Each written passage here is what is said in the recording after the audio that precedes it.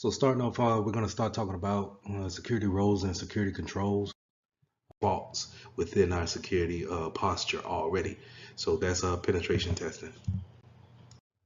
So going into vulnerability scanners, we have these things in place in order to scan our network and see what type of devices we have on there, as well as the applications that they're running.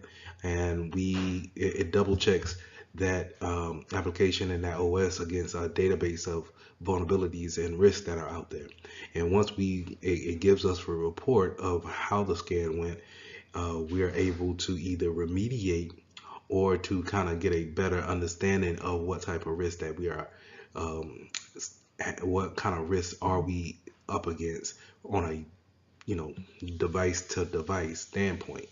And we can also use this type of scanner for OS fingerprinting, as well as seeing what type of firmware vulnerabilities that we may have. Now, when you're having your vulnerability scanner scan the network and it applies those vulnerabilities to the database and it comes back with a report, it will give you a scale on if it's a low risk or a critical risk, right? It's a scale from low to high, and it's normally you normally see these things called CVEs, and that's the common vulnerability exposure, and that's kind of the name of the vulnerability that's out there. And then the scoring system will be under the CVSS, which is a common vulnerability scoring system, um, and you'll normally see it as a scale from 1 to 0. I'm sorry, a scale from 1 to 9, and the lower you are to 1, the more likely you could probably let that vulnerability slide. But the more you're getting up to your 7, 8s, and 9s, then you probably want to make sure that you seek the patch or whatever remediation that they will advise, and then apply it as soon as possible. Now, in some cases, you may want to test this patch out or test the remediation out first before you apply it within a production field or what have you.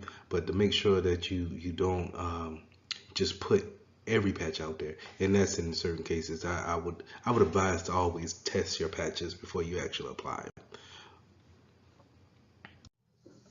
When running vulnerability scans, we can have certain things that can cause a lot of problems. Uh, and sometimes we can have those scans that where they run smoothly, and these are where you hear the terms intrusive and non-intrusive come into play. So a non-intrusive scan will run fairly smooth. You have credentials, you have permissions to actually run on the network on those endpoint devices, and this is a lot of times where you'll see an endpoint actually sitting on on the device itself. So you'll kind of look into your lower right hand corner of your, let's say, Windows PC, and you'll see an icon there that's kind of different, and it may be the icon from the vulnerability scanner that you're running on your network. So there it has the permission to go ahead and scan whatever's there on that box, right?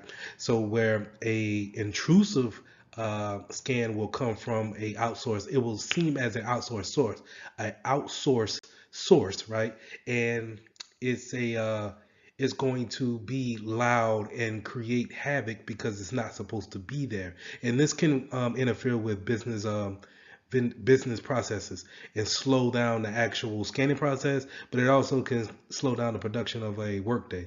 So we want to make sure that we understand what type of scans we're going to do. We're just not going to go and get a vulnerability scanner for our network and then go to scanning, right? We want to test these things out, see how loud it is, how intrusive it is, and then tone it down to where we're able to scan, see our vulnerabilities, but at the same time be productive throughout the workday and work week. So when running vulnerability scans on your network, you have a option of having a credential or non-credential scan. So that means where we can preload those administrative passwords into certain folders or certain documents or applications that's on the network.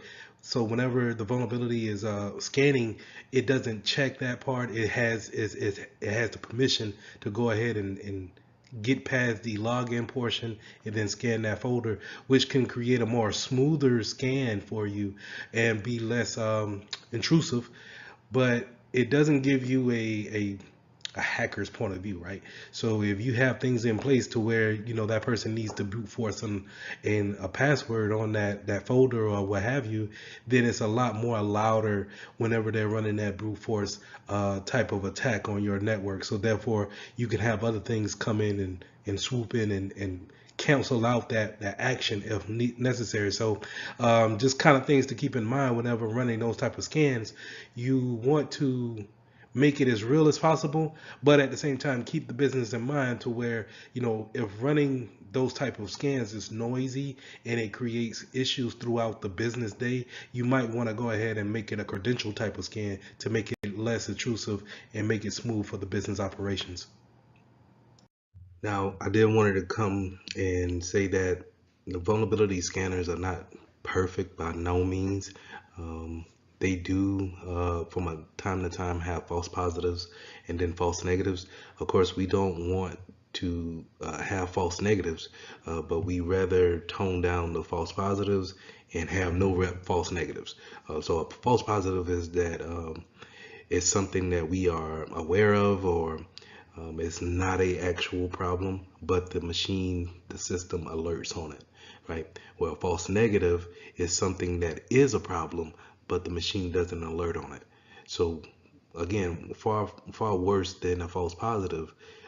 Even though in some cases you may have a machine that flags a whole bunch of stuff to be a false positive, where that may be annoying, it's still not as dangerous as having a false negative where you know you don't even know if there's a problem there because it didn't see it as a problem. And so when we put our trust into that type of scan, um, making sure that you have little to no false negatives is very important. So let's go a little deeper into penetration testing, pen test for short, also known as ethical hacking. And that's where you're testing your security posture, like I said, to see what's already there and then actually putting pressure against it, seeing if the configurations are uh, doing their job, right? It's the actual appliance that we put in place. Is it actually blocking anything? Um, are the credentials that we put here since we changed it, is it vulnerable to being brute forced, things of that nature. And a lot of times we have third party vendors come in and strike a contract with a company and then actually perform a pen test, um, to give them to give the company a better understanding of how the security posture is. So if I have a third party vendor come in and they could take the position of a outsider, a hacker, right? And be able, if they can go from having nothing to actually being on the network, then they can give us a report after the whole test is over, and then we can go back and say, hey, we need to address these different problems because he was just a normal guy on the street, and now he was on our network looking at all our folders and different type of data that we wanted to keep concealed. So pen testing is a very important part. I would say it needs to happen about at least once a year annually, and it's always since your network, your business is constantly changing. Pen tests are needed on an annual basis in order to shift and form that security posture with it. So staying with the example of a third party coming in, um, and they strike that contract up to say, hey, I'm going to do a pen test for you. They need to set the ground rules of how do we actually engage each other, right? So the rules of engagement may go from the time that they start to what devices and, let's say, servers you can't touch. Will you give them full access? Will you give them credentials to be on the network? Are you going to say, hey, start from the parking lot and work your way in the best way you can? And when I give hard examples like that, when I give the person nothing to work with and actually have them try to get onto the network, that's from a black box standpoint. And when I give them, let's say if we bring someone in and then we give them a credential, we give them a username and password, and we just say, hey, you can only stay within this domain, and these are the folders you can only mess with, then I'm giving you more of a white box type of gateway into our network. And then a gray box is where I give you some information. Hey, this is our Wi-Fi name, but I don't give you a password. This is our these are our employees. This is what our badges look like. So I'm giving you some information, but I don't give you everything of how to actually get in and then onto the network. That's more of a gray box, right? And so from these different standpoints, it's better to come from a black box standpoint, because you get a more accurate report of where you're vulnerable at and then where we can actually make those changes at. The problem is that these vulnerability, these pen tests happen during business hours, and you don't want to lose productivity because we're testing the network, or we're testing policies, or we're testing users, and it causes an inconvenience. So your higher ups may be against that type of training during business hours, but in order to get a real live good sense of it, you might want to have it done during business hours. But that's something that you and your business can sit down and hash out. But on the other hand, some companies have enough money to actually have a penetration team um, within the organization. So that's the only thing they do, is that they break up into these kind of different teams, and then they all are responsible for uh, doing their role. So let's go through the different types of teams that you may see on your pen testers within the company. So you have your red team, and they're going to probably be on a offensive role, that's actually performing the attacks, making sure that, hey, we know where we want to go, we know what our goal is, our flag to capture, so to say, and then we're going to go about attacking the company in this way. Our blue teams is going to be on the defensive side, where, okay, that's going to be probably, pretending to be your security analyst, and so forth, to make sure that they have things in place, defenses set up in order to see the attacks or be alerted of the attacks and then actually react to them.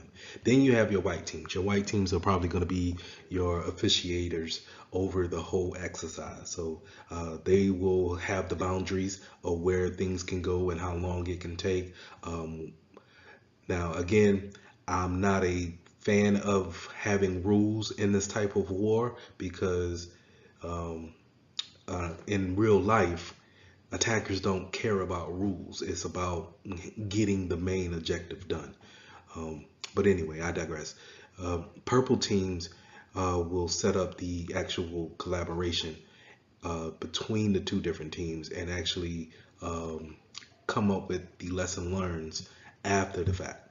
So you can have these different teams break up into this one big department, break up into different teams, and we can actually play scenarios of how we can actually see the vulnerabilities and then attack, how are they being attacked, and then what are we doing to remediate. Now, a pen tester might use some of this. Once they get their engagement rules, they may go about doing reconnaissance in different types of ways, right? Um, I think the most popular way is to just do a social engineering attack, where I just kind of take someone out to lunch, or I just have kind of like this water cooler talk within the business about what's going on, and then try to maneuver my way around them to see avenues on where I can get onto the network. You can also do like a scans, like we talked earlier about different scans to create a footprint of the network, and then make your entry that way. We can use open source intelligence, And this is your simple pulling up a web browser, Googling whoever, and seeing how much information is out there. You'll be surprised about how much information you can just find off of a simple Google search or searching on your favorite social media website. I tell you, a good place to go is LinkedIn. And if you're doing a pen test, why not be able to, look at everybody who works at that place, as well as they'll give you a full rundown on the business profile page. So you could do a lot of reconnaissance there. And then once you have your information of how you want to attack, then we can, you know, go deeper into how to exploit each entryway that's possible, right? And then hopefully, from a pen tester's point of view, or from a hacker point of view, one of those things are open, and then it's on to the next level, right? So I want to make sure that when I say that um, hackers and pen testers are looking for one way of getting in, then one way of traversing, and then one way of opening files. When they go from one section to another section to another section, it's kind of like we need to have defenses there for each level that they get to. This is what we call defense in depth. So it's not just having your firewall up in place. It's not just having your networks sectored off in the VLANs. It's not just having your antivirus on your PC. It's having all of these things in different possible places, because you never know where somebody is going to pick up and say, hey, I'm gonna start my intrusion here. So like I was saying before, having that defensive depth will pretty much uh, handle a pen test pretty good, because just like this life cycle where you want to have a foothold to the exploit, you want to actually do some persistence, have that privilege edge of escalation, lateral movement if possible, pivoting if possible. All these things can be remediated if we have certain policies in place, certain configurations in place, and certain infrastructure standpoints in place, to where it makes a pen tester even more, having his life or her life be even more tougher, because they just can't go and do whatever on the network, and then you really never made it hard for them to you know get to the goal of seeing the HR department server. So we need to put things in place in order to eliminate, at least one of these actions, right? Where even if you're able to get onto the network, that I don't need for you to compromise an account and making sure that uh, Gary from the mailroom has admin accounts or admin privileges to where he can see anything that's on the network. So it plays a hand in hand when you start planning for, or you see the reports that come from a pen test, that we can put these things into play, and that we can actually put those things to modify our security posture to become more secure. So in summary, we went over a multitude of things. Thank you for sticking with me on that. But we started off talking about reconnaissance tools such as Wireshark, Nmap, NSLOOKUP, Metasploit. We also talked about patch management, being able to understand our vulnerabilities and then applying patches whenever we have tested and actually need to put out there in the production field. We also talked about different vulnerabilities, not just physical, not just software. It could be social. It could be, when I say social, I mean more people. It could be those are our vulnerabilities. How do we coach up people to have a better security posture and have a better security awareness about them? We also talked about pen testing and the importance of seeing it from a hacker's point of view, and how do we actually put defense in depth in order to make their lives a little bit harder when it comes to getting onto our network and traversing around. Um, so I would say to go over this section several times over, and I'll see you in the next lesson. So lesson four, identifying social engineering and malware. One of my favorite subjects. Social engineering is all around us, happening all the time. So let's move forward. So social engineering is pretty much the manipulation of a human, being able to lie. That's just basically it. Is lying, right? It's telling you whatever you want to hear in order for me to get whatever I want to get. So hacking of the human, if you want to go that route, that's fine. But it's just pretty much be able to get the information out of you versus me actually going and hacking into a firewall. Why should I do that when I have researched you and I know that your favorite school is USC? So guess what? I'm gonna say that I went to USC and I played on the football team, and we're gonna strike up a nice conversation with you. And that's me starting my process of social engineering. Now that was a good example of just kind of being, familiar with someone, being able to be a likable person, and then I could take that conversation into, hey, what do you do? Oh yeah, well, I work in this sector too, and you know what? We're able to help out in any way possible to different types of businesses, and formulate this wild, drawn out story of how I can make your life better. Which all of this is could be a lie, and then I'm going to you to see how far you will go. Maybe you will show me the interface to the server. Maybe you will give me a credential to log in because you have taken so much liking to me that you're just trying to make your day better at work, right? And this is how social engineering comes off as such a strong factor because people in general just want to help. Um, we do not want to be mean to each other. It's not necessarily a militant type of way where we want to have militant principles. Human nature is not built out that way. So having a familiarity or a liking to someone is a big part of social engineering. Um, you could also come at someone with an authoritative or an intimidation factor. Um, let's give another example of let's say you're working at the front desk, and I come in with a um, a Best Buy Geek Squad shirt on, right?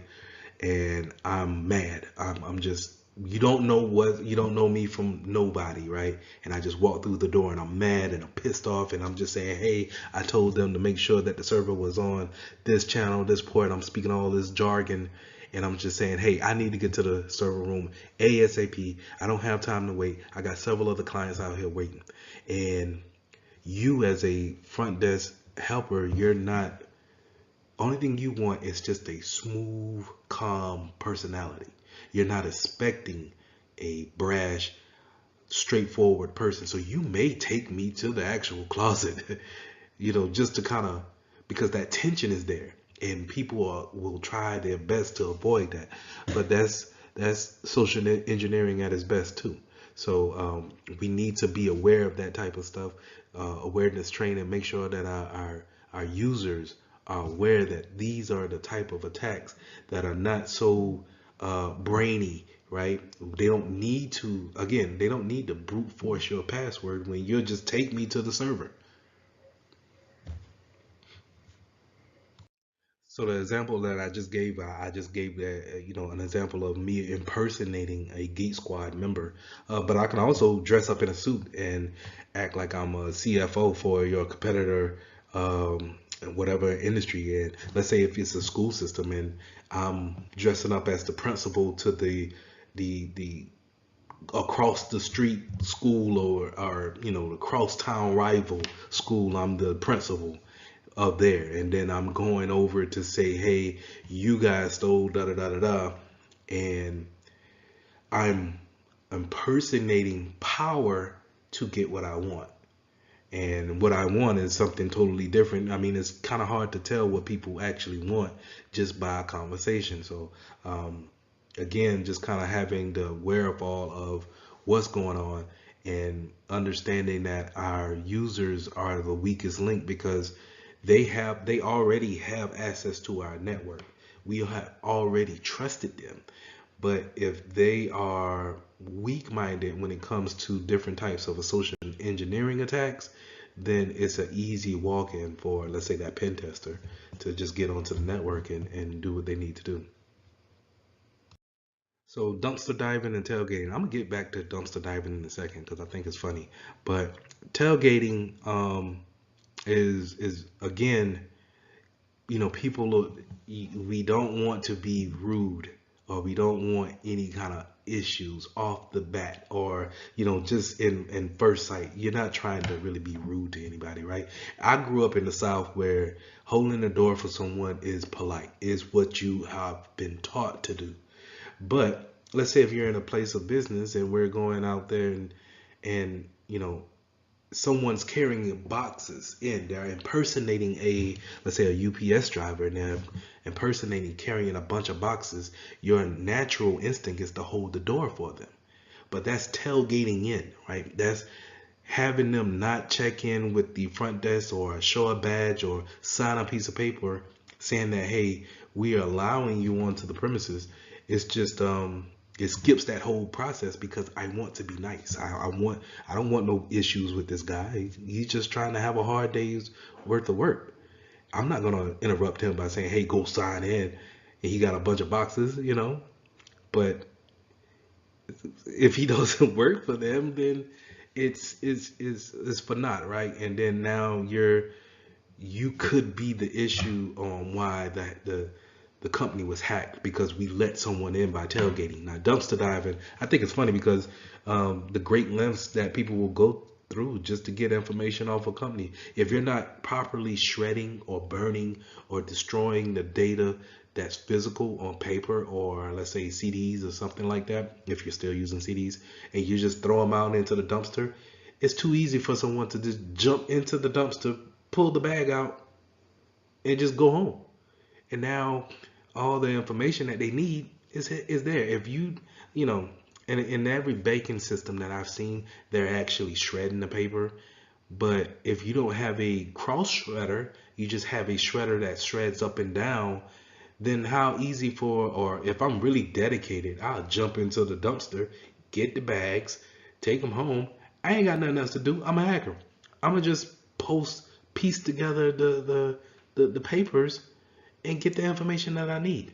But if we have a cross shred, or we have one that, in some cases I've seen where people burn those important papers, then, we eliminate that type of attack.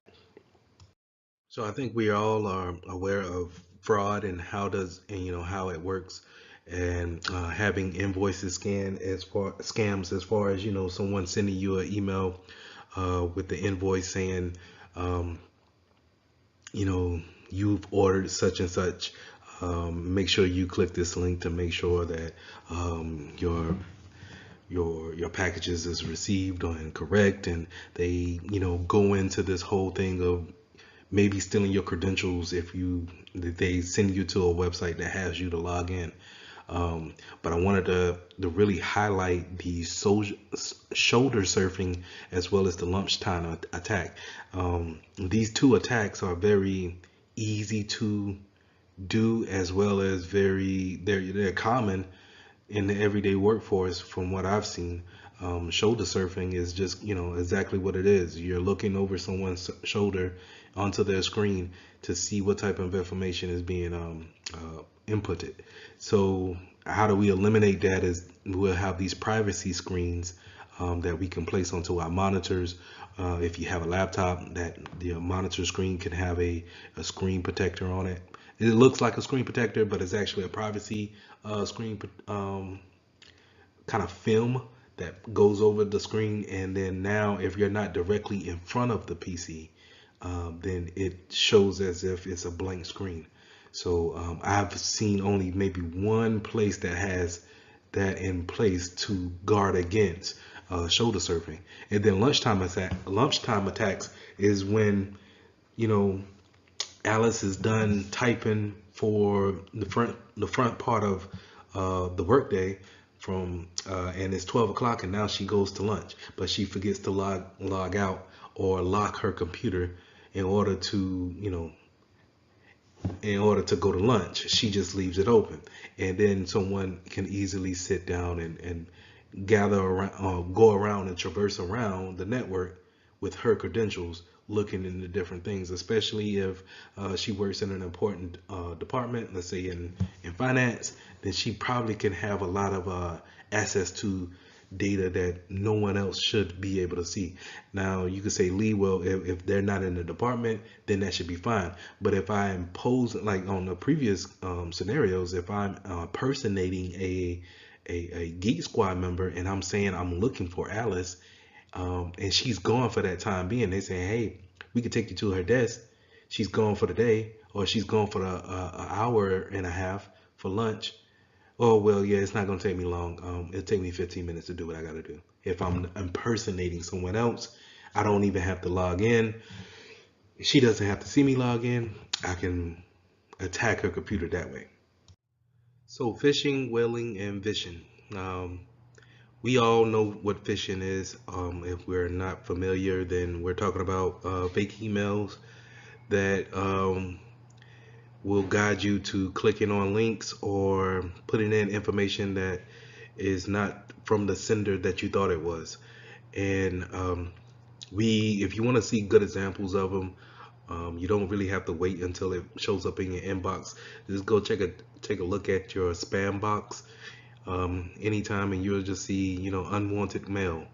Back in the day, we would think of this as junk mail, right?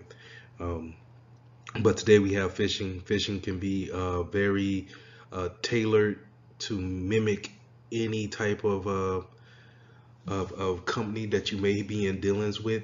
A good fish that I seen lately was a fish that came in that had a Amazon logo on it, and it had the same font and color that Amazon uses for their little smile. So it's that little orange orange color that they have.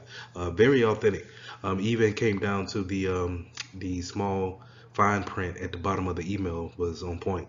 It almost had me, but once I looked at the who is it from, that email there, I could tell that it was a fish. Now, spear phishing is when an attacker targets in on one particular person or a particular group. Let's say if I'm going after Alice and she's in the marketing department of U.S. Bank, I'm targeting her in particular. So I'm spear. That how if you ever seen a spear fish, people do spear fishing. It's has a arrow and it's for a particular fish, right? Marlin at that. But anyway, whaling. So you have whaling, and that's for your more senior management positions. So it's fish campaigns or phishing emails for your CEOs, your CFOs, your department heads, members of the board, people who are in these management type of positions. When they get tailored emails to kind of trick them into clicking on links, that's called whaling. Phishing is pretty much running a social scam over the phone, right? So that's someone cold calling. Right now we are in a time where robot calling is at an all-time high.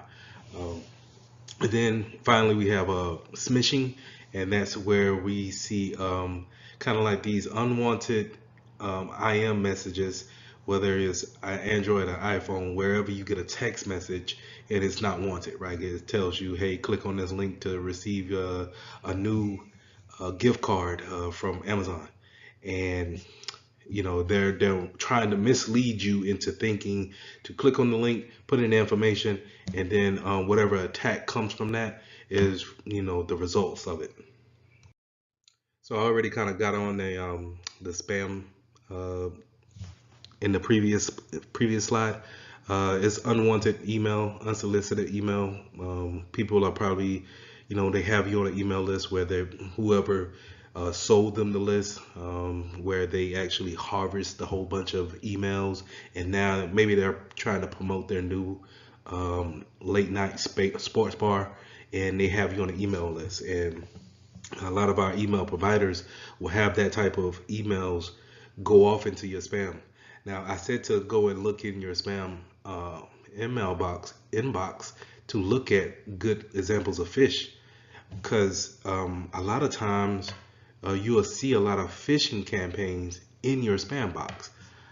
Um, Moving on to hoax, in the latter day of the internet, we started to see a lot of hoax go on with the uprising of Facebook, a lot of social media, such as Twitter, Instagram. They started to, once they really started to catch hold and move up into the scale, you started to see a lot of people wanting more traffic to go through their channel. So you might see a hoax go on, such as someone saying that Bill Cosby passed, or Eddie Murphy has passed, and it was soon caught on that, hey, these people are not dead. This is what we call a hoax, a fake story to get you to actually go ahead and click on the item and see if we can drive more traffic to wherever we wanted to go. Now, in the case of an attacker, if I have this catching link here with this title,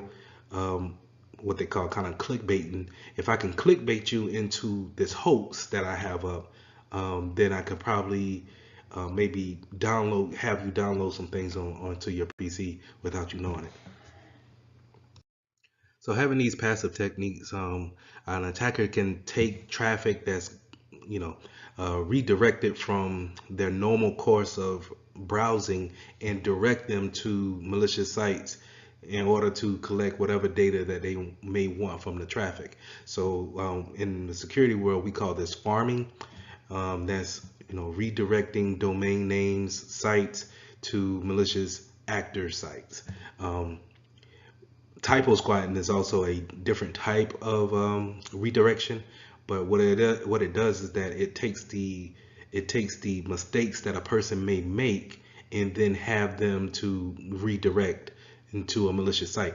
A good example will be if I'm an attacker and I make a website that's named google.com, but I spell it with 3 O's instead of 2 O's, then whenever someone makes a mistake and puts in 3 O's, maybe they're sleepy or whatever, and then they're redirected to my website instead of a normal Google site. So that's a poor or a very basic example of typo squatting, but it works. A watering hole is similar type, where we're kind of we're setting up places to where people can gather and want to go and get information, making it real attractive to people who want to click on different sites. A good example is trying to have a host of something that's really eye-catching, right? Really intriguing, and then we send them to a third-party site that's there for malicious reasons. Okay, let's switch gears now and go into the indicators of malware-based attacks. So malware classification. It's important to understand that you're going to see on the test viruses and worms. And what to really remember about it is that worms can spread from PC to PC, device to device. It doesn't need to actually be carried from one person to another, right? Such as a virus or a Trojan, where I have to send you an executable to actually execute the payload, and then it spreads like that. A worm is pretty much uncontrollable and can go out there and spread on its own. Now a Trojan is where it's concealed to be one thing, but then it turns out to be malicious, right? Back in the day, we used to see this with toolbars. So back in the day, web browsers didn't come with toolbars on there, so we couldn't really have our little favorites hanging up there and at the top. You had to download it. And I remember downloading something from Ask Jeeves, and it was, I want to say it was a Google toolbar. But anyway, It was a toolbar that once you ran the executable on something, it was a Trojan, and you know the antivirus at that time detected it and it cleaned it. But that was a good example of a Trojan. I want something for this purpose, but then it end up being something totally different, right? Just like the real Trojan horse was meant to be a gift, but in the end, it ended up, changing how that war went. So we also have things like spyware, adware, and keyloggers. Now, adware is where you have advertisers come onto your PC and they constantly have pop-ups almost. That's kind of annoying, if anything. So the latest ones that I've seen, it kind of comes up in the lower right-hand corner, and it tells you to get a new coupon for Dawn dish detergent, and that's a advertising type of malware, right? Um, Spyware is a malware that's actually looking at your activity, um, and it may even redirect you when it comes to your browsing. Your browsing keyloggers also have that spying ability where it's recording your keystrokes as you're typing when you're typing usernames, passwords, and websites. We also have backdoor malware. That's where uh, you can have a front-facing application where what the users see, but in the back end of it, administrators can go in and actually make changes to it to where the user doesn't see it. And then once the maintenance is over, then the changes will be shown on the front side. And a lot of times, if malware it has affected an application such in that manner that it can make the back door open to access of making changes or taking out uh, so rootkits are viruses that live on the root of the machine. So when we're talking about a PC booting up, you will see that kind of like a black screen and maybe some white writing that's coming across the screen. That is where we're talking where that virus will live at, and to have your firmware as much as possible whenever it does change, make sure that it's up to date, because we can develop root there and we won't even know, it's only staying on 2 to 3 seconds at a time into our operating system. But if a virus is sitting on the root of the machine, then it has admin throughout the machine, and we won't know that it's there unless we be other on an annual basis. So ransomware is a type of malware that gets onto your computer and locks the files up from, and in order to get your assets to those files back, you need to pay a ransom, some type of money fee in order to get those files back. Now, what they do is they basically use an encryption on your files, and they just keep the other side of the key. And we'll go over this a little bit more in encryption, but whenever they'll say, hey, okay, you paid us in Bitcoin, we'll go ahead and give you the files back. What they do is they just apply the key that's needed in order to uncrypt it or decrypt it, and then you're able to get your files back. Now, as a measure point moving forward as a security professional, we should never pay for ransomware. We should always fight ransomware by having backups of our files somewhere, somehow. And I would never pay for any type of files to be unencrypted. Your best bet will just be probably wiping that machine and then carrying on after that, and just wiping the machine and then rebuilding the machine from the backups that you already had. So if you're a professional that actually goes into the field and you realize that the backup plans that they have in place are not adequate, then they may be having a bigger risk of ransomware than what they are bargaining for, because if someone says, hey, we locked you out for 14 Bitcoin, that's around $35,000, $40,000, are you willing to pay that and then hope that you cleaned everything off in order to continue business? Or do you just want to just say, hey, all right, well, you can have those files locked up, that's fine. We can go ahead and continue business by just wiping this computer clean and then reissuing out a computer from the backups. So what are some indicators that you may have malware on your PC or Mac? I think the most obvious thing is if your antivirus actually gives you a notification. Um, a lot of times these things are built off of signature-based databases. So if there's a known signature of a virus out there, your AV should be able to pick that up and alert you and clean or quarantine that file immediately. You can also pay attention to if there are any kind of file changes that's going on without your awareness. So it's kind of late at that point, but if you see any kind of file changes within the registry or temp files, then it's a good indication that you might want to run a scan on it, and you might want to unplug it from a network or disconnect from a network, and then run your antivirus scan on it, and then try to clean whatever's there. If all else fails and you still feel as if something's on the PC, then I will say a full wipe of the PC is necessary, and then restore from backups. So key points to review on lesson 4, I would definitely go over social engineering, making sure that we understand that our weakest point of our security posture are our users.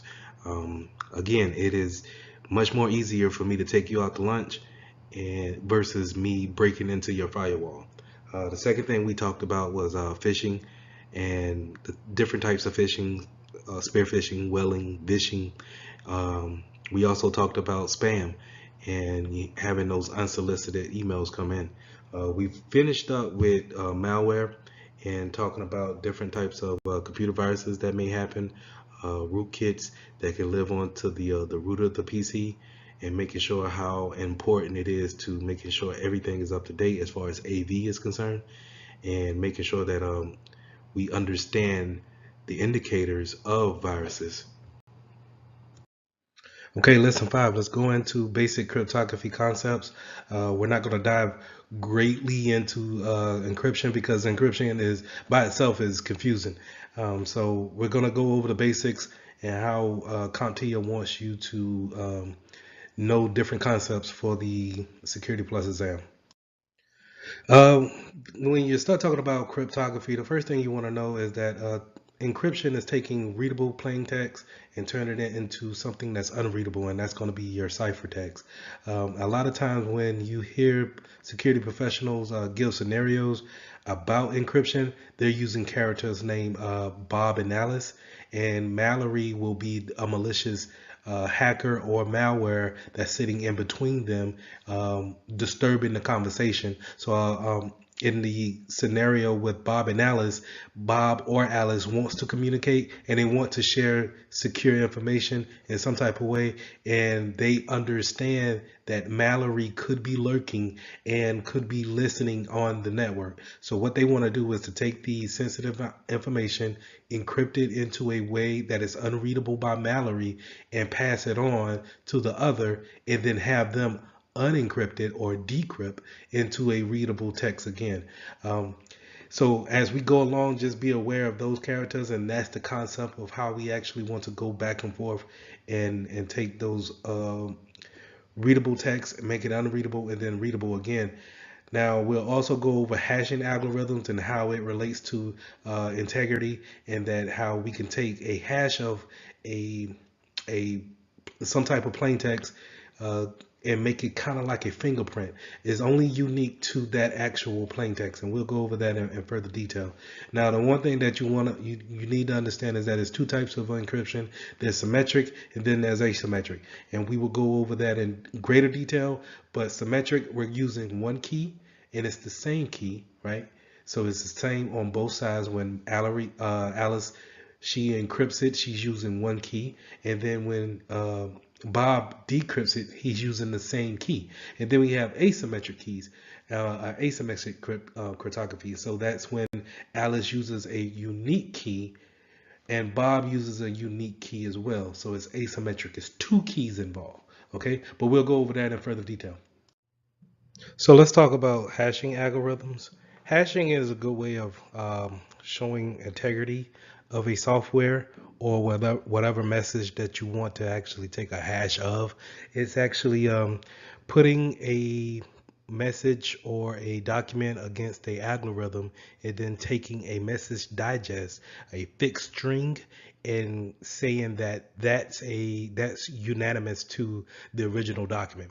And we have many different ways that we can create hashes, but one thing I want you to remember when taking the Security Plus exam is that is 9 times out of 10 going to be used for integrity reasons. So if that message digest that results from your hash comes out to be different than anything that it originally started off as, then the integrity of that document has been compromised.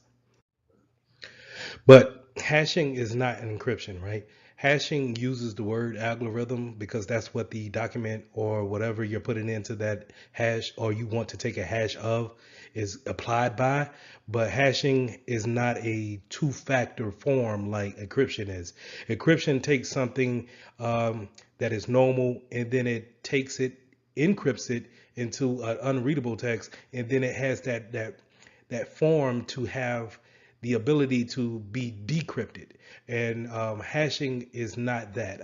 Hashing is more of a one-way process where this is what it is, and you need to actually undo that in order to see the original result. So just keep that in mind. We also want to make sure that we keep the algorithms that we use for hashing as well as for encryption secret. We don't want those things to get out. We don't want those things to fall in the wrong hands. So always keeping the algorithm safe when it comes to hashing, and then keeping your key safe whenever it comes to encryption is always an important thing.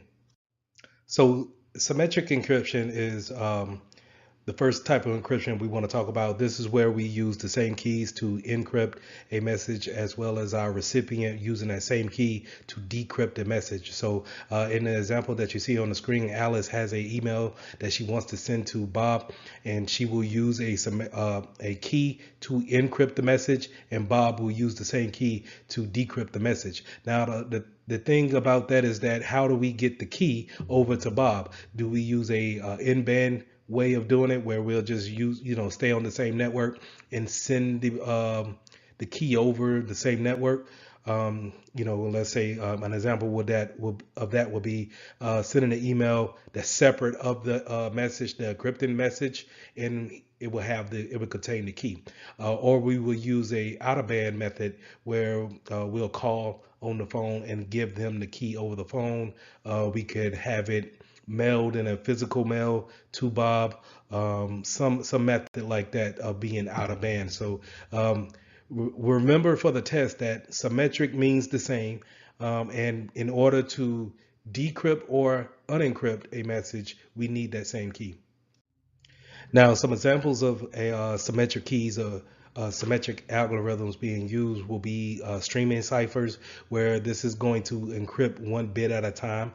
You're going to also see it being used with an initialized vector, and we'll get a little bit more into initialized vectors or IVs a little bit later. You also see it in block ciphers, and this is kind of where we are encrypting blocks at a time, big chunks of blocks at a time, and you'll see examples of this in AES, Advanced Encryption Standards. Is no longer a more secure, it's not a secure way of encrypting, but that's where you can see that example of. And then you'll also see things like the key length being a key factor when it comes to symmetric keys. Always remember that the longer the key, the better the more security that goes along with that key. So remember, the key strength is a big part when it comes to encrypting in these algorithms. Now, the opposite of symmetric encryption, we have asymmetric encryption. So this is where we get into key pairs. Um, the problem that we had with symmetric keys is that we had to actually distribute that key out.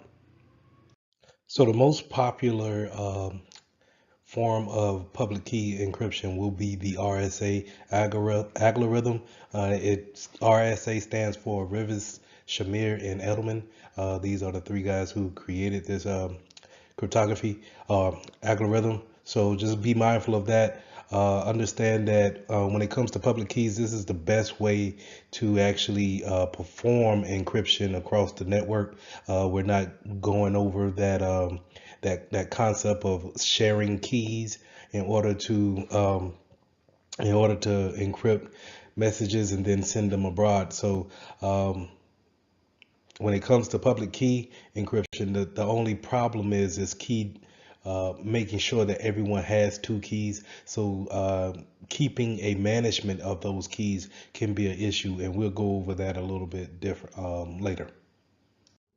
So digital signatures. One thing I want you guys to really think about when it comes to digital signatures is the application that we normally use in order to have digital signatures go on, and that's DocuSign is the one that I come across a lot. So let's say if you're buying a house or you're doing some kind of paperwork for a school, and they send you some documentation that they need you to sign that you would normally sign in person, but we want to sign it over the network, over the internet. So they send it to you in an email, and they want to verify that you signed this piece of paper and then send it back, which is electronically signed, right?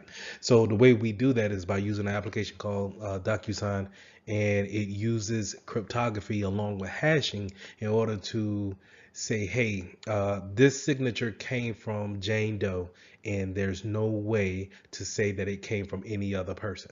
Okay, so it creates that integrity piece that we need in order to say, hey, there's no doubt in my mind, there's no non-repudiation part of it, that this could be signed by anyone else. And that's what digital signatures bring to the table. So whenever you guys see digital signatures, think about it as a way of translating your handwritten signature into a digital signature that authorizes documentations. Digital certificates is a way that a website can perform a public key exchange with your device or any other device by having the certificate verified by a CA, which is a certificate authority, and then having it pasted onto their website. So whenever you go to a website and it has the HTTPS on there, and then you click on that and you see the certificate for it, you can see who they registered that certificate with, and then how long the certificate is valid for, and you can have a good idea that, hey, this website is legit, and I can go about doing regular business with this website. So with a certificate authority, I want you to think of it kind of like a DMV for driver license. So when you go to the DMV, they are a third party that gives you the right to have a license or some type of ID. And now you carry that ID around and you give it to authorities or whoever wants to see that ID to verify that you are who you say you are. And the same thing goes with a certificate authority. I want to say that I'm mitchelltech.com. And so when I go to my certificate authority and I say, hey, I'm starting up my own website for mitchelltech.org, I want you to give me some type of validation. And they will hand me or send me a digital certificate and showing that I am the website who I claim to be. And so now when you go to my website and you look at my certificates, you can trust that I have the public keys. I have a public key that I shared with you, and it has the integrity factor that I am who I say I am. Now, as a security professional, you want to teach people to be weary of certificates that have expired or websites who don't have certificates. Because now, how can we really validate who they say they are? So we want to make sure that we keep these things in mind whenever navigating the different types of websites. If you see kind of like that HTTPS crossed out, or sometimes some browsers will actually say, "Hey, this site is not trusted. Do you want to continue?" Just be fearful about it and know that it may not be who you want to communicate with. So be fearful of the type of information that you're putting in on that website. And we want to have that type of secrecy whenever we're going to different websites, and have that type of privacy and integrity whenever we're sharing different types of information on websites. So having that cryptography factor in your certificates says that, hey, it's not so easy to replicate who I am as far as the website is concerned. And then you have that non-repudiation factor put in there. And remember, non-repudiation says that I cannot deny that it came from who it came from. So whenever I can say this is who I am on the internet and I have that validation, then it's more comforting when I'm a bank account or I'm a bank website and you're trying to get into your bank account and you have that integrity factor checked off, that you know that, hey, I'm gonna transfer $1,000 and I have full confidence that it's going to go to the account that I want it to, or I can take it from the account that I see. So, and I don't have to worry about other people um, looking at that information while I'm communicating to this website. We stated before how hashing can support integrity. Well, we always want to keep in mind that cryptography supports confidentiality. This is where we want to make sure that others are not being able to see things that or data that they should not see. So this is, in turn, the reason why you have file encryptions, making sure that we're using an encrypted cryptography, sending traffic over the network. So just remember that if you see anything or hear anyone saying that we need to support confidentiality, we want to make sure that we keep the things hidden from unnecessary views. Then we are probably looking at some form of cryptography. Now, a lot of times when we see attacks on different websites or attacks against cryptography, is probably going to be some type of man in the middle of attack, kind of sitting on your network, sniffing that traffic. And remember, whenever I'm saying sitting on your network or sniffing the traffic, I'm probably using a tool such as Wireshark or some type of network analyzer to see what traffic is going from point A to point B, and I'm taking that and seeing if I can decipher it into plain text in some type of way. But that's why we want to have cryptography to actually cover that thing, that type of traffic up, making sure that it's not readable, it's not necessarily in plain text, and so that's why it's so important to make sure that we have um, cryptography when it comes to network traffic going back and forth. They could also use a downgrade attack. This is where we're taking advantage of old obsolete devices and seeing if, or taking a vulnerability on a device that's already out there, seeing if we can downgrade the software to a known vulnerable software piece, and then taking advantage of it from that standpoint. So just keep those things in mind. 9 times out of 10 in the real world, you're going to probably see these man in the middle attacks, and that's just someone sitting on your network, just looking at the traffic going back and forth. So just be careful of your surroundings, as well as when you're going to like coffee shops such as Starbucks or some type of internet cafe, and you're sitting down, or let's say in a hotel, and you're connecting to their Wi-Fi. Just think about who else could be actually there, just taking in that traffic. So just keep those things in mind before you actually start sharing uh, confidential documents across the network. One of the main factors that helps cryptography be more difficult to break is the factors of key stretching and salting. Making the key bigger or longer will create more of a hassle for the attacker to actually brute force in, or when it comes to them trying to actually outsmart the cryptography, it takes a longer time to actually figure this type of process out. So key stretching is always good, right?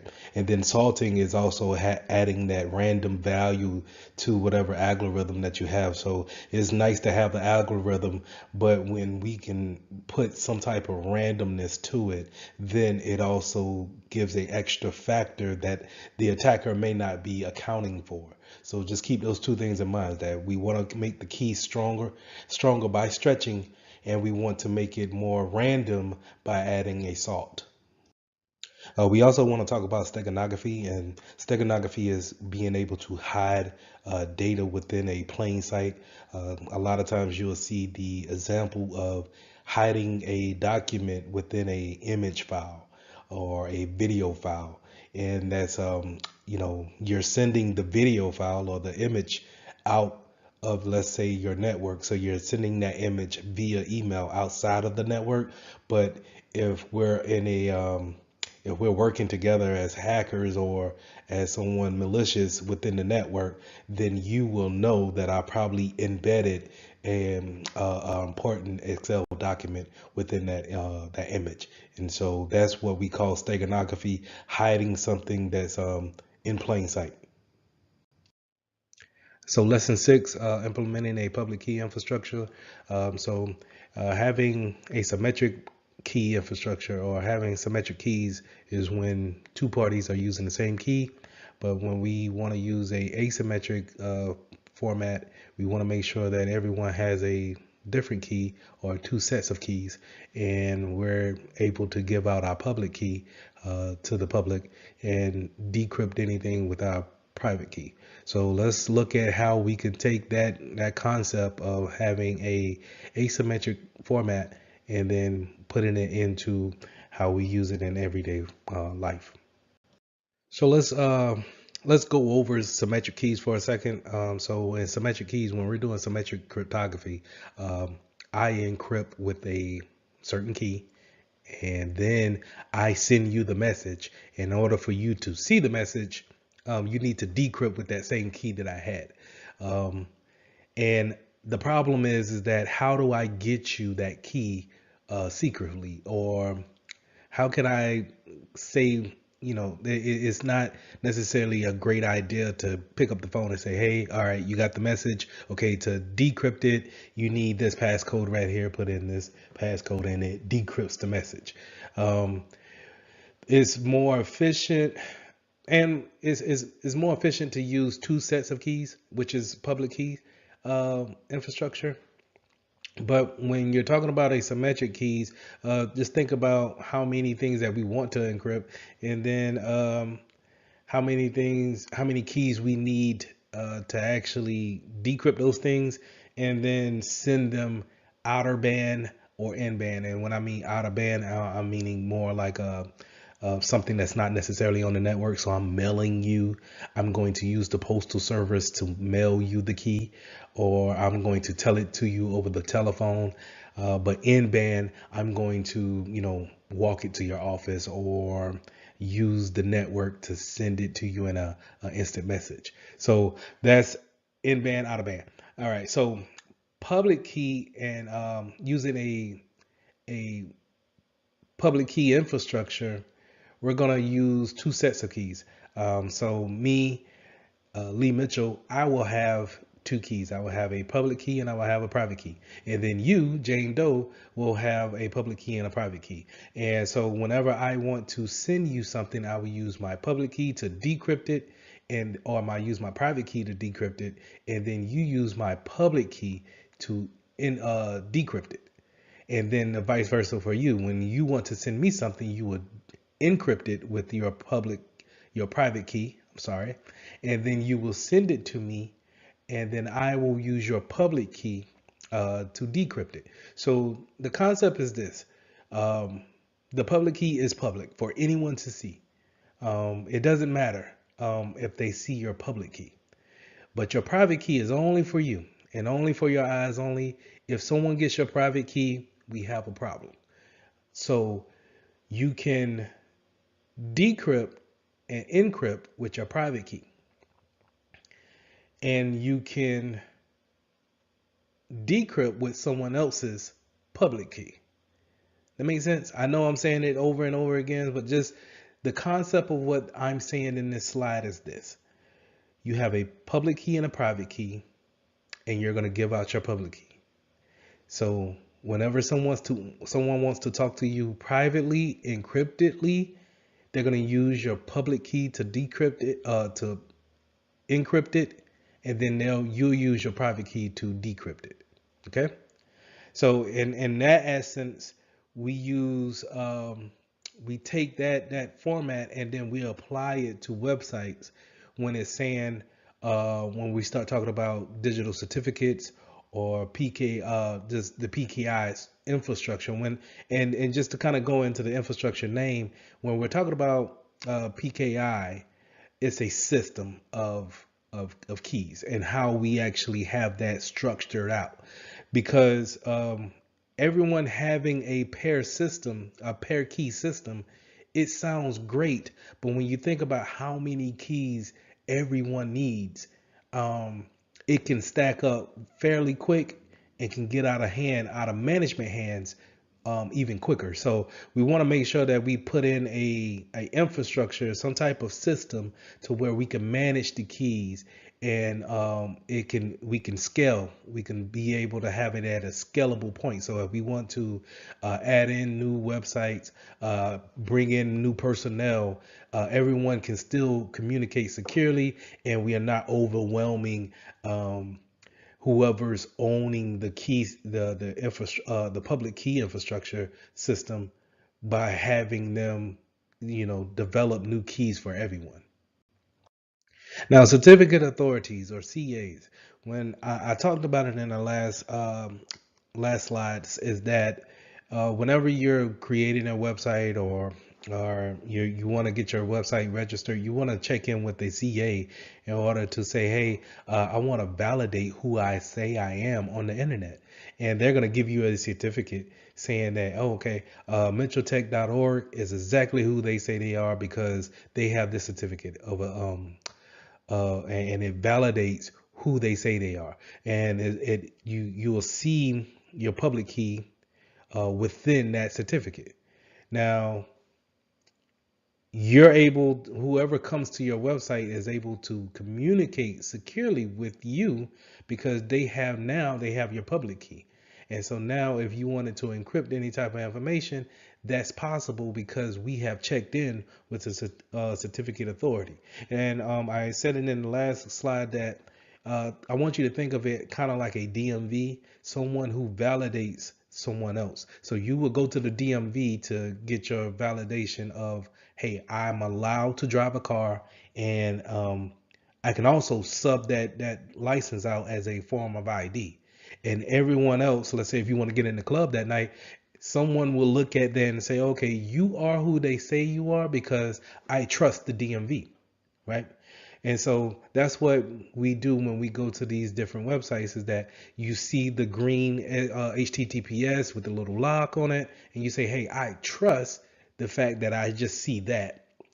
You didn't even really check to see if the authority was a valid one, but we trust that, and then we will say, hey, okay, I'm willing to type in my username and password here at facebook.com, and I have no worries that it's not being hacked or sniffed upon by any kind of unwanted entity. And as you see here on this slide, this is a pretty much a certificate that you get from your CA once you open it up. You can actually, no matter if you're on Windows or Mac, you can find your certificates that's probably somewhere on your PC, and you always kind of refer back to them just for the validity or the validation um, of whatever that website may be. So we want to just go in and, if we want to see who issued this certificate, we could see who issued the certificate, as well as what type of encryption did they use. And in this case, we see SHA-256 was used in order to encrypt the website, as well as we can look further. I think in the general tab, we could probably see how long is the certificate is actually validated for. And just like, you would go to the DMV and you would fill out information that's about you and maybe your vehicle that you're driving, you would do the same things with these CAs. You would just fill out information of the type of website that you have, what services do you actually provide, and they will come up with a encryption for your site, and then they will email you your certificate. And now, now you could say, once you put that on your website, you can say, hey, I am who I say I am, and you can trust me as a validated website here. So if you want to buy a t-shirt from my website, feel free. Know that you can put in that debit card or that credit card number and feel safe by the steps that we have taken as a company to get certified through this certificate authority. So on this slide, you're going to see a certificate that's actually opening up from my browser, and it pretty much has the different types of attributes that comes with your certificate from your CA. So on the right hand side, you'll see kind of the different types of attributes, and then the short description of what you will see. But you don't really need to know each attribute for the exam, but just be aware that all these different things make up an identity of who you're trying to be, or what website is trying to say or validate who they are. So you'll have a serial number, a signature algorithm. You'll have that validation date. When is a certificate is going to be going to expire. Something to keep in mind, so you don't run into the issue of having expired certificates on your website. You'll also see a public key there as well, and that's where, when other machines or other servers or devices connect to your machine, that's what they're going to use to validate any type of public key infrastructure going back and forth. So that's how we're going to say, hey, if I want to send something to you secretly, I'm going to use your public key to encrypt that information. Now, just to dive a little bit deeper into the subject name of the attribute, you'll normally have a common name, which you go by, www.mitcheltech.org. But you can also have other friendly names that you have or associated with put onto your certificate. So let's just say if my company name is Mitchell Technologies LLC, but I shorten it up by saying Mitchell Tech. So I can still put both names into my certificate. So whenever someone types in that name and the DNS still points it back to my website, I still have the same certificate to validate those different name configurations.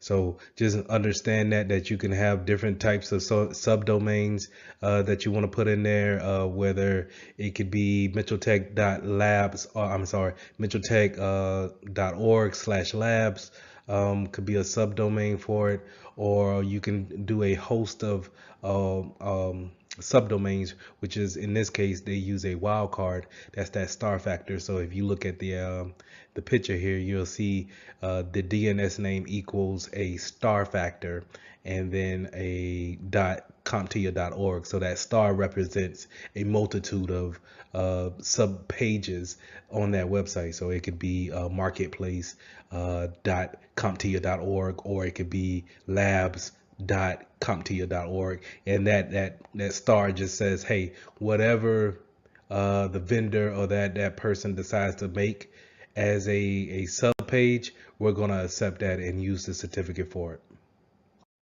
So the certificate and key management, the main thing that we want to understand is that we want to avoid expirations or having our website be unsecure at that point in time because we haven't paid attention to when our certificates needed to be renewed. So making sure that we have a good audit pace or trail of our certificates is very vital in order to keep that secure line going. There's nothing. Not saying that your company would not run, but would you want to spend money with a company that's couldn't necessarily validate the security on their site? It says, hey, whenever you see a website that has a expired certificate, it will have this big red line through, or the HTTPS is kind of grayed out, and it kind of makes you feel weary about putting in debit card numbers or credit card numbers within that website. So you're not necessarily losing customers because you can still order something, but you may lose a lot of customers off of the integrity factor, the mindset of saying, hey, I can't trust this site, so therefore I can't trust the business there.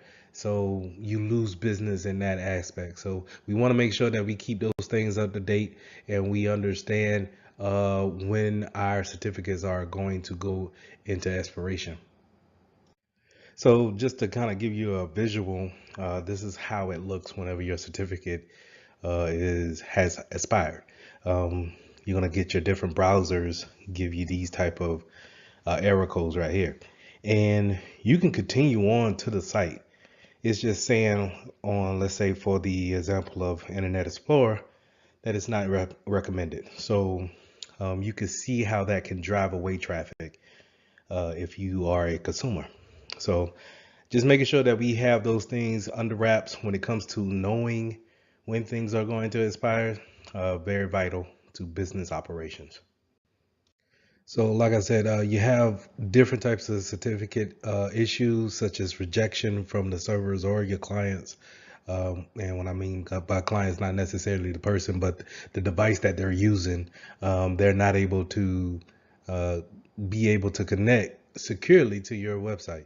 And we want to avoid that by any stretch of the imagination. So, just making sure that we keep a good audit trail of what do we obtain as far as certificates, because when you think about a business may have several different websites that all offer different things, and we want to be able to be secure and know that we're not just mistaking for anybody else. So having our certificates all lined up is a good business practice because it keeps us from running and presents ourselves to the world in a secure manner.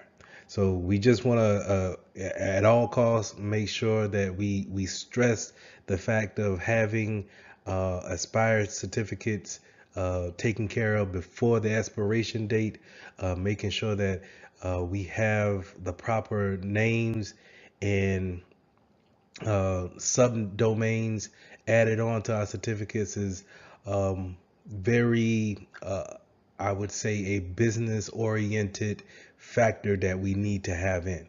So just keeping these things in mind when it comes to the different types of issues that we may face. Just know that for the exam, when it comes to the problems that you may come into to face, just know that it's coming from a CA, and the CA validates who you are, but then the issues may come when it comes to expiring. So we talked about PKI infrastructure.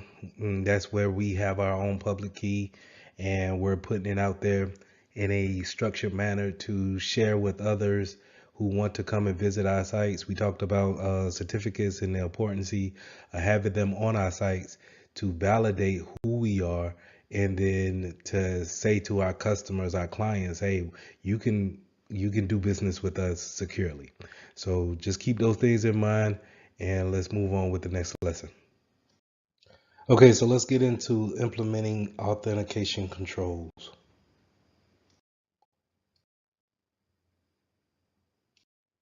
When we start talking about authentication controls, we're going to start talking about identity and access management, and that's where we're creating users and we're creating objects within our directory to interact with each other. So we'll have things that we create in Active Directory or whatever account management system that you may have, and these things are known as subjects, objects, and they have different classifications when it comes to what they can interact with and then what who can interact with them. And we'll go into it deeper when it comes to permissions on if you get to talk to certain objects or subjects within that network. So authentication factors, whenever we're setting up a new user, it's nice to have these type of security factors or controls going on with just not just saying, hey, I have a username, let me into the system. You need to have other authentication factors to prove that you are who you say you are. So the one way we go about that is having something that you know. This could be something that you actually physically have knowledge of, or password, a PIN number that you may know. On certain phones, you've seen swiping pattern. I think it was older Androids that will allow you to connect the dots to have a swiping pattern. Um, you can also have kind of like a challenge question passwords reset. So when you forget your password and you hit the I forgot password link, it will challenge you with three different word sentences or questions that you set up that only you should know the answers to. But from a hacker standpoint, if I've done my social engineering fairly well, I could probably answer those questions about you as well because I have done my research. But anyway, um, it could also be something that you have, right? Something that you have physically where it could be like tokens, fobs, where you keep on you whenever you log into a system, it would ask you to reference that token, that fob, in order to gain access. You also have something that you do or something that you are. So that will be a good example will be any kind of fingerprint, eye scans, things of that nature. So when creating a authentication design, we want to make sure that we hit those three pillars of our CIA triad. So remember, CIA triad is confidentiality, integrity, and then availability. And we want to make sure that confidentiality is keeping the credentials secure. And then integrity means that there shouldn't be any questions when it comes to if changes was made. And then availability is just exactly what it says. Do we have can the user be able to access at any time or any given time that they're were directed to get into their credentials, or should they have they shouldn't have any kind of support issues if they need to change any type of credentials? So a lot of times you'll see businesses move to a multi-factor authentication process where not only do you have a username and password, they also want you to have a fob or some type of authentication software that allows you to match that with your username and password. You'll have let's say Microsoft Authenticator, and that will be matched up right after you put in your password. And the concept is this, is that if I'm a bad guy and I have got your username and password, that's fine. Well, it's not good, but it's fine, so to say, if I can't get to your cell phone and get that a multi authentication piece that's also linked with that username and password. So now you kind of leave me with no options of how to get into your account from the get go. So it's good to have multi factor authentication whenever possible, but also sometimes we need to sit back and think about the business needs. Is it plausible to have it for everything that we need to log in for? But it's not just always a having a token that could be a multi-factor. It could also be somewhere you are. some type of geolocation. Are you on the company's network? Are you on a particular VPN? That can also lead to a multi-factor, something that you can do. What kind of unique pattern can you perform that's only up to you? Something that you can perform or exhibit. Also, kind of going into that same exhibit, performing a unique pattern, and then also someone you may know. So this may be going into the web of trust type of thing, where if I'm associated with this individual or computer, then I'm in a trusted network. There's various attacks that's going on passwords, and we got to understand why passwords are so valuable when it comes to attacking, right? So the reason why we want to get the passwords protected, or why a hacker will want a password, is because it makes it more easier to actually accomplish the goal that they're trying to accomplish, and that's getting into your account, seeing what type of permissions you have to actually get to the data that they want to get to. So a lot of times we can have certain non-security factors going against our passwords that make it easy for them to be cracked, or actually just bypassing altogether. So we have having passwords in plain text or unencrypted, just kind of leaving it out there in the database, so for whoever to see it. We also have like shared passwords that we all kind of use as one machine to print checks, and instead of giving everyone an account, we have one shared password with a username that we all just kind of use.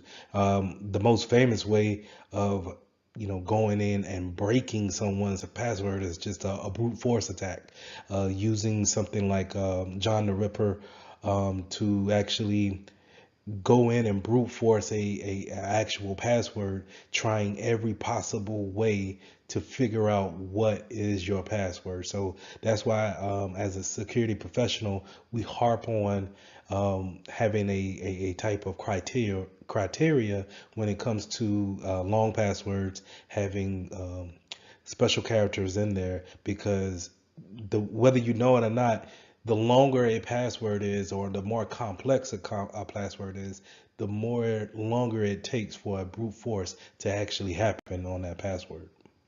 So I thought that was a good segue into brute force and dictionary attacks. Brute force, like I said, we're taking every possible character that we have in our language, and we actually are putting it against your password hash. So a lot of times, these attackers that take the whole English dictionary and then apply it against your password. And we have computers fast enough to actually do it in a reasonable time, but that's why it's so important to put those special characters in uppercase and lowercase, and making it case sensitive to where you know you just can't run through it within a day's time and actually come up with the password, or it at least will give enough time to show on the network that, hey, someone's actively moving traffic or causing a disruption in the traffic, to where now your security professionals can hone in and get the intruder off the network. So that's why we want robust passwords for our users. So with password crackers, what I want you guys to remember about password crackers is that it's a software that's going to perform more than likely a brute force attack against your server that's housing the passwords on it. So 9 times out of 10, your exam is going to ask you how does it do this, and that's going to be more than likely a dictionary attack or a rainbow attack, where a dictionary attack is actually going through each word in the dictionary and then trying each character, and then it changes it at a time. So remember, a brute force is just kind of trying each and every subject, character, symbol, one at a time, to see exactly what works. This is a surefire way of making sure that you will get in, right? If given enough time, a brute force attack will eventually work. But that's the beauty of having such a complex a password, is that given the time that the software needs to actually try each and every character, um, your password to where it's is the length capacity creates more time for that software to actually perform the brute force attack. So therefore, it could be thousands of years before, literally thousands of years, if not millions of years, for a particular password to be cracked in order to try each and every character.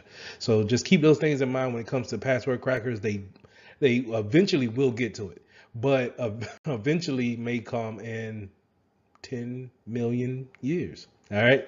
So just keep those things in mind when it comes to password crackers. So authentication management, making sure that we understand where our passwords live, making sure that we have proper access to those passwords that's kind of stored somewhere. A lot of times, if you log into a certain application on your phone, it may automatically fill in that password box for you. So just making sure that you understand what caches your password, making sure that you have the proper, if you're leaving your passwords into a password vault, so to say, then we have the proper permissions to go into that vault. Do we have two-factor authentication in order to enter that vault, in order to see the other passwords that we have stored? So just keep those things in mind.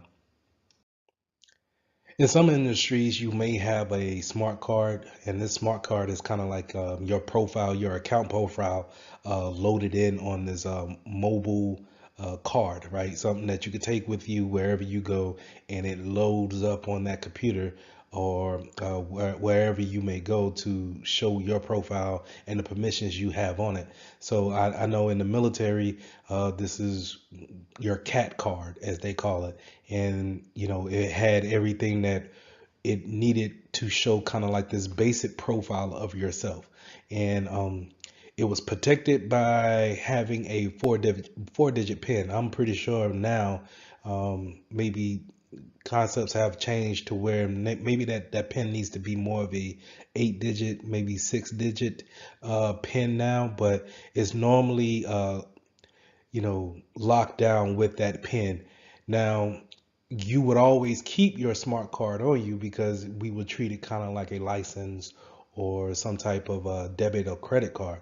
So it could act as a second multi authenticator for that user, because we're planning to have it all the time.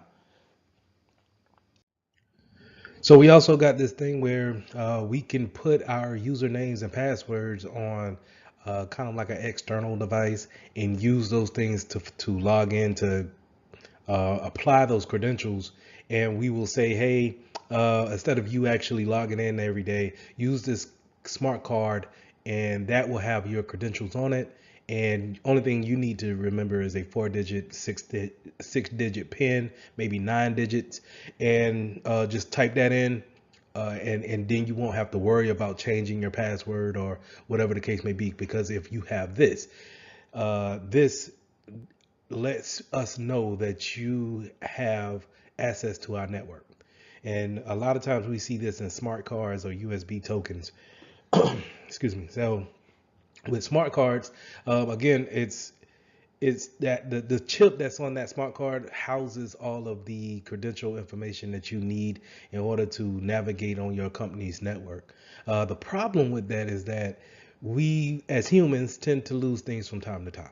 So if we're on a trip, a business trip to Las Vegas, and we tend to lose things, and we lose our a smart card. Now we have just created a denial of service attack on ourselves by losing the card, but also maybe giving potential access to someone else who finds the card, and then maybe if they can slide it into the, let's say, the a laptop, to actually get permissions to whatever network that's out there.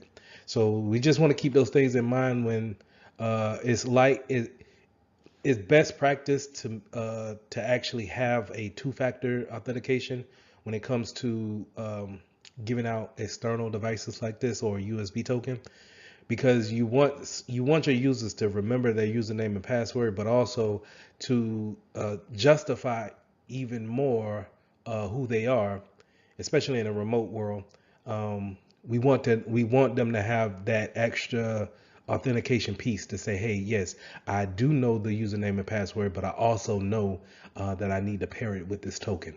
And so this token was also given to me by the company, and then I have those two things, and hopefully they haven't fell in the wrong hands. So this one more factor of putting kind of a defense in depth in order to build this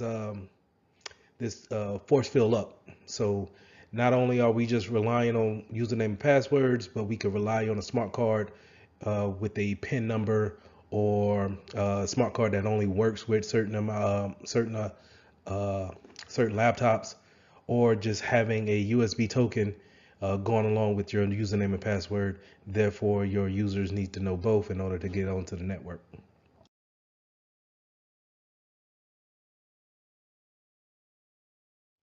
I also touched on the token keys a lot, just kind of giving like that one-time passcode that you need to authenticate yourself onto that network. So these tokens can be either hardware tokens, something that you can see clipped onto a key ring, so you can always keep it on you, right? Or you can now have it as a downloaded app on your phone, or smart device. So it could be a pad or a tablet.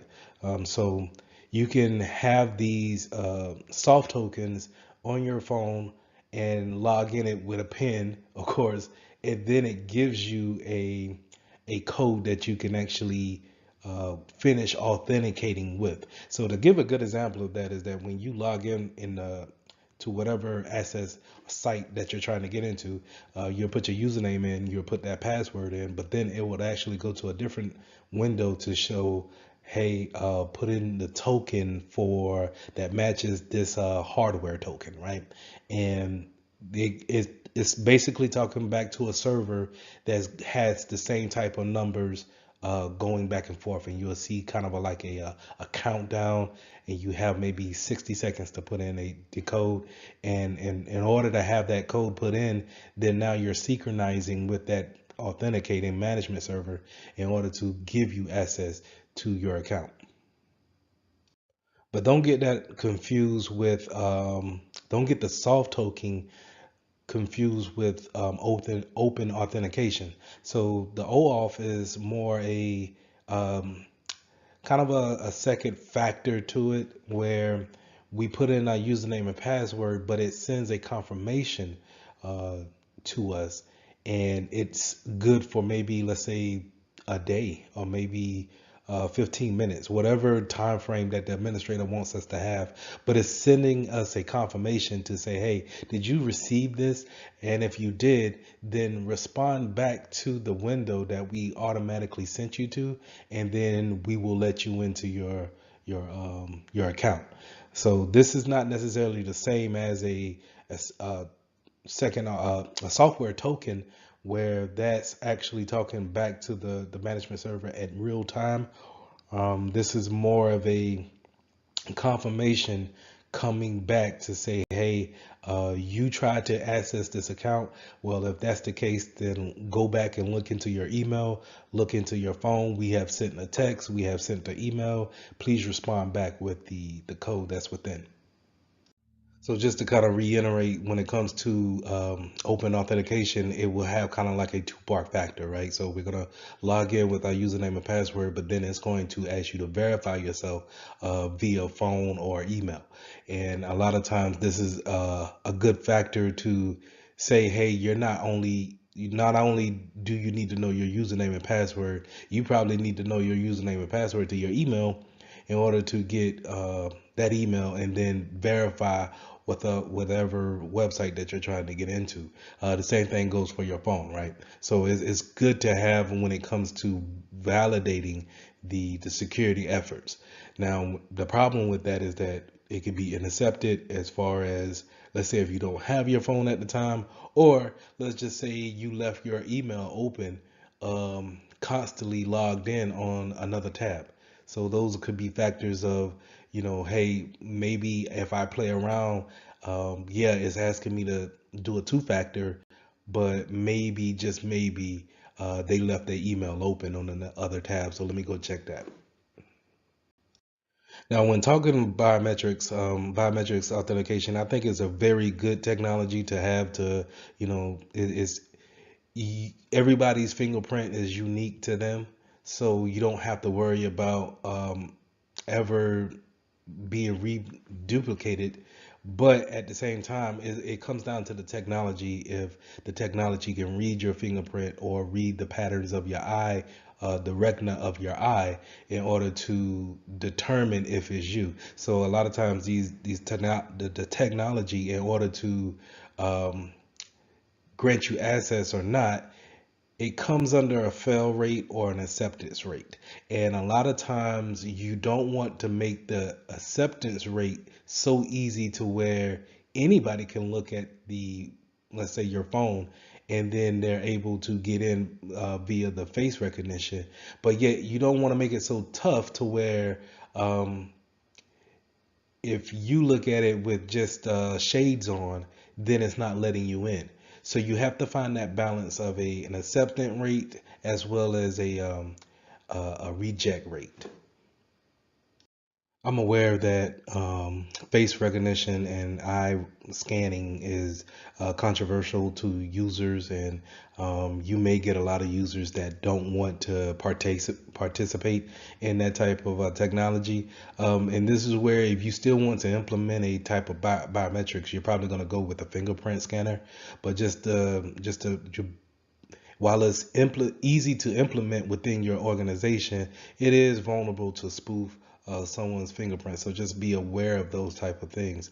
But overall, you'll get more users to be able to buy in versus more secure ways of doing it, such as a facial recognition.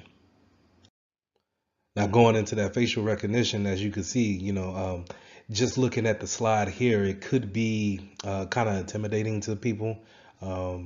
And they kind of, I think movies probably didn't help easing the enrollment of facial recognition within the world. So, but it's a good way of having a security technology for authentication.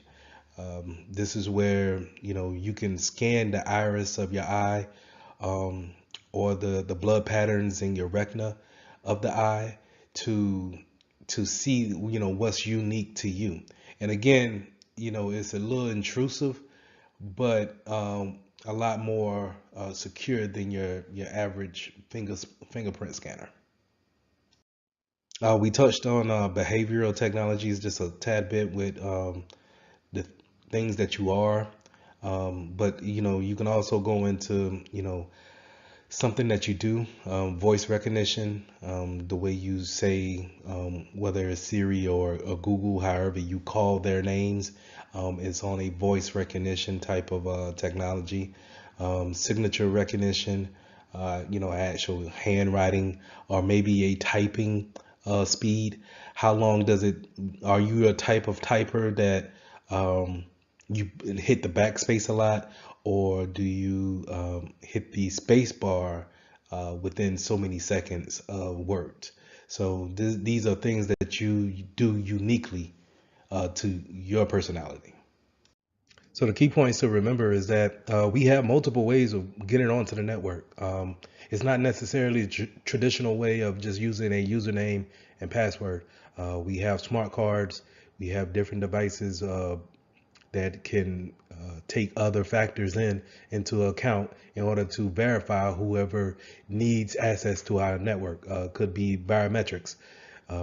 So just keep those things in mind. Keeping know the disadvantages and the advantages of having each device in your network, and just know how they're implemented across the network to give your users a better, proficient way of getting onto the network. So lesson 8, we're going to talk about identity and identity and account management controls. What things are we putting in place in order to administer the type of usernames, identities that we're giving our objects, and then how do we actually manage the accounts once they're set up and running. So when we're jumping in identity access management, there's a bunch of controls we can put in place in order to help us be more secure when we're giving access to people, and also just kind of validating their authorization. So we can use certain things like certificates and smart cards. A lot of certificates you'll see used is when it comes to public key cryptography. We can also use tokens, and tokens will give us this type of validation that this person is who we say they are, because we may have given them a username and password, but we also gave them a token to we assigned them a token to actually validate the username and password. So we can use those things. We can also use identity providers such as Federated Identity Management, where if I log into one web page, then automatically another web page may accept me because of our by me knowing a mutual party. So a lot of times what you want to think about is when you can go to a certain website and they say, hey, if you have a Google account, then log in with your Google account. You won't have to set one up. We'll automatically trust the fact that you have a Google account in order to create this account with us. And from here on out, whenever you create that account, you can use your Google account or Gmail account to actually log into that website. So when bringing on a new individuals, you need to make sure that you have an onboarding process as well as an offboarding process. Onboarding meaning we have a checklist, or we make sure that we have everything in process, that once you come through our doors, we know exactly what information to give you and what not to give you. More importantly, we know how to create your account. We know how to give you permissions to where you can print to certain printers, be able to share files within your first day, and you're not sharing out of your scope of the things that you need to do in your work day. So we want to make sure that HR has the proper policies, making sure IT has their proper policies as well, and that everyone that we bring on, that it's a almost a cookie cutter type deal to where everyone has the same process. Also, we want to make sure that we do the opposite whenever we let someone go, someone gets fired or quits, or God forbid passes on. We want to make sure that we have a offboarding process as well, making sure that we take away permissions, we take away cell phones, any kind of tablets that they may have, laptops, tokens, anything that we have given them. We need to make sure we get that stuff back. And we also want to make sure that there's a policy for that, as well as a checklist for that, making sure that, hey, once John is terminated from this job, the proper personnel is aware, not only just the security to make sure that they are escorted off the premises, but to make sure that the proper personnel is in IT knows that this person is gone, so we can disable his account or her account. We also want to make sure that in the onboarding process, or in the interview process, that we might want them to sign an NDA. Maybe the job that we're bringing them on for, we need to tell them trade secrets or important information that makes us unique in our field. And so in order to give them that information, maybe we want them to sign a non-disclosure agreement saying that you won't talk to anybody else if you're not selected for this job. So just making sure that we have all these things in plan to take a new personnel, as well as to offload someone. So now that we got our personnel into the office, we need to make sure that we have policies in place for them to follow on a day-to-day basis. We may need to make sure that we have separation of duties in place, making sure that they're not just have to do everything, that we have managers in place in order for them to do certain tasks that should be taken away from them. So to give a good example on that is that if a bank teller has the permissions to print a check, then they should not have the permissions to cash the same check. They should have to go to their manager or floor manager or whoever in order to cash that check. That should be a separation of the duty. Now, we have least privilege, and we want to make sure that we give them only the enough permissions for them to do their job on a day-to-day task. We don't want to over load them with permissions in order to see every file that's here on the directory. We want to make sure that we only give them enough permissions in order to see what they need to see. And this is needed because if they're compromised with their account and a hacker gets into their account, then we don't have to worry about them seeing more than what they're actually able to see. They can see only what Bob can see in the mailroom, and he doesn't have access to the marketing department. So make sure that we have least privilege in entailed on our accounts.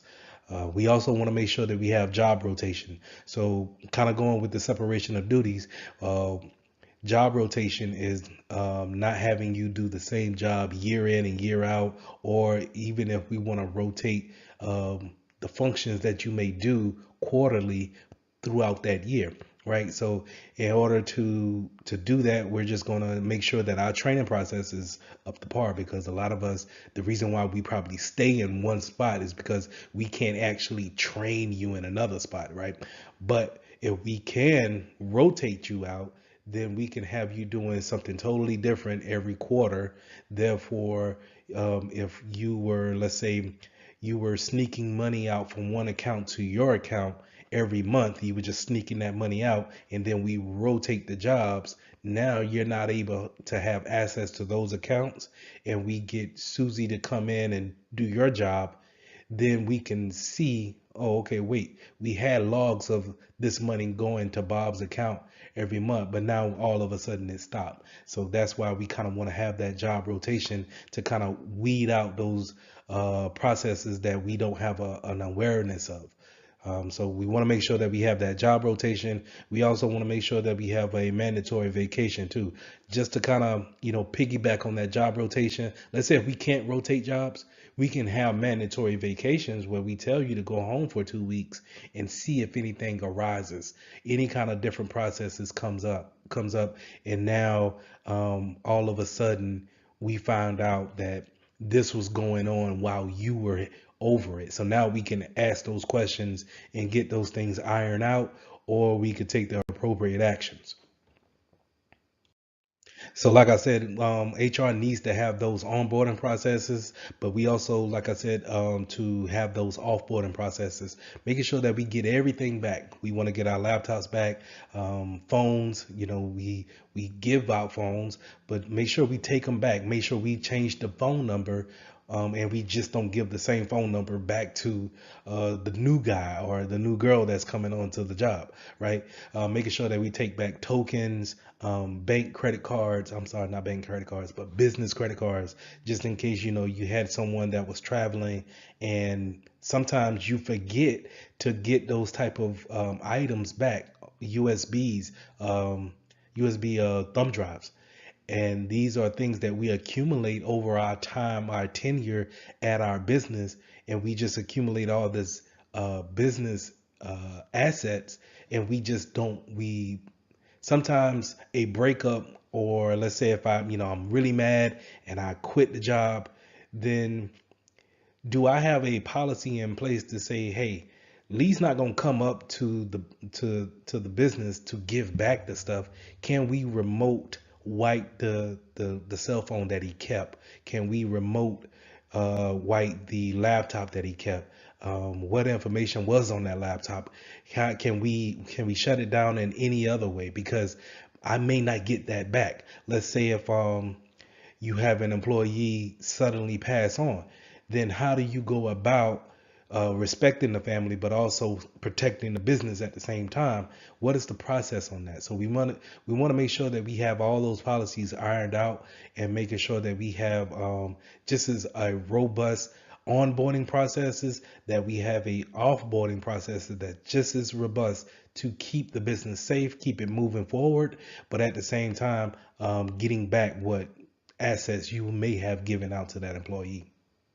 So when creating accounts, we want to make sure that we have privileges limited to what a user can do at their job and nothing more, right? But we also want to make sure that we put in different policies like password policies, and we also want to make sure that they don't have permissions to change any kind of system configurations. To give an example is that once I give Bob the credentials to log into a computer at work, do I really want him to add his own printer or his own device at on his login account? So we want to make sure that we don't give them any kind of system configuration rights and have, unless it's part of their job to do so. So if we have Susan who's just got added onto the IT team, then she needs to have a privilege account in order to allow those type of changes to happen.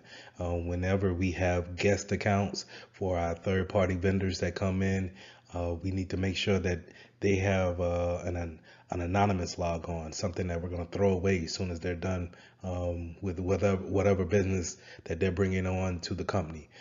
So we want to make sure that we really limited their accounts to only the things that they need, and that's pretty much just internet access, but we want to make sure that we lock down those type of accounts.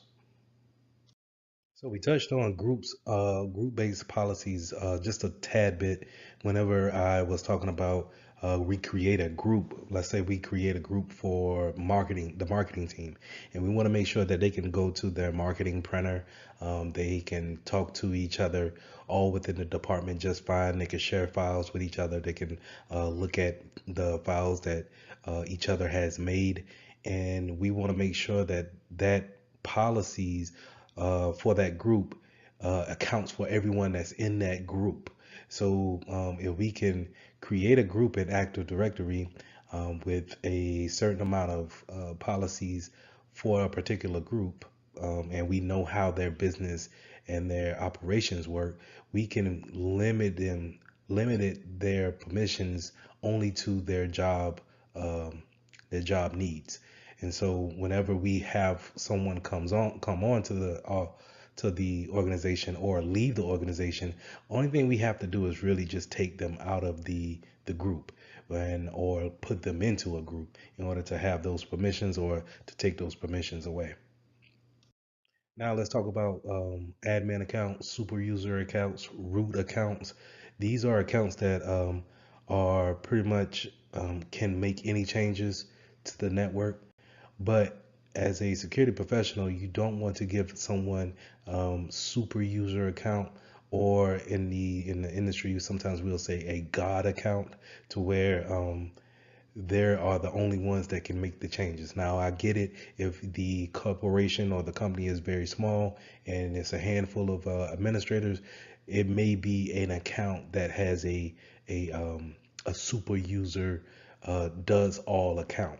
But we want to make sure that we're very careful with these type of accounts, because these are what the intruders, the attackers, that's what they're looking for. They're looking for these type of accounts that can do all and go wherever they want to go on the network and manipulate anything that they want, because it has the permission to do so. So instead of me as a hacker trying to create my own account, why not just get an account that already has those permissions already applied to them? So we want to make sure that if we do have administrators on our network, that we give them permissions to make changes. But what changes can they make? Can they change passwords? And if they could change passwords, can they change group policies? And if they can change group policies, maybe they can't allow websites or disable antivirus software. So we want to make sure that we give them permission, but not all the permissions. And we want to make sure that we understand how the business works, how accounts work, and that way we can delegate the permissions accordingly. Now, going along with those admin accounts, sometimes you will run across these service accounts, and a service account is kind of like this generic admin account that you may get with a product that you just bought or you just got out of the store. So, let's say if you just bought a router or an extender for your network, it may come with a service account, a generic admin account that has the permissions of a administrator. The thing to be aware about those type of accounts is that a lot of us do not understand where they're at. So the router in your house may have a service account actually stamped onto that physical router. So, whenever you can, just pause this video and go and look at your router and see if there's a service account linked to it. It may have a username of admin and the password of an admin. And if you would to plug in the uh, the web page for your device, you could use that credentials to get in and make the changes on your router. So we need to be aware that these service accounts are out there, and we need to make sure that we are able to get into those, change passwords, change the credentials, and maybe take some of the permissions away on those type of accounts, or make sure that we just at the least, change the password on them. So this slide pretty much reiterates what I said in the previous slide with the generic accounts, and they're kind of like generic admin accounts. But we also have shared accounts that, let's say, in certain examples, would be kind of like we're working in a bank and we need to print checks. Maybe we have a standalone machine that's off in the corner somewhere, and we're just using that as tellers to print checks. Well, instead of giving people permission for that, since it's a standalone machine, we may have a one login machine, login credentials for that machine. And then now it's shared among the 10 or 11, 12 people that's in that particular branch for that bank. And so we need to make sure that those credentials that's on those standalone machines that are shared accounts, we want to make sure that our users are very aware about the security of those accounts, and then making sure that we go in as administrators on that account. And then, like I said, kind of trimming it down, trimming the permissions down to where it can only do but so much damage. Now, when you're building out your accounts, you can get real granular on how much information you want to put in there. But from a security standpoint, how much information do you really want to put into your attributes when it comes to building your accounts? So we want to make sure that we have a naming scheme, some type of account name, username. Is it going to be first and last name? Is it going to be first initial, last name? Is it going to be something totally different, where it's just like a randomized letter and number scheme that can be assigned to your users? Just keep these things in mind. It's good to have is user friendly whenever your username is first and last or first initial last name, but when it comes to, let's say, reconnaissance on the hacker side, if I'm doing any kind of reconnaissance on, let's say, LinkedIn, then if I have a name in place and a company to link it to, then I can easily figure out the first part, which is your username. And then now the hard part would be the password. But if I had a random jumble of letters and numbers, then now you're making it much harder for the hacker to figure out usernames at least. Now, yes, it is kind of harder on your clients to remember something new, but you do run the risk of some clients or some users writing down their username and password. But I would rather go with having that than you're never going to change your name. You're never going to, the likelihood of you changing your name is low. So I would rather go that route versus of having something random for your username versus usernames being your name or initials. So we talked about the account password policies a little bit, and this is We want to make sure that we have a strong policy in place and we have a rotating policy. And what I mean by rotating policy is meaning that our users change their passwords on a 3-month basis. From what I've seen is pretty much standard. We want to make sure that we have a length character of somewhere between 8 to 14 characters. We want to make sure that it is complex, where we are using a combination of alphabets, numbers, special characters, things of that nature. Remember, whenever we make the character or the password longer, that is harder to brute force. So that's why, if you ever wonder why it needs to have all of these contexts into a password, it's because the brute forcing technique takes a lot longer to actually put in, and different characters and different type of symbols when it comes to our passwords. So again, we also want to make sure that we change it every 3 months, or the more you change it, the better. But we also want to make sure that we don't have a reuse on our passwords. I've seen some places where they allow 10 password changes, and then they allow you to reuse after the 10th password change. But some places I've also been where you get no reuses, and really it shouldn't be any excuse for reuses. You should be able to take small phrases and encrypt it, not encrypted, that's the wrong word, but cipher different letters and symbols into a small phrase in order to create your new password. I'll show you a video on how I come up with passwords and how you should teach your users how to do the same thing. Also, lastly, we can have password hints or some type of forget password link for our users that's having trouble with their passwords, and we can have security questions set up in order for them to go the next step in order to reset their passwords. So, like I said it earlier, I wanted to show you how I make my passwords and how I go about whenever I'm forced to change my passwords, or not really don't want to say forced, but it's good practice to change your passwords. I take a short statement like this: I love cookies, and then I'm going to go about putting my uppercase and lowercase in there, as well as just throwing some numbers in there along with my favorite dollar sign. So I replace my circles, I replace my O's with zeros, as well as threes are probably going to represent the E's. If I have any A's in there, that's going to be represented by 4.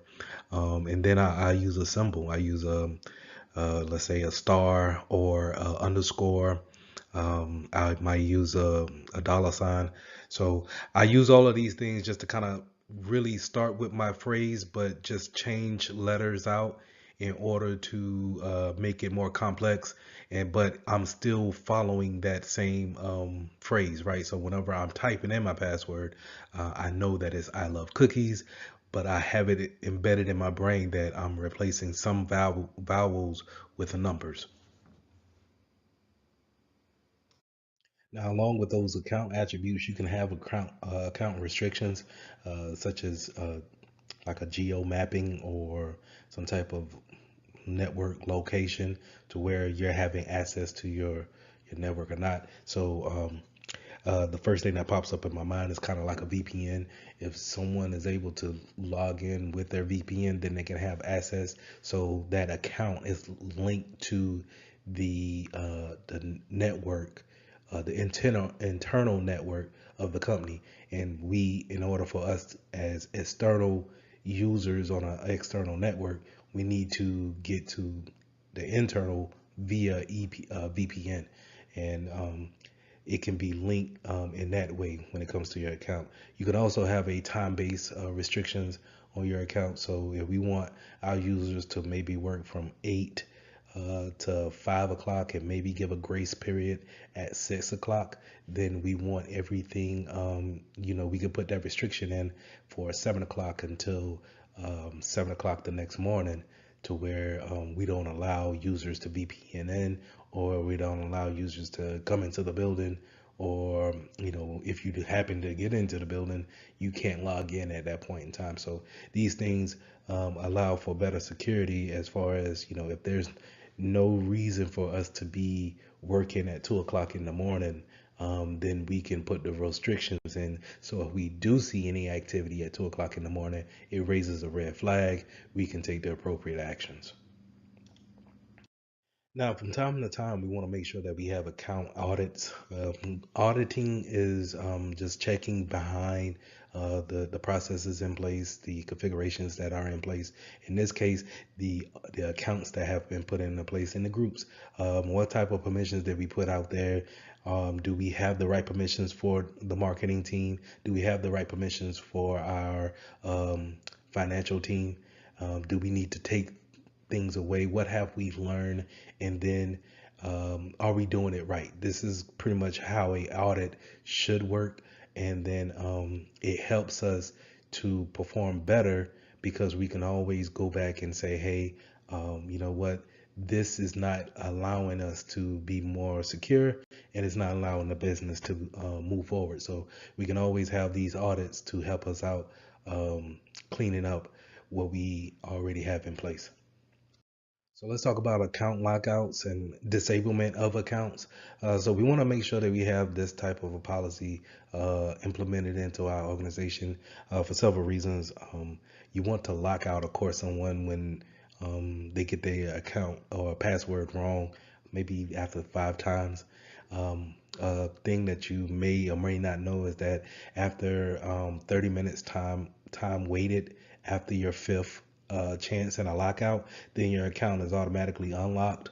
There is a configuration in there to where it stays locked, and then the only one that can unlock you is the IT team or whoever is the administrator over the Active Directory. But we want to make sure that we are locking accounts out, and that we are disabling accounts that are not needed with the company anymore. We want to make sure that if Bob leaves the network, or I'm sorry, if Bob leaves the company, then we disable his account, not necessarily delete his account, but disable his account in order for him to not use that same username and password, in order to, maybe go to an external login or network, and then get back into the business side of the network, log in with his old account that we never disabled, and then be able to pull or transfer files or what have you. So we want to make sure that we disable.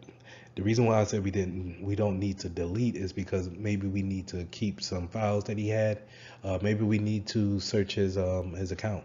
Maybe it's a necessary duty that we go through his account and make sure that he didn't do anything malicious.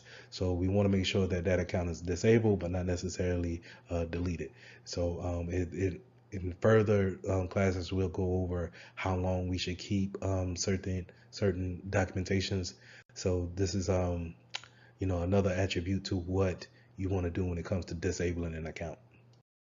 So when bringing on individuals, making users onto our network, we can either have them grouped into certain groups, and then they have permissions and rights that way, or we can have based off the resources that they're going to be working with, or the ownership is going to determine what type of rights that they have. So when it comes to ownership, resource ownership, then we're going to talk about discretionary access control. That's hey, you work for me, so I'm going to say that you need to have access to these documents, and that's discretionary. On my discretionary, I'm going to give you access or request access. And then you have role based. Role based is more likely what you're going to see into the real world. You're going to be able to be lumped into a group. If you're working in the marketing department, then you will be lumped into the marketing group and get the policies and the permissions that the marketing group will receive. And the same thing goes for finance, HR, different departments that you may have in a 9-to-5 type of organization.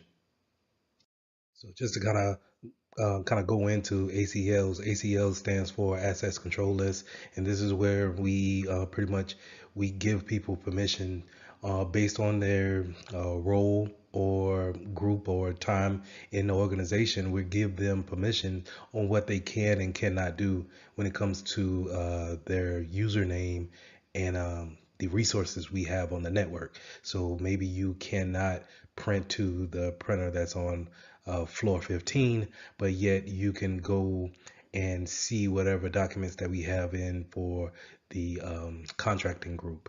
So when creating different users, we want to make sure that we have different standards for those type of users, and we want to make sure that we don't give them more permissions that they actually need to do their job. A lot of times we can go ahead and just give someone all the assets in the world. Yes, it creates less work for us to actually come back and maybe dumb down those permissions. It creates less work that way, but from a security standpoint, if you're giving them that much access to different things on your network, then you're opening yourself up to a bigger risk of being attacked.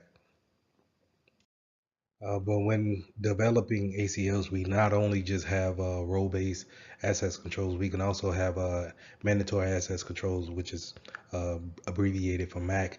A lot of times you'll see this in the government sector. I know a lot of time when I was in the military that we would use labels and clearances to actually show what type of access you have, whether it be private, confidential, um, um, class unclassified, secret, top secret. So you will see these type of things whenever you're um, studying for the exam. Just think whenever you're seeing labels or clearances, then you're probably talking about a mandatory access control. We also have attribute-based access control, which is a combination of the subject and the object.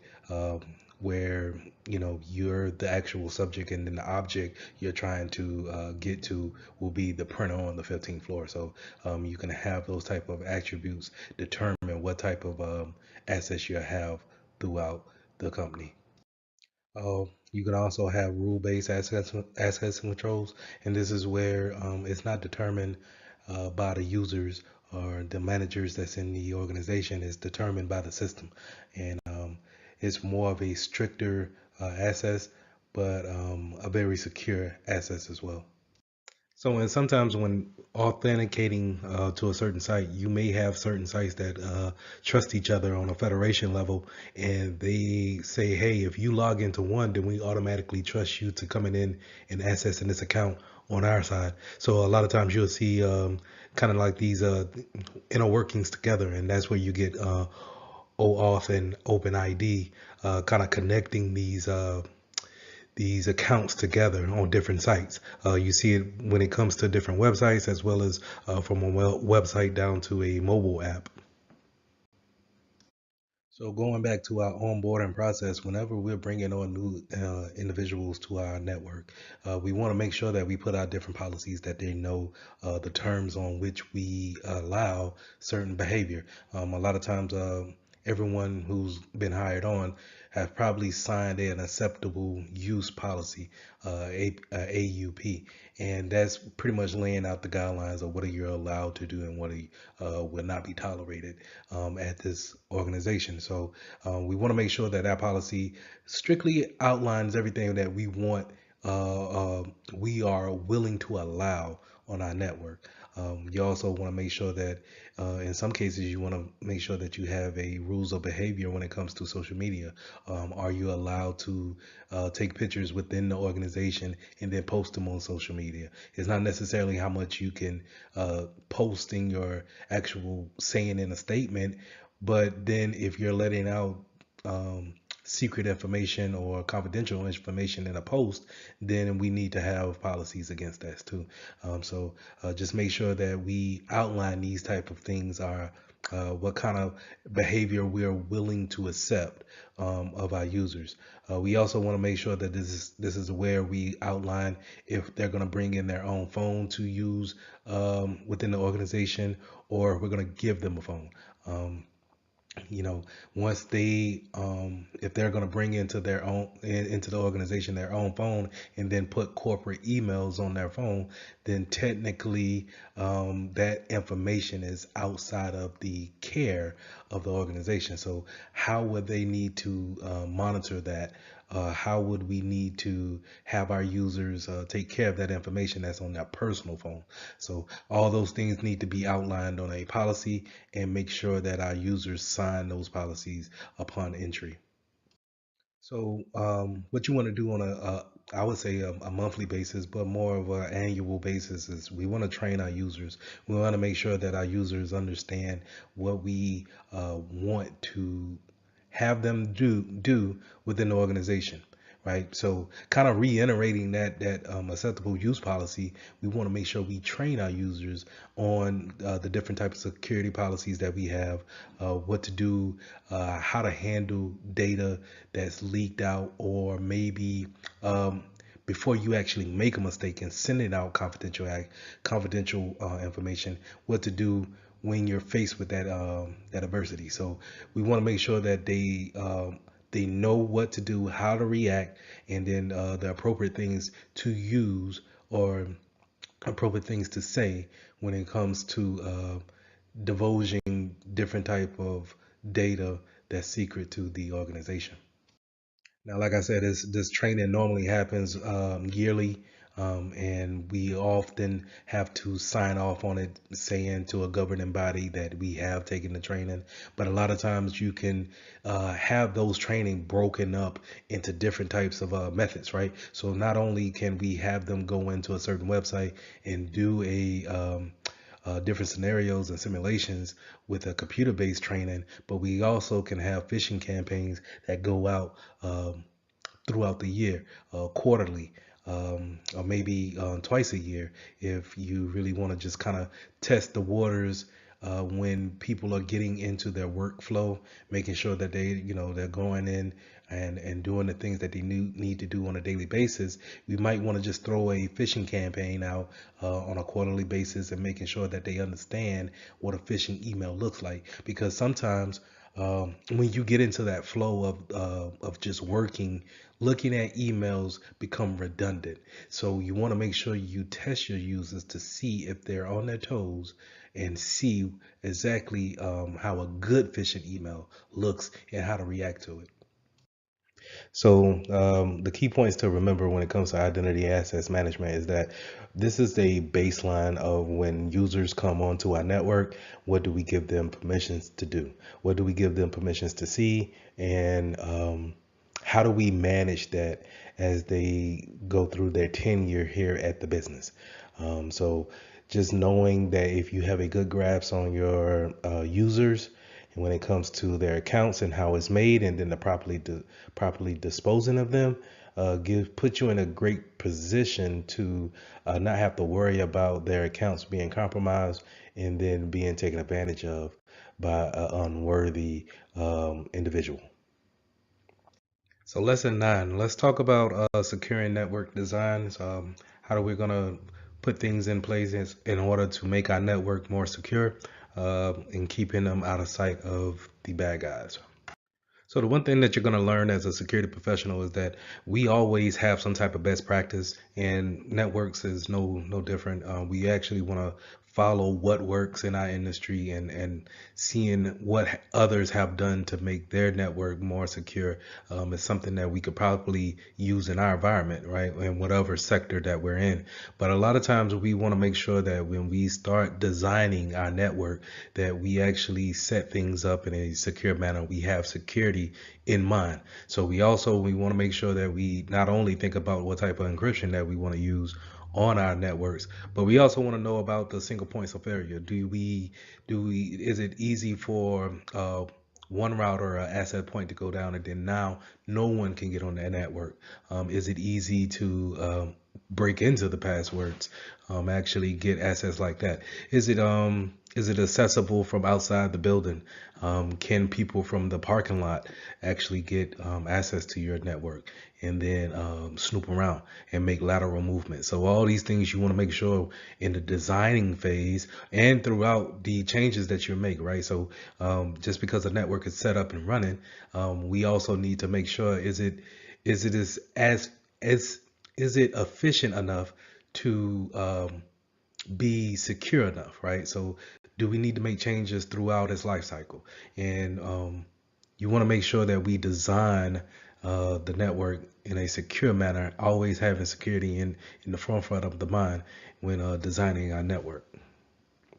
And so when you're designing stuff of your network for whatever, whether it be the house or your home office or whether it's a small business or enterprise, you want to know how data flows in and out of your network.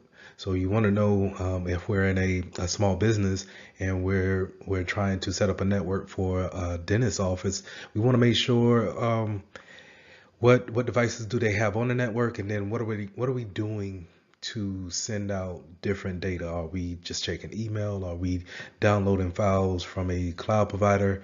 What are we doing on a daily day basis? And that's knowing your workflow, knowing your business architecture, where we know exactly what the business is doing to make money. And then now, how do we formulate a plan around the network in order to make making money more secure, right? So that's how we want to look at things, and we want to just know every detail about how business is conducted in this whatever venture we're in, and then we want to make those things secure. So if you're not familiar with the OSI model, I want you guys to take it upon yourself to actually Google the OSI model and look at the different layers about how data is transferred from one device to the next. But this picture right here is pretty much showing how data comes into your network.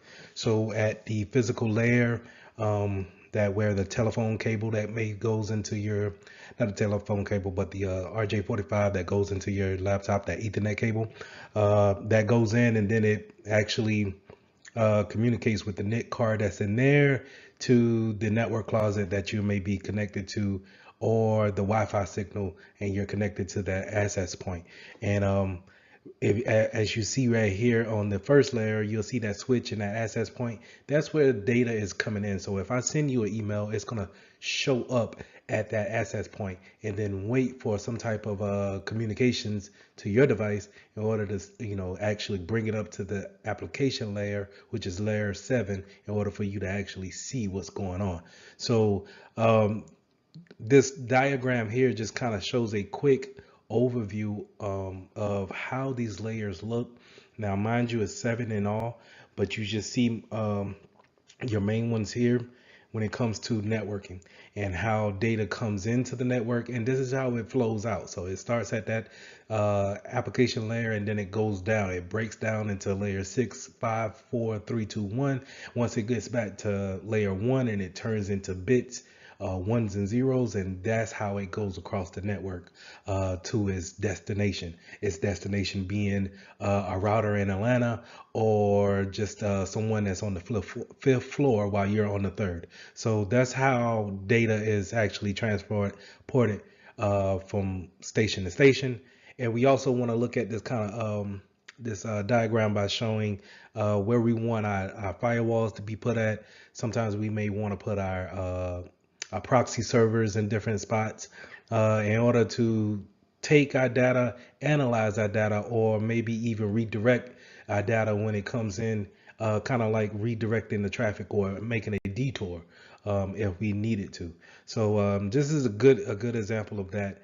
And like I said, if you're not familiar with the OSI model, please take your time, Google it real quick, and read up on it and watch some videos on it.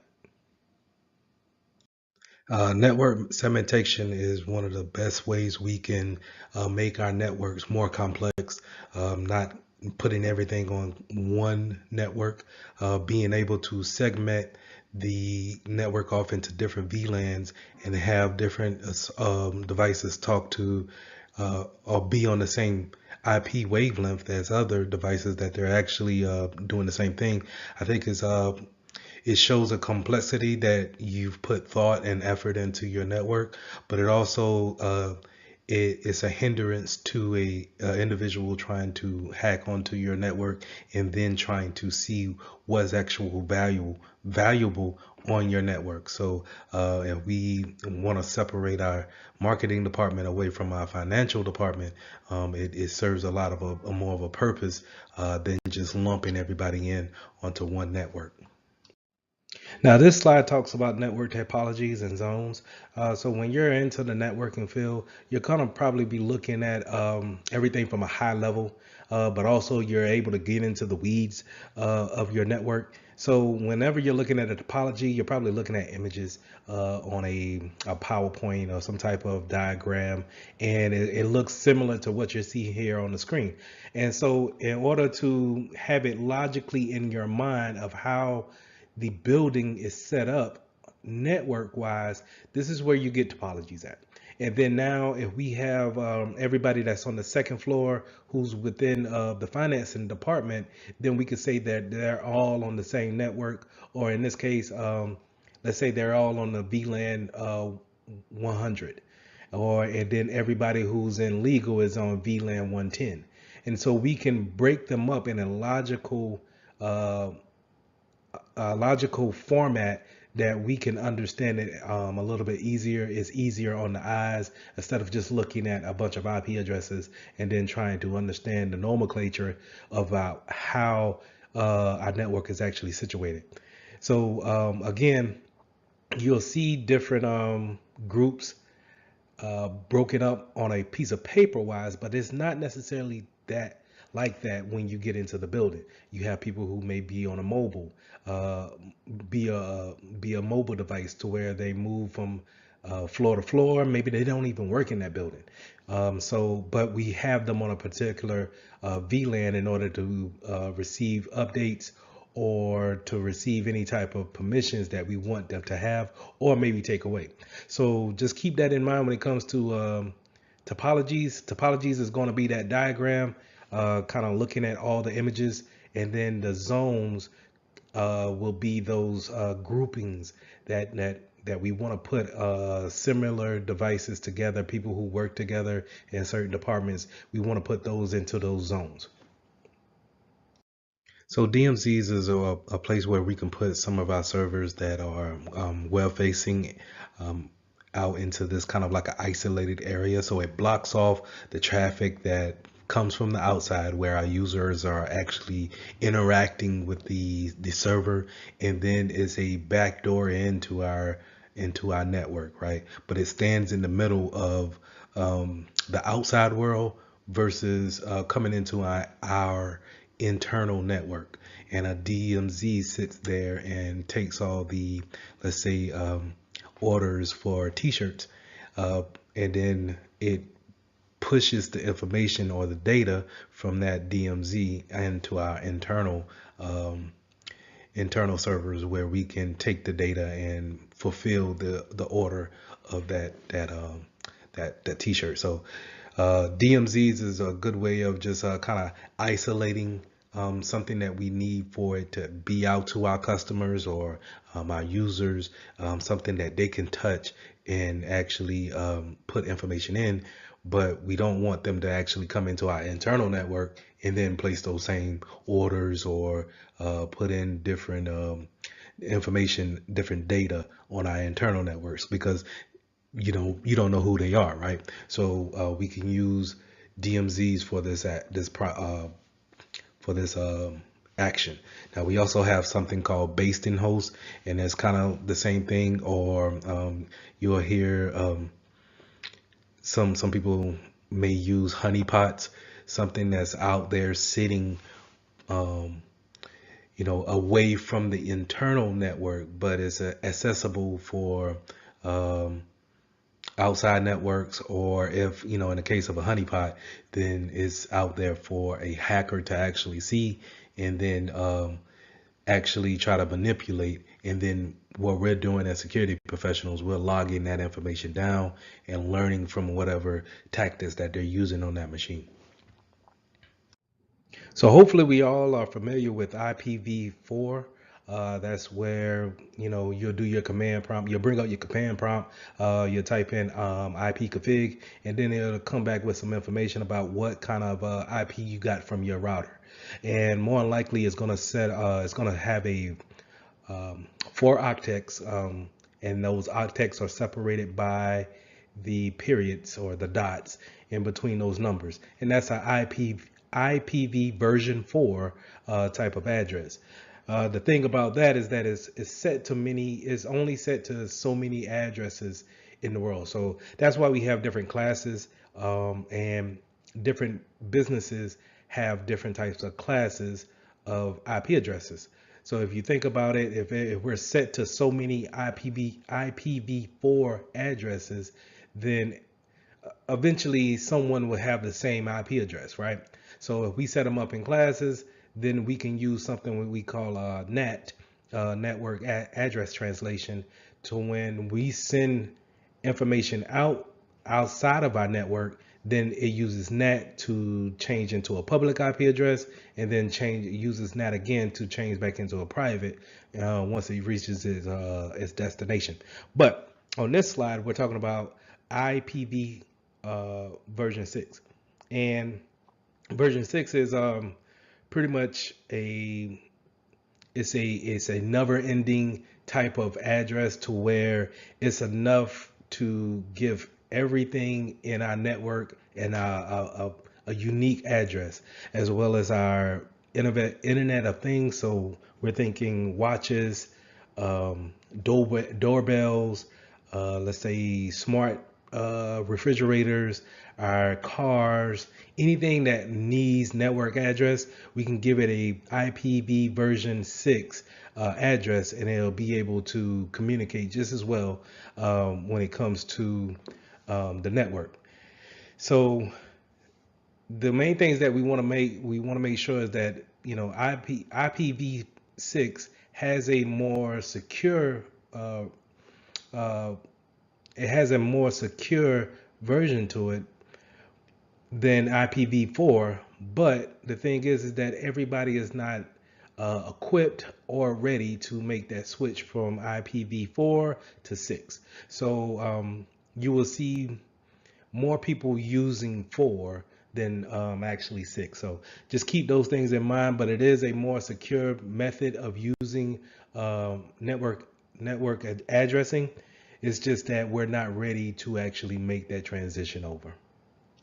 So not only to having VLANs and segmentations physically on the network, we can have certain things such as having a data center, alternate data center that's out there, or a data center that's not in the necessary same region as us. A lot of people now may go to the cloud and have that be their data center. That the cloud gives this access of having a greater availability factor to your actual data center that your company may have. Is robust in the cloud, to where the availability is there seamlessly forever.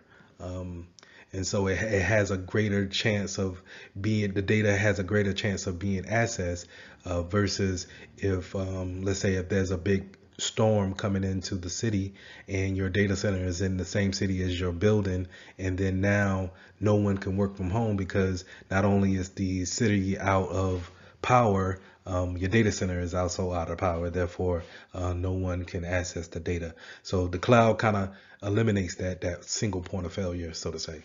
We can also have zero trust, and zero trust. The implementation, the thought behind zero trust is just constantly validating and not trusting one federation to another, right? We're constantly validating any input that we get, and therefore if we're constantly validating, then pointing out any type of action that is not validated or authenticated, then it's easy to point out and then actually discard of. So when it comes to networks, a lot of times you're gonna hear as a security professional, it's the man in the middle attack, and that's where we're sniffing that network. We're intercepting that traffic that's going across the airwaves or on the landline, and we're actually observing that type of traffic and seeing if we're able to see what's going across the network, right? So we want to avoid those type of attacks. Again, you'll see a lot of people, as a security professional, we'll see a lot of times that's being associated with Wireshark, having that tool be able to sniff the network and then gather those type of packets, right? But we also have spoofing. And a lot of times you'll see, especially on this test, we'll see where spoofing is associated with MAC addressing. So where even though MAC addresses are supposed to be unique to every device, MAC addresses could also be spoofed by certain software to make it seem as if you're supposed to be on the network. So a lot of old networks probably, if we have only a small amount, let's say 10 PCs that we want to have on the network, if we wanted to provide security, we'll just say, hey, for these 10 devices, we'll take the 10 MAC addresses and then make them we'll make sure that they're the only ones that can get an IP address on the network. Well, sometimes I could spoof that, and then now instead of you giving me a DHCP constantly changing my IP address, you think that I'm already on the network, so you automatically give me one, right? And now I'm spoof my way onto the network, and now I can traverse wherever I please, or see if I can traverse, right? We also have ARP poisoning and MAC flooding attacks. ARP poisoning is just the broadcasting of unsolicited ARP replies, trying to spoof MAC addresses. And then we have MAC flooding, where we're over flooding the switch, trying to trigger a unicast flooding. So we want to make sure that we understand these type of attacks do go on, and that's why it's so important to understand the man in the middle, being able to be onto our network and sniff our network and then apply these type of attacks to our network. So we also want to provide a prevention on looping within the network. So we want to apply the spanning tree protocol, where we don't want to cause what we call a denial of service on ourselves by having a broadcast or a flooding unicast given out on the network, constantly sending packets back and forth, and the units don't know what to actually do with it because it's coming in so fast. So it causes a denial of service within the network. So we want to make sure that we set it up with the spanning tree protocol in order to provide a better so just in case we plug in different Ethernet, or we plug in a Ethernet into a wrong port, that we don't cause a network outage, right? So this is what we want to make sure that this goes into our planning and designing the network in the beginning, right? So in order to protect us, we kind of want to have port security. So on those routers and those switches, if you ever seen them, we have, sometimes we don't use all the ports on them, right? But sometimes when configuring these switches and routers, we leave those ports activated. So whenever you do plug in an Ethernet cord, you may be on DHCP, so you automatically add it to the network, right?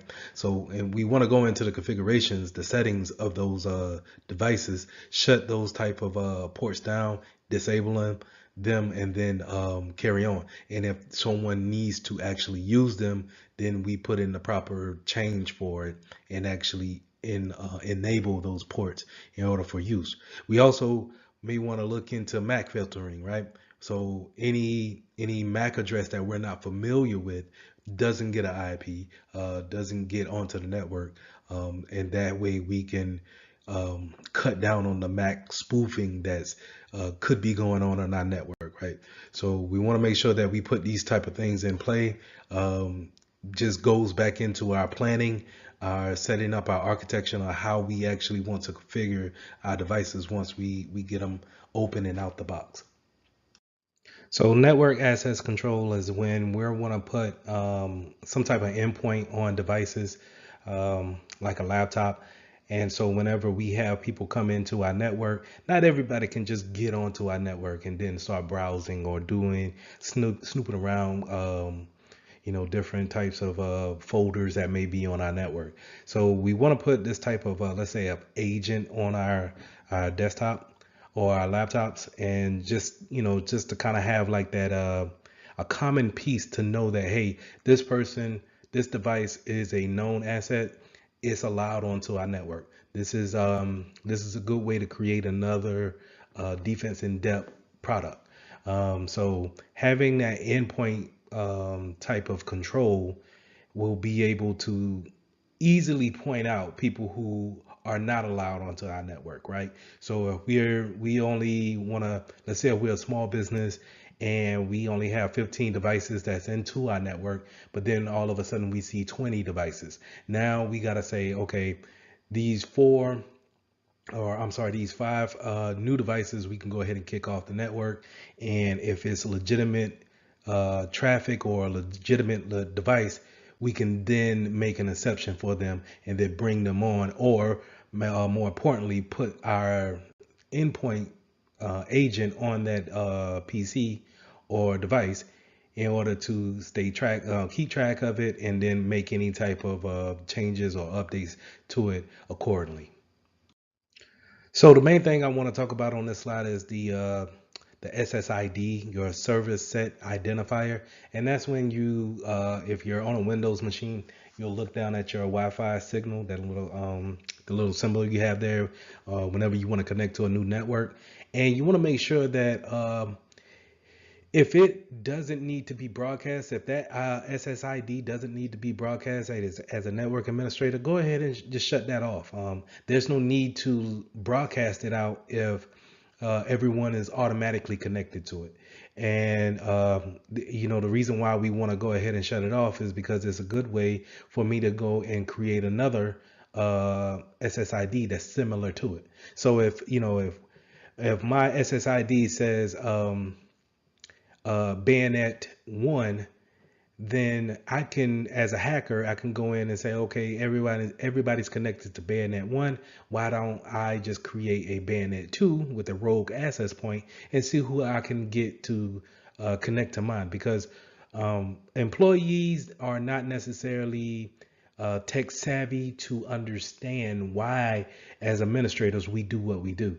So whenever someone comes in from a long day of work and they're just trying to connect to the network, and they don't really know if there shouldn't be a Bayonet 2 SSID, they just want to get to the internet. So we just want to make sure that we can disable that if possible. And then if we need to broadcast it out, make sure that our employees know which ones to contact and which ones is a legitimate one. So if they see any type of rogue access point, then they can go ahead and report that to the proper authorities. So just to kind of add more on to the wireless access point, when we're setting up our wireless access points, whether we're in a business environment or we're back at the house or some type of we're setting up a wireless device at our friend's house or maybe at the church, we want to make sure that we're using Wi-Fi protected access 2, WPA2.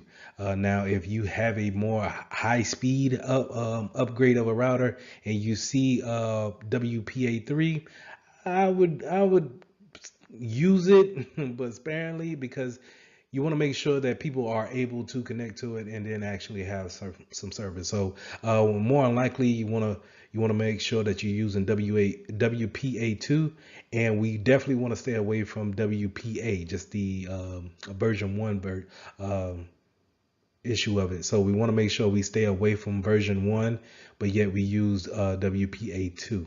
And a lot of times on these routers, if you try to use WPA, just the version 1, it'll give you some type of warning saying, hey, you can use it, but at your own leisure.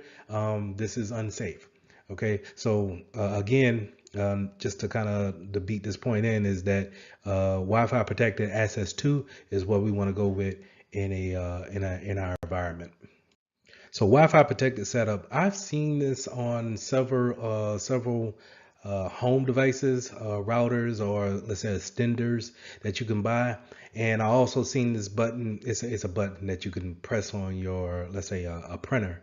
And instead of going through the actual configurations of finding the website or finding the web page that's associated with that printer and then manually adding it to your router, you can hit a button on your router that says WPS, as well as the button on the printer, and it will do a wireless connection and set up the configurations that way. It's a very convenient access, just to kind of set up new devices into your network if you don't want to go through the hassle of trying to set it up and then going on and finding the web page for it and then doing the configurations manually. You can use this feature to actually connect devices securely to your network. But you want to make sure that your access point firmware is up to date, and we want to make sure that I would suggest that you go in after and still look at the configuration settings and making sure that you have a baseline of what you want on your network. But just the know for the exam is that it's a convenient way of connecting devices via a button on both devices. But say if you're in an environment where you need people to connect to your Wi-Fi, but you don't necessarily need to track them. So you don't want to put that agent on there, that endpoint agent, in order to keep them safe and protected from anything else, or keep yourself, protected from anything that you don't want them to do to your network. You may want them to go through a open authentication or a captive portal. And this is what you see a lot of times when you go to a motel or some type of a coffee shop, and it has a public Wi-Fi. But whenever we connect, is that it brings you to a splash page, a setup page of saying, "Hey, you're connected," but in order for you to carry on with, sending data back and forth or web surfing, we want you to, one, comply with our policy, and then two, we're going to use this type of encryption while you're actually using our internet. So this might be, like I said, is good for places where you're seeing open Wi-Fi connection and people are coming in and out all the time in order to use the Wi-Fi, and then that's it. You may never see that device ever again. So this is how you can keep yourself protected, but yet at the same time provide that service. Now, remember what I said about having someone putting another access point, or when I say access point, think about another router onto your network.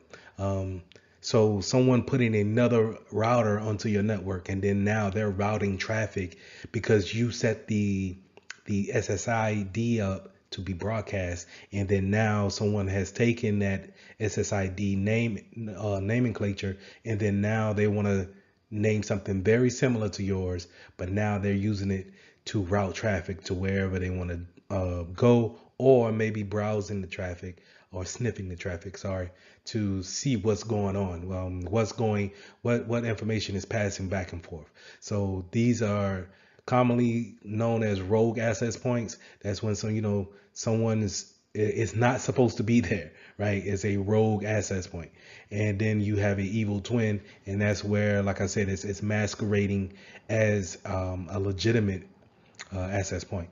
So we want to make sure that we keep those things, we keep an eye out for them, especially if we're on a networking team, and just making sure that our employees understand what network they should connect to, and if all possible, maybe we want to disable the SSID and make sure that they only have one place for them to actually connect.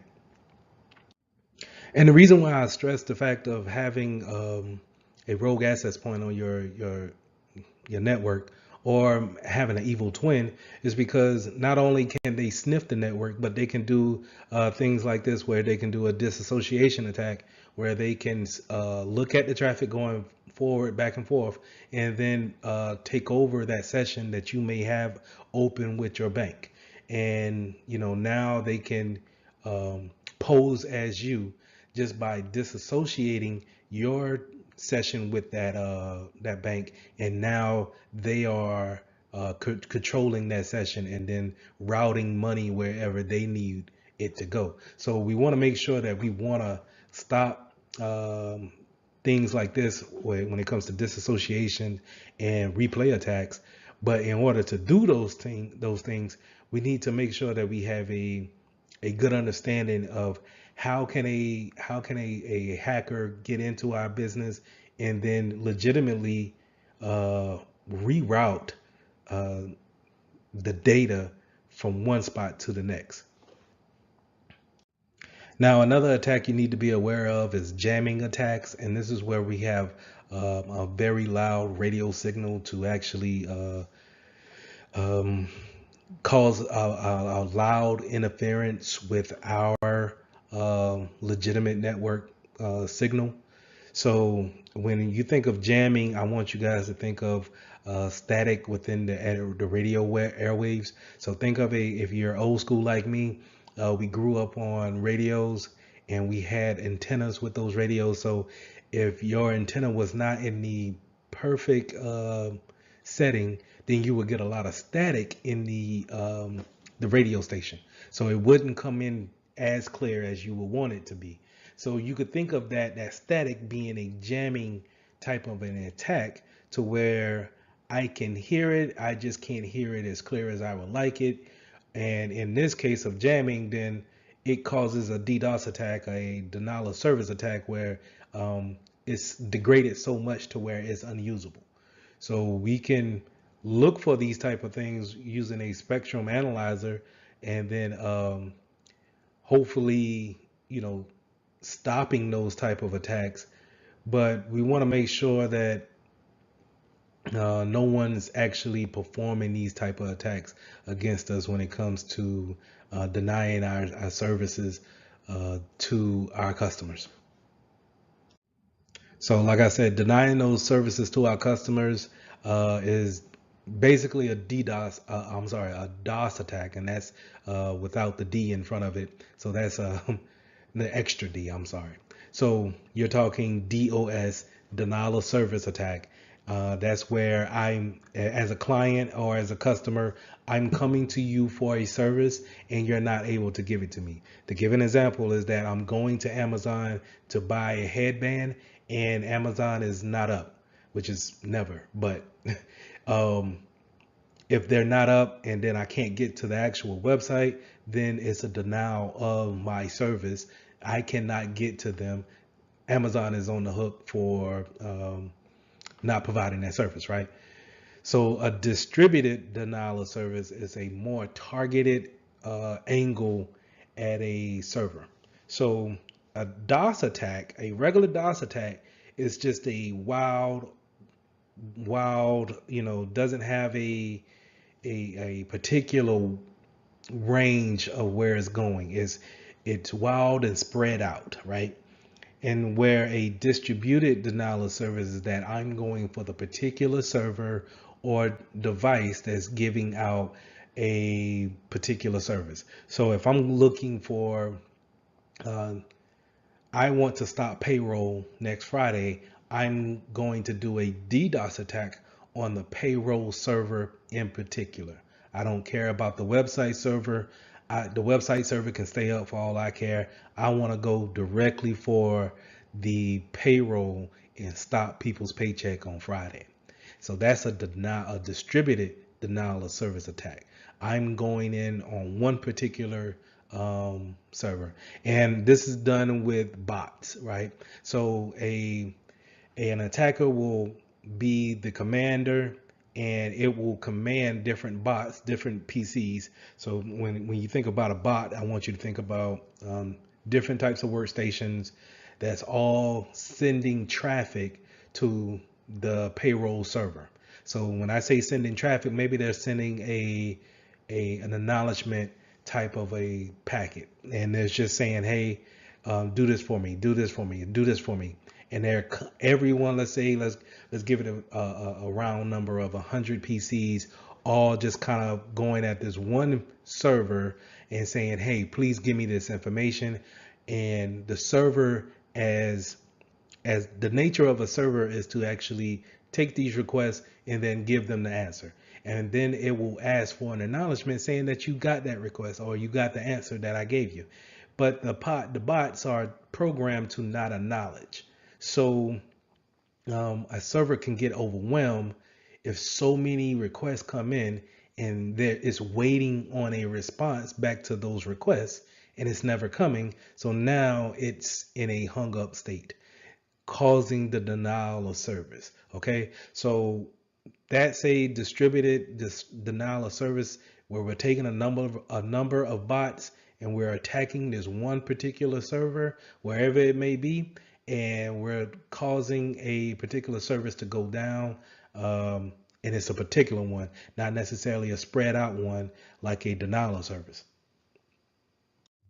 Now, the way we get around that DDoS and DOS attacks is that we have different servers set up to do the same thing, and we can have them do load balancings and clustering in order to take the traffic in and then distribute it between the different servers all doing the same thing, right? So if we have 4 servers all doing the same thing, let's say they're all doing emails at the same time, right? And we have it load balanced between 4 servers to all provide our company with emails, and then server 1 goes down, then we still have 3 different servers to actually keep email going. So now let's go back to an example when it comes to DDoS attack. Let's say if I'm a hacker and I want to make sure I take down the email, right? I don't like this company, I'm taking down the email, and I got the email address, I got the IP address of one of those email servers, and then I sent all my bots to go in after server 1, right? And I take down server 1, but I realize that the emails are still going because it's load balanced. It's load balanced, and now instead of the emails just coming through and giving a load to server 1, is now distributed out to server 2, 3, and 4, and they are still giving out the email.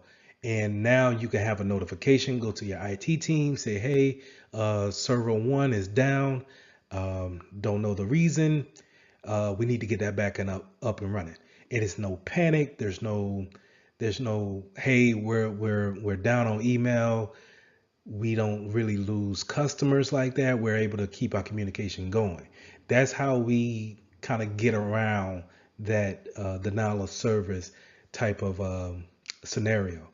And clustering does the same thing, where we have more than one PC or more than one server creating services, and getting around sharing the load of the request coming in. So this is a good way to get around distributed denial of services, and it should be implemented, but some businesses are not equipped to actually have different servers to actually create that type of load balancing scenario. So this is where the cloud could come into place, to where we could spin up different servers in the cloud in order to have that data go back and forth between those different servers. So the key points to remember is to make sure you go back and you study how networks are set up, and then how do we take our network and make it more secure during the initial setup. And then now, if we make it more secure during an initial setup, then we won't have to make too many changes when we're actually performing our services to whatever group we're providing services to. Make sure that you read up on load balancing and clustering, as well as WPA2, and the different types of settings that we can put our routers on in order to make communications more secure. So lesson 10, let's start talking about network security and the appliances that we use in order to create that security. We're normally going to go over firewalls, proxies, different types of SIMs. So all these things that we want to put on our network to create kind of a blanket around our network and keep things secure. So let's talking about firewalls. So when we're talking about firewalls, we're talking about a appliance that sits at the edge of your network and it takes in the data from your internet supplier. So if you're thinking about a home setting, you're probably thinking about that router that your phone company came in and they hooked up, and now you have the internet from this router. Well, then within that router, it has a firewall, and what it does is that it looks at the packets coming from the devices in your home communicating to that router, and then before it sends it out or takes anything in, it inspects it and is looking at where things need to go, but more importantly, if things are allowed and not allowed. When it comes to a list, a access control list, if it's allowed or not allowed. If it's not allowed, then it drops the packet. It doesn't come into your system or in your network. Now, if you're thinking about a more enterprise network, we're talking about a network firewall that's probably sitting out there and it's its own different appliance. It is not mixed in with its router. It probably goes right to the DMARC, and that DMARC is where the phone company will put their internet connection in, and then that firewall is just going to connect to that connection in order to bring that traffic in, and then that firewall is probably going to have its own configuration page that we'll go to, and we'll set our rules up on what we want to allow in or grow out. So just understand that, your firewall is sitting at that edge, that perimeter, and is looking at the traffic going in and out. Now, whenever you come across the word stateful inspection firewalls, you want to understand that it's keeping a log of the connection that's going in within the network. So just think of along with the access control list that is checking to see if you're allowed in or we need to deny you, is going to keep a record of whoever makes a connection. And a lot of times this is done at the layer 7 of the OSI model. Now, if you don't know what the OSI model, I suggest that we go ahead and just look that up on Google and figure out what I'm talking about when it comes to the different layers of communication when it comes to data traffic. But it's probably going to keep a record at the application layer, that's layer 7, and then create a second list that it can make sure that it understands when data comes in, who has that connection, and when that connection has become inactive. So I touched on a little bit about how firewalls are actually implemented, how they're actually put into different types of networks. So if we're talking about a home network, we're probably talking about it being actually integrated with your router. And then we will have to go into the router configurations and then maybe go into a setting that's just for firewall settings. But you also have firewall settings on your local device, and those will be more your host-based firewalls. So if you look on your PC or your Mac, you probably could find the configurations for your firewall in there. Just think about it like this, where you have traffic coming into your network, that's fine, but sometimes it's not perfect, right? It's not going to catch everything that we want to be blocked, and it may get to a second point of your actual laptop, but your laptop has a firewall installed on it in order to double check the traffic coming in. But it also, you can granularly make those settings a little bit more tougher, so to say, to where you're not allowing everything in. And so if we didn't catch it at the network side, maybe we can catch it at the local side. And so just think about those type of those settings. That's another way of implementing defense in depth. Whether you got past one appliance, but I'm able to catch you at the local level. Check, check, check. Mic check 1 2. So network address translation, or for short, we're going to call it NAT. And NAT is when we have our addresses change when leaving the network and when they come into the network. So whenever we send a data packet out to a Google server, the internal address that we're going from, our internal address may be 192.168.1.15. But once it gets to our router and it says, hey, I need to go to google.com, then it changes it to a public IP. And that way, people are not able to come to your firewall and know exactly what IP address that you're at behind that firewall. So network address translation changes that IP to a public IP address, and then it sends it out over the wire to wherever Google servers may be at that time. And then on the way back, the router should be smart enough to take that public IP address and say, oh, okay, let's change it back to the internal IP addresses and send it to its proper owner that's here in the internal network. So going back to firewalls, firewalls don't necessarily have to be physical appliances that you buy from a company and they ship it in through a box and you unpackage it and then mount it in a server rack. You can actually have these things if you're utilizing a cloud service.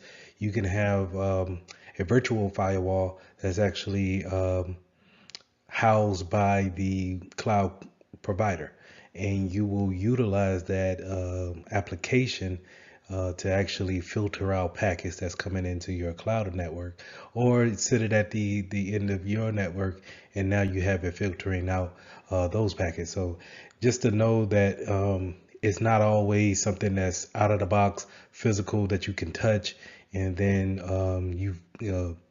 you fix the configurations that way. We can have places to where we can use and utilize these virtual firewalls to actually provide more security to things that we have out there in the cloud.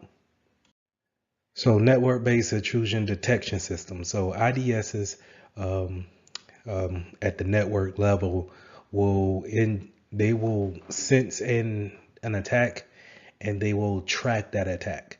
That's the difference between a prevention system and a detection system. Detection is there to utilize the detection part of it. It's going to look at the traffic, maybe record the traffic, maybe alert you on what's actually going on, but it won't take any actions to actually prevent. And so we can have this at the network level. So hence the word network base. That's going to sit out there with our routers, our firewalls, and our switches, and it's going to overlook the network as a whole. But we still can have it at our local level, our host base level, and track that traffic as well. So just like how we had something tracking and detecting the motions, the characteristics of the attack, in a IDS, a IPS will actually prevent. It will take action and actually shut down maybe the traffic flow. It may put the workstation into a quarantine state and prevent an attack from going any further.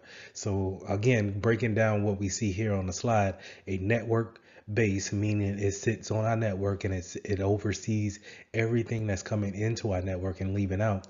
And then the intrusion prevention system prevents attacks from going any further. Now they also can still detect and still monitor and give us alerts as well as the IDSs, but it takes that extra step by actually preventing the attack. So whenever we're talking about systems that have a signature-based detection feature, is more likely going to pull down some type of definitions and is going to look at those definitions and then compare the malware to them. And then if they match up, then they're probably going to say, hey, that's an attack, or this is a virus of some sort. Normally you see signature bases, this feature in antivirus malware protection software. So every day your antivirus application will receive definitions of the latest virus that's out. And what it does is it keeps a database of it, and then whenever it sees something uh, that's new to your system, or it may, whenever you perform a scan, it's checking the signature based database against the files that you have on your computer. And then if they see a match, then they will quarantine whatever file that is, ask you if you want to, delete it, or it will go ahead and take that action and actually go through with deleting that file. So a lot of systems just won't be signature based systems. Some of them actually go off the behavior based detection or some type of anomaly based detection. So to explain that, you have to know what normal is in your environment. So you can't be a company that's constantly changing what the normal is, or hey, we did do things this way, but now we're doing it this way. Because what these systems do is they sit on your network and actually record the actions that's going down, and then they determine a baseline, or you configure a baseline, and then anything that's outside of that baseline, or that actual foundation that you set, is considered a abnormal behavior, and is detected and then flagged as such, or even prevented.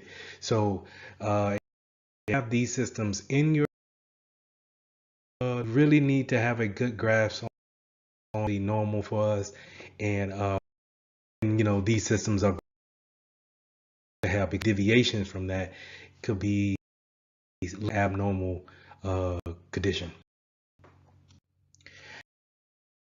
Now, other is that we need to be aware of is next gen firewalls as well as content. And when we're talking about next gen firewalls, I want you guys to think about the way your application talks to the internet. And what I mean by that is to give Microsoft Word, you pull up Word and you get to type whatever document that you want to make, or you get to read whatever you want to someone sent to you. But Microsoft Word has so many functionalities that's going on behind the scenes that it's making constant calls out to different servers at any given time to pull down different templates, different fonts, even just a overall update to the overall application. So when it's doing these calls, this behind the scene work, we would like to have a firewall looking at that type of traffic to see what's coming in and what's going out. So this is where the next gen firewall will come at, where it's more application savvy, and is able to look at that traffic and disseminate what needs to come in and what needs to stay out. So keep those things in mind when we're talking about next gen firewalls. We're talking about layer 7 application being able to watch that traffic at the layer 7 level. Now, content filters is where we're going to watch our web usage, and then what websites are we going to, what categories are we going to, and we're utilizing that work.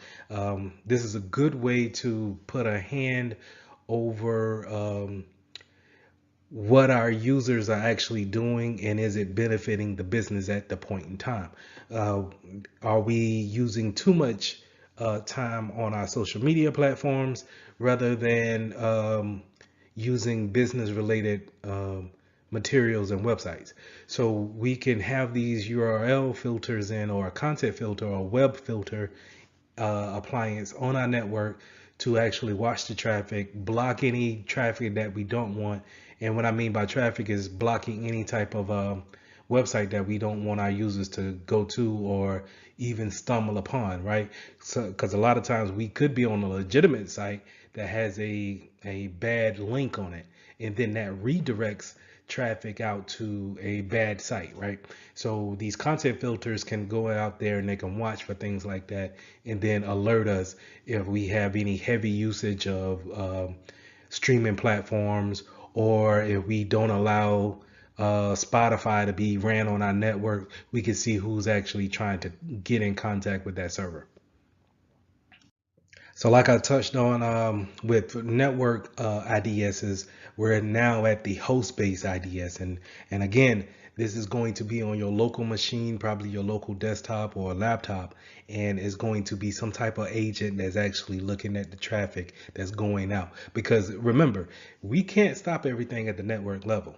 There are going to be some things that get in, but our defense in depth minded platform, we can put things on our local devices to actually catch things that may have gotten past our network side of appliances. So remember, IDSs is detecting the traffic and giving you an alert, whereas IPSs are actually preventing. So just like how we had with our virtual firewalls, we can also have something on our local machine watching that application traffic go in and out. And that's more likely going to be your web application firewalls, or short WAF for short. And it's doing exactly what we specified before when it came to the virtual firewalls. It's going to watch at that the traffic leaving out of your applications and going out there and talking back to whatever prospective servers they need to talk to. And so when I say that, I want you guys to think about applications such as Adobe Acrobat Reader, or any Microsoft product, that whole suite.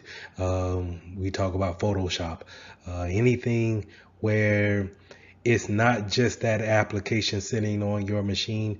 It's going to go out and update the features on it, the comfort features, or it's going to give you a new font every 6 months or what have you. And these things, when it goes out and it grabs those updates, remember, that's data going out and then coming back. Now, say if I intercepted that and I throw something else in there, and me being a hacker, I could throw something else in there, and now I got past your network firewall and your anti-malware systems by saying, hey, I'm legitimate traffic going into this application.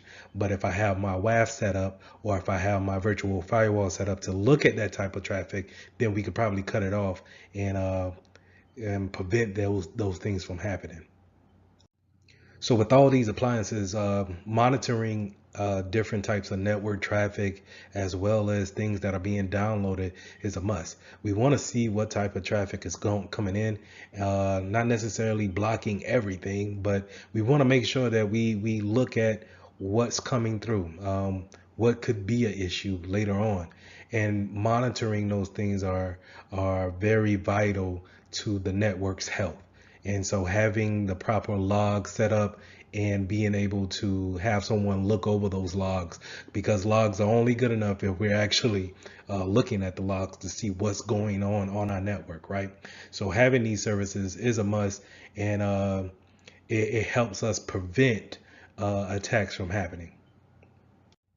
So this is where our SIM will come into play, right? Our SIM stands for Security Information and Event Management.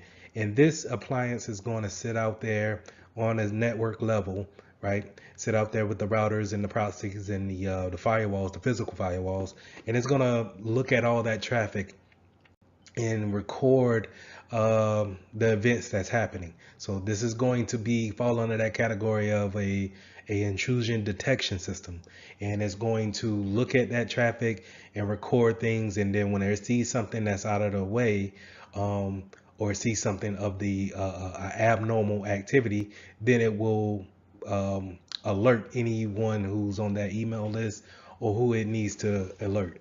Right now, you can have some systems excuse me, you can have some systems actually take precedence over that and actually prevent attacks from happening, but more than likely your SIM is going to be there for reference and logging information.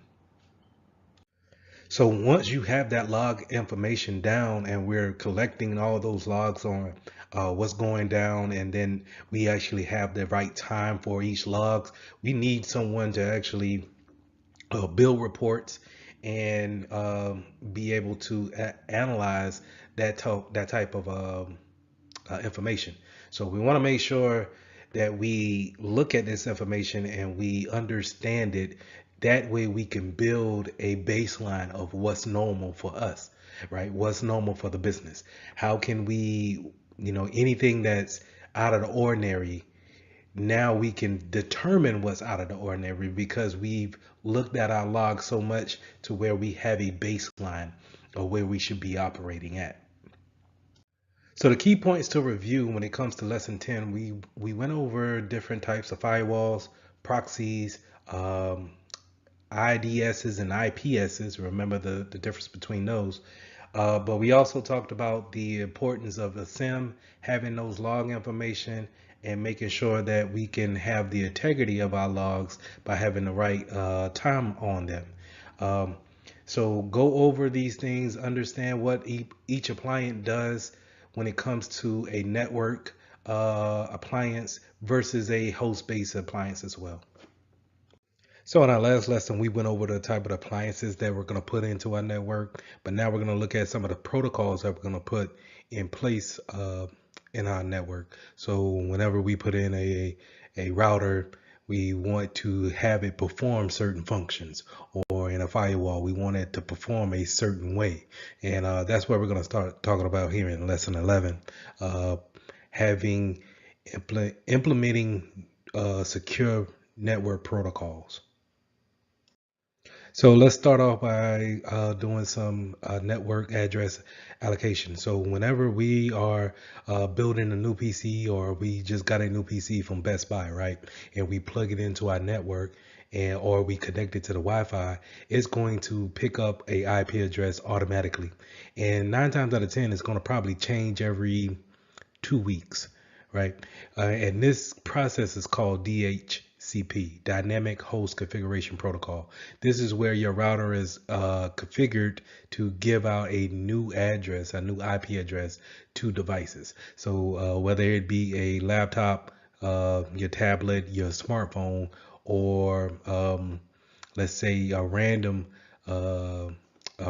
doorbell, a smart doorbell that you install to your house, is going to get a different IP address. Unless we make those things static, it will change from week to week, or you can even make it even more change from a day-to-day standpoint, or whenever it disconnects from the network, right? And so we want to keep things like this in place, because when you're talking about a person that's not supposed to be on your network, who's looking to take advantage of a IP address that they may have did some research to find on our network, if it's set to change every time that they disconnect from the network and then it comes back on as a different IP, then we constantly keep a hacker guessing on what IP address could be the CEO's laptop. So keeping that constant changing in the IP address is a very good thing. So staying with the router, we want to, in bigger entities or enterprises, routers could just be used for routing, right? Just kind of having a routing table, giving out IP addresses, and then making sure data leaves back and forth. But in bigger enterprises, you'll have an appliance that's strictly for DNS, domain naming system. So whenever someone needs to go to an IP address that's out there on the internet, in the public of the internet, computers, they converse back and forth with each other via the IP address, a public IP address of a server name. So if I wanted to go to ESPN.com, my PC and the server at ESPN doesn't communicate like that. It doesn't look and say, hey, I'm looking for ESPN.com. Can you please point me in that direction? It will say, I'm looking for IP address, and then whatever the IP address of ESPN servers, that's what it's going to look for. Now, to bring that into DNS, DNS is there to convert the English version or a readable version into a IP address. Okay, so whenever I want to go to the IP address of ESPN.com, DNS is there to have the other person on the other end see that I'm looking for ESPN.com. So the reason why we want to make sure that we have this in place is because a lot of times having someone poison the DNS list could redirect traffic to servers or websites that we don't want to go to. So just to kind of follow up on that previous slide, DNS poisoning is just that man in the middle, changing that chart table, making sure that they want you to go where they want the compromised website to be. So if I'm wanting to go to 8.8.8.8, which we all know is Google's servers, but if I can get in there and manipulate the DNS charts and say, hey, well, whenever someone goes to 8.8.8.8, send them to my IP address that's here at youbeenhacked.com. So just making sure that DNS poisoning is something that we stay aware of, and that we don't want our users to be redirected at any given time. So, like I said before, being in a bigger environment, you may have a server that's dedicated to just doing DNS queries and looking up different types of websites and comparing them to the IP addresses.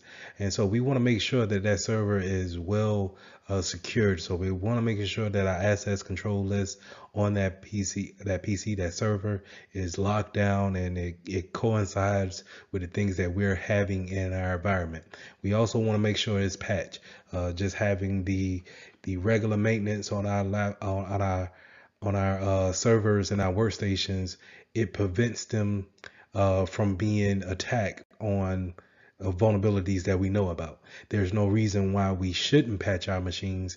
It's just merely how we tested it out and can we put it in production.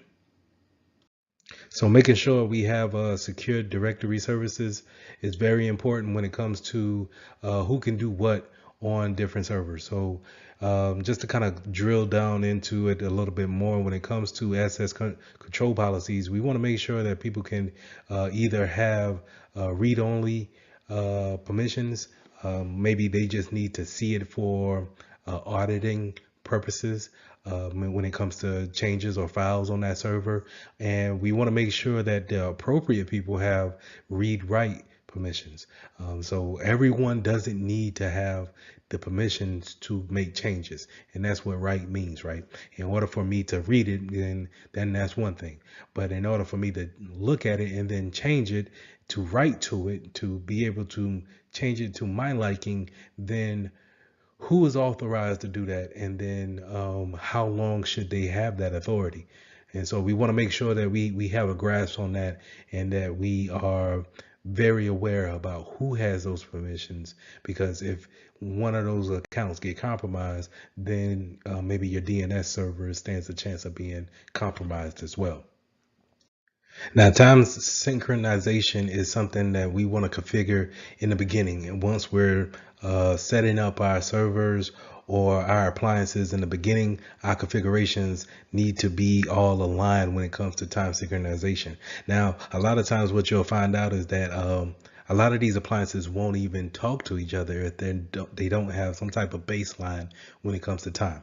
But not only will you have issues with them communicating, you might have, well, you definitely will have a problem when it comes to logging the information. And the reason why that's important is because if you do have an incident and we need to rely on the logs, then we can't rely on the logs if the logs don't have the right correct time.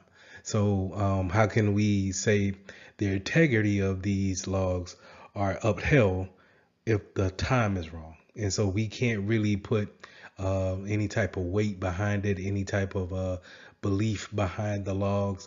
And so we want to make sure that we all are on one type of accord when it comes to our time. So when it comes to actually surfing on the web or actually doing some type of transactions in web content, and when I say web, I mean you're opening a browser and you're actually going to another site. We need to make sure that we communicate as much as possible in an HTTPS type of environment. So HTTP is unsecure and is wide open. So if I'm a man in the middle, if I'm sniffing the network, if I'm using my analysis tools such as a Wireshark, then I can see that traffic going back and forth, and I can see what you're communicating, right? So that's in plain text. But if I use some type of HTTPS secure layer around my traffic, then it makes it a secure connection between my device and the device I'm communicating with. So when I say that, I mean my laptop and the USAA banking site that I'm talking to. I have a secure connection. Then I don't have to really worry about that man in the middle looking at my traffic going back and forth. So I want to make sure that I'm not just on any site that doesn't have that kind of, when you look at the URL and it doesn't have the little green lock or a gray lock showing that it is using that type of protocol, HTTPS, then I want to make sure if I'm on that website and if it doesn't have that, I want to be aware of the type of information that I'm passing back and forth, that it could be looked at by prying eyes out there. So we talked about HTTPS being a secure way that we can communicate from a device to a server, but the way they actually perform that function is through two different protocols. Either HTTPS is going to use SSL or TLS, and SSL is Secure Sockets Layer, and TLS is Transport Layer Security. Now, SSL is a more popular version, but it has been known to be vulnerable at this state. So you will see some companies do not actually use SSL certificates anymore to make their traffic secure. They'll use TLS. Now TLS is a more, like I said, it's the successor of SSL, so it's more secure, but a lot of people haven't really got up on it yet. So you may see a lot of certificates, or if you're going into web proxying and you're seeing traffic go across the traffic, going across the network, you may see a lot of certificates using SSL certificates. Just know that you want to have a later version more than a earlier version, and that if it's all possible, try to move over to TLS if possible. But just to know that what you need to know for the exam is that the ports that these two actually communicate on, you want to know that the SSL and the TLS help HTTPS actually communicate in a secure fashion, and that TLS is the successor to SSL. So now let's talk about API considerations. So whenever we are introducing new applications into our network, sometimes we want to have extra functionality to those applications, and we use that extra functionality through API connections. So API connections are a way that you can program one application to talk to a whole nother application that may not have any intentions of talking to that application. To give you an example is that if you have a application that's blocking viruses on a daily basis, and then you bring in a reporting tool, maybe you can use the API functions of the virus blocking tool to actually report to the reporting tool. And now we can take the reporting tool and then spit out any kind of information that we want to give to our upper management. But naturally, when it comes from the two different vendors, these applications, they don't naturally talk to each other. But we will use the API functions in order to communicate. Now, here's the problem with that is that when we hire third parties to actually come in and configure these API settings for us, they could put in backdoors, maintenance hooks, anything that can be remote into from a later date or after hours or what have you. And we necessarily as security professionals may not understand how they could be coming in from the back door. So we want to make sure that we take those things into consideration, that yes, we could have extra functionality when tying all our applications together, but we also may open up a door, no pun intended, to other unwanted individuals. So email services. So when we're using the internet, we use a protocol to actually send email back and forth, and we do this to keep that security factor in case of anyone sniffing the network and can intercept that traffic. So the protocols that we normally use will be port 25, and that'll be under Simple Mail Transfer Protocol, or SMTP. And we use these to, like I said, route mail from one mail server to the next. But you also may see protocols such as IMAP and POP3 used. I normally see them in the cell phone mobile industry. But normally when you're taking a test and you're learning about email services, we're probably talking about SMTP, port 25. Now, another way we use the internet to communicate with each other is by voice and by video. And especially now, with so many things being remote, we're using video chats and voice over IP more than ever. So when it comes to VoIP, I want you guys to think about replacing your own landlines, where the telephone company comes in and they patch in a hard wire to the telephone post, and it goes out to their operation center, and they're connecting calls that way. But what we do now is we replace that whole system by just having a call table in our routers. And now we connect via ports to our destination devices. So if someone can use a microphone and use their speakers, then that's a handset and the microphone that's normally on a phone. And now they're able to talk over the internet. And what you want to understand about that is that it uses UDP when it comes to transferring that traffic back and forth. And what I mean by UDP is that it's unreliable when it comes to sending every packet back and forth. And to dive in that a little bit deeper, it's whenever a packet is traveling across the network and it doesn't, when you're using TCP, it will acknowledge that it has every pack. And if it doesn't have every pack, or if it drops a packet, then it will not complete until it has that packet. Where UDP, on the other hand, is more for efficiency versus reliability. So now I'm going to make sure that you get packets in a efficient way, but it may not be the most reliable way. So I may drop some every now and again. And you see examples of this whenever we're doing Skype calls or Zoom calls and I freeze, and you still hear my voice talking, but I'm frozen in time, and then you'll see a lot of packets and I'm moving real fast because a lot of packets just now caught up to the application, right? And now instead of actually stopping to make sure all those packets get in, UDP is a protocol used to not care about that. So we're just trying to make sure that we match up the voice and the video at the same time. And so we may have to drop some packets. You may get that stuttery pixel look, but it's to, carry on a conversation in somewhat real time.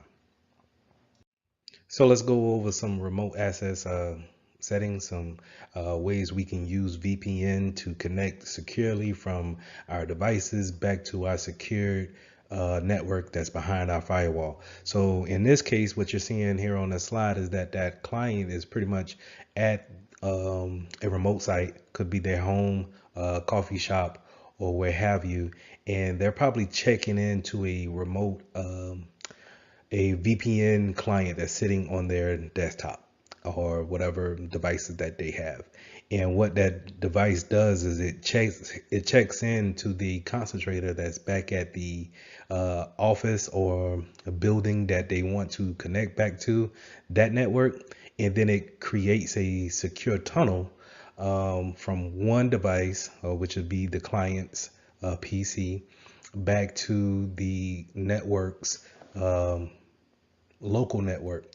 And so now that traffic that they're able to manipulate or change or create on their desktop can now be securely transferred from the coffee shop all the way back to the office, and not worry about anyone sniffing the network, taking that information, and then being able to read it, because we have created that secure tunnel using a VPN agent. Now, in the second scenario here, we have a branch office that's out, let's say in a different county or a different state. And in some cases I've seen, and they have their own network that's separate from um, the headquarters network, right? So what we want to do is we still want to maybe connect everyone in both offices, that branch and the headquarters office, and still have them, use the same files, use the same drives and printers, let's say. So in that case, we still want to give them their own firewall, router, and gateway, but we also want to make sure that they have a VPN connection back to the head office. That way, whenever they are, let's say, connecting back to the SAN drive on the headquarters office that's located there, then it's a secure connection from that branch office that's in maybe in a different state all the way back to the headquarters office, and now they can pull that traffic or that file from headquarters out to the branch and not worry about exposing it in any type of factor. So whenever we're talking about VPN, I want you guys to think about IPsec. IPsec is the protocol that we use in order to create that tunnel to make sure that we are sending packets from one destination to the next using that tunnel action, right? Making sure that nothing is being seen by prying eyes or someone sniffing the network. So we use this protocol IPsec in order to create that tunnel and keep things confidential. Now we have several types of VPN configurations that we can actually do, but from what my experience has seen, and I think that you guys are probably seeing on a regular basis too, is that you're probably going to see a VPN agent somewhere on your PC, and you're going to have to log into that to actually talk back to a VPN concentrator somewhere. So your agent is 9 times out of 10 going to be talking to a main controller type of a system in order to create that tunnel. And this is probably the most common part, and I think it's the most cost efficient one. So this is probably what you're going to see. I think the most famous one that I've seen is Cisco AnyConnect, and it's just you can create, you can use your username and password that you normally use in your business network, and then you can also have a multi-factor authentication piece to it, where you can possibly put in a code to actually keep that other have your authentication piece be that more robust. So that's what you're probably going to see in the field, is just a client sitting on a desktop and it's reaching back out to a VPN concentrator. Now, another way we can connect back to our network is using remote desktop applications. And remote desktop is using the protocols that we have on our routers in order to allow this type of connection to happen, but it may not be as secure as using a VPN action. So we want to be careful when we setting up remote desktop applications in our network. Make sure that we have it in a secure manner as much as possible. And if I would suggest not using remote desktop unless you're in the network. You're actually on that network's, let's say, physical location. If you're home and let's say you have a laptop that's from the network, and we can still use remote desktop to go back to a server that may be on the physical local network back at the business, I would say that's probably a little much, to where we're probably just need a VPN access, right? So just making sure that remote desktop is pretty much giving someone access to your machine, and they have just as much rights as you want them to have. They can have lockdown permissions, but 9 times out of 10 we're probably going to just give them regular admin permissions if they're using remote desktop. So be careful with this protocol. Understand what port we used in order to use remote desktop, and just know that if we're probably going to use, if we want to remote into a machine outside of our network, we probably want to be using a VPN type of access. So a good alternative to using remote desktop is using Secure Shell. This is where we can have a client connect to a server by using keys in order to create that security factor that remote desktop may not have come configured with. So using SSH to log into a server and create or change the configurations may be a good choice if you don't have a VPN access to actually go into, or remote desktop is not set up, or you just want to be more secure and suggest, hey, do we have a secure shell type of option to use? This is a great way to go. So the key points to review are different operation protocols that we use, different secure application protocols, and making sure that we have remote access that's secure. So I want you guys to read over VPN access, remote desktop access, making sure that we understand our protocols, understand the numbers associated with the protocols. Those are guaranteed to come up on your exam. But just make sure that we understand how do we communicate from an outside network to a secure inside network. Lesson 12, implementing host security solutions. So we're going to talk about some firmware upgrades that we need to do, making sure our endpoints on our desktops, our laptops are secure. And we're also going to talk about embedded systems when it comes to security for them.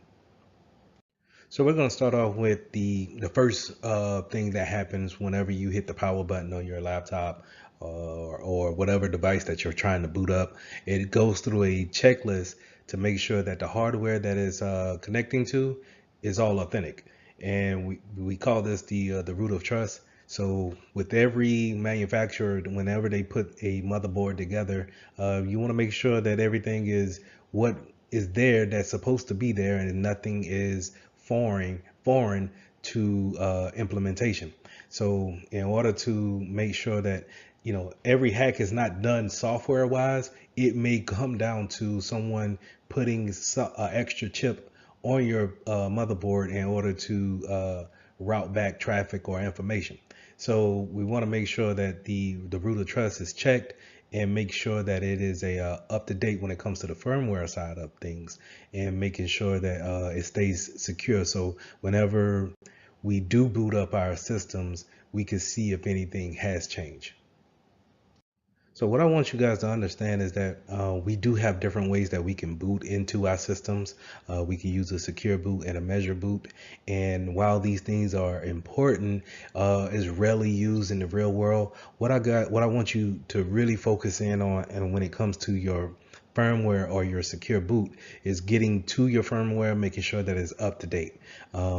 Just in case when we're running regular operations and security, sometimes we may see how a manufacturer says, hey, we have put an update out for the firmware on these different devices, and we just might have those devices in our network. So we want to make sure that we can get to that boot up page and update those firmware as much as possible, because a lot of times the firmware page is so quick to where we really don't think about updating it or making sure that it's secure. We just go right to our OS. So I want you guys to really make sure that you keep an eye out for any type of vendor update.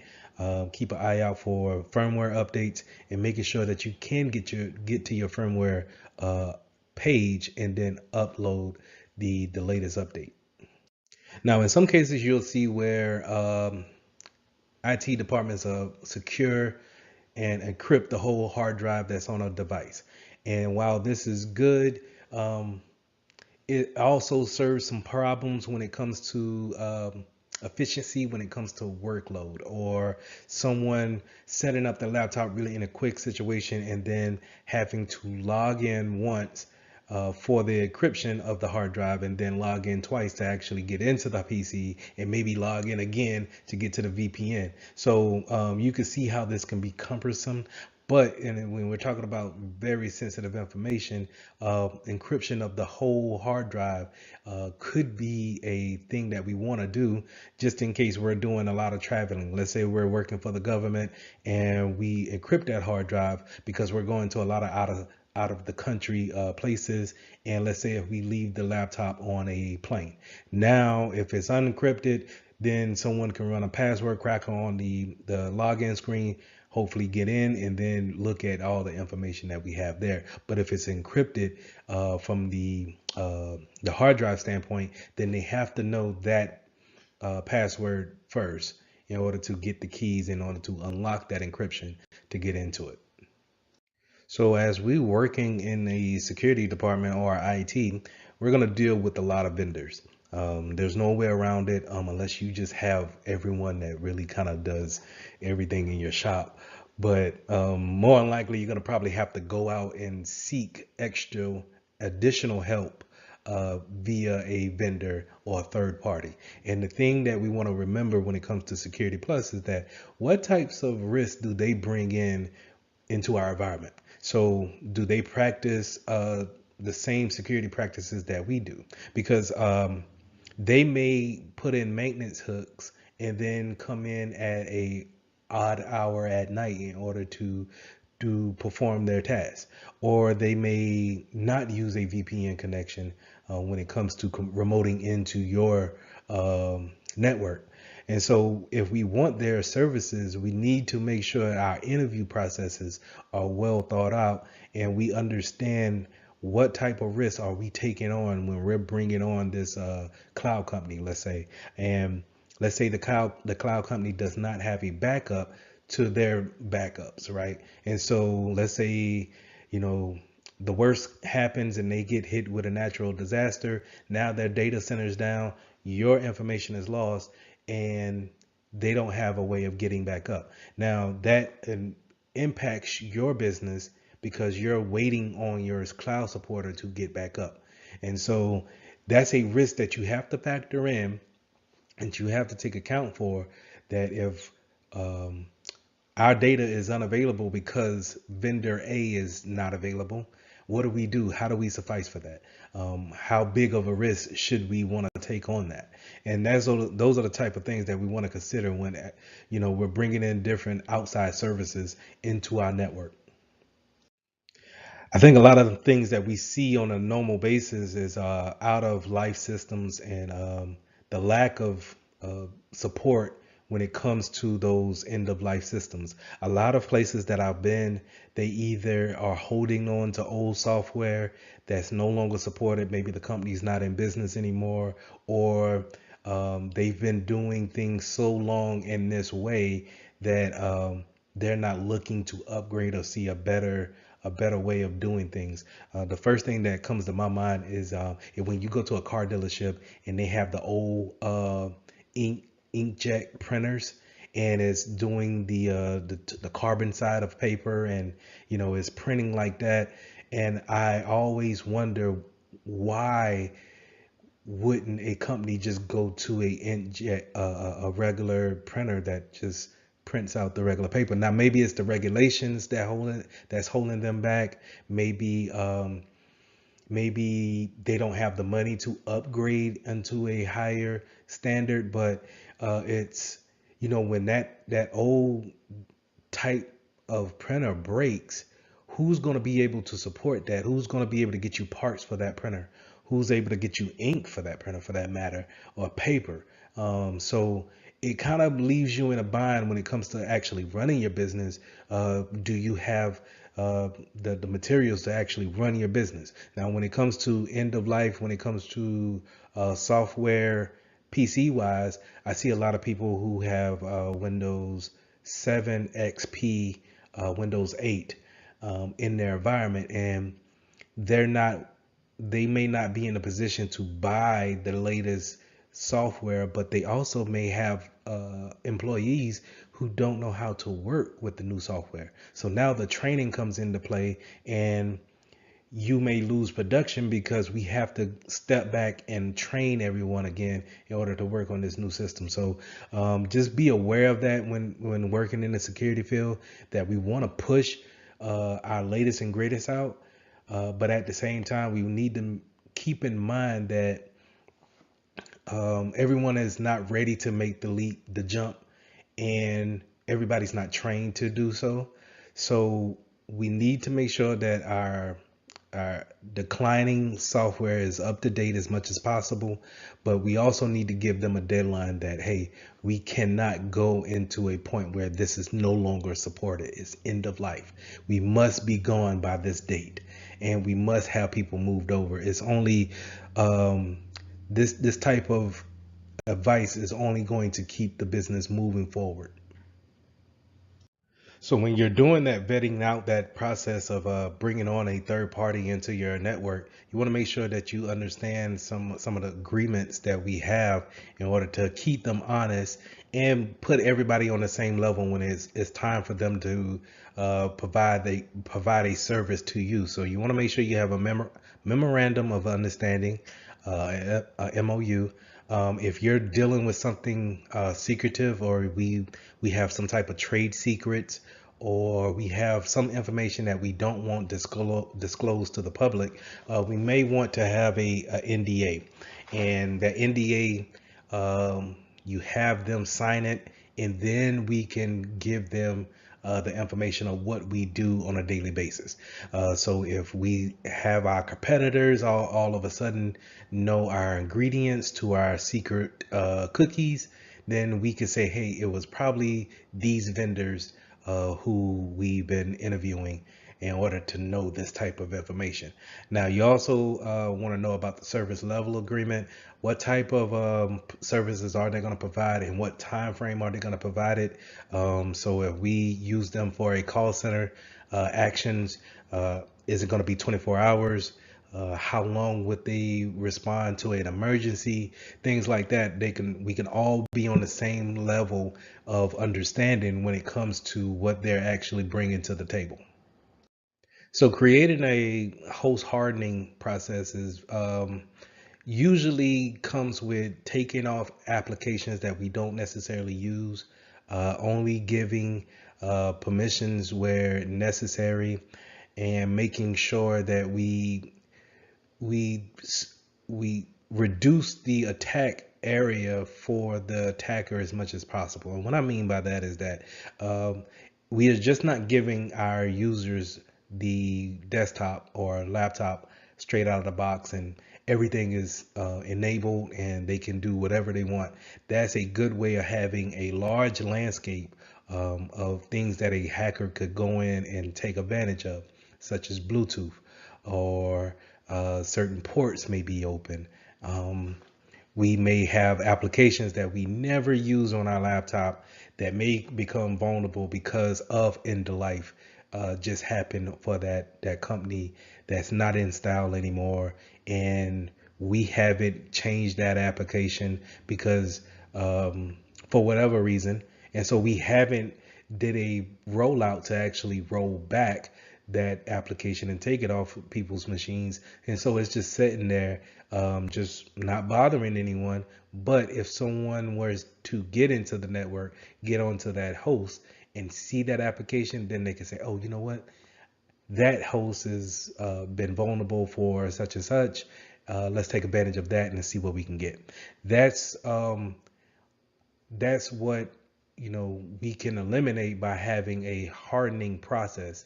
We have a checklist of things that we want to go through and make sure that we manipulate on our devices to make sure that we close down things that we don't need, making sure that it becomes a harder attack vector for the hacker. Now, to kind of go into different types of software and different configuration factors that we want to go into that hardening process, is having a baseline of configurations, and also when it comes to the registry too. We can use software that keeps a baseline of applications on our network. These softwares, they look at everyone that's on the network and they see if you added a application or some type of let's say code or a different type of agent onto your machine, that it could roll back unto a known good state and say, hey, it uninstalled that application that you installed yesterday because that's not our baseline. And in order to keep things on a level playing field and to make sure that no one is bringing in new attack vectors, I'm going to roll back to our baseline configuration, and you're going to start doing your work today because I've given you everything that you need to do your job. Another important part about host management is making sure that we have patch management. So think about every device that we have on the network uh, needs to be patched and updated with the latest firmware, as well as OS patches and application patches, pretty much monthly on a monthly basis. And so making sure all these things are up to date and that we're not introducing any type of vulnerabilities because of the lack of patching is very important. Now, when you think of patching, I want you to think these are known vulnerabilities that are looking to be fixed through patches. When Microsoft gives you the warning and says, hey, it's time to patch your machine or update your machine, it's saying to you, hey, we noticed that there's something bad with your machine to where a hacker could take advantage of and get information from you. Please apply this update and that will solve that issue. That happens on a monthly basis. Now, to your knowledge, we will always have patches. There will be no end to that. OSs is millions and millions of codes, lines of code. And so there's a good chance that someone's going to catch something every month if we have enough eyes to look at it. And so that's why we have different types of vulnerabilities coming out. That's why we have different patches coming out. But it's our jobs as security professionals to make sure that we patch those devices as quick as possible. Now, you heard me talk about some agents that we could put on our desktop or our laptop, and those agents talk back to some type of console in order to bring a service. In this case of hardening or keeping our endpoints protected, we want to make sure that we have antivirus malware protection on our PCs, and 9 times out of 10 that they're going to probably do a IDS and a IPS function. So remember, IDS is intrusion detection and IPS is intrusion prevention system. And so these the antivirus will be able to detect and it's also be able to prevent by blocking the virus, right? Now, we also want to have something kind of like a DLP agent where it will see if any sensitive information is leaving our laptop, and we want to make sure that it can be put in place too to detect it as well as prevent it from actually happening. So having these endpoint agents on our PCs is probably something that we want to put into our baseline configurations and making sure that they are up to date as well. So all these things we want to take into consideration when it comes to having patches and making sure that we are protected overall when doing our daily tasks. Now, as antivirus has evolved over the years, it still is lackluster in some type of way of actually containing a spread or a outbreak of a virus. So we have these things called EDR protections, and this is where we have more functionality when it comes to an attack, and we can actually isolate devices on our network from being contacted from any other devices. So whenever our SOC, our security operations center, they contact us and say, hey, PC 123 is actually showing signs of this, that, and the third, we can use our EDR system to isolate it, basically kind of put it in its own silo within the network. Therefore, it cannot reach out to other PCs and affect them, but we can have a secure connection only to that PC in order to see what's going on with it and see if we can eradicate the problem before it gets out of control. So when we're talking about antivirus, more likely we're going to talk about a signature-based software that's going to download code that's similar to the malware came onto the computer or would be coming onto the computer. They take this database that they download, these signatures, and they compare it to whatever files that you download or you add to your system. And then if they match, then they will flag it as a virus and quarantine it or delete it altogether. So this is what we mean by signature-based antivirus. Now, heuristic is getting a baseline to what's normal, and then anything that's abnormal, we will flag it as being malicious. We need to also be aware of embedded systems. These are things that could be low-powered Internet of Things, things that we could just plug into our PC and maybe get some extra functionality out of them. I like to think of a smartwatch or kind of like a, not necessarily an Apple Watch because that has a lot of functionality, but let's say like a Garmin watch or a Fitbit.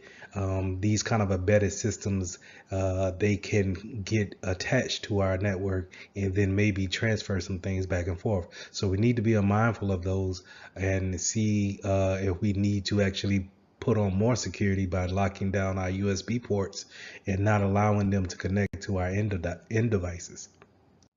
Now, in the cities, you have these industrial control centers or systems, and these are things that's in place that's controlling some type of, let's say, water system that the city uses to give everyone a clean system of water.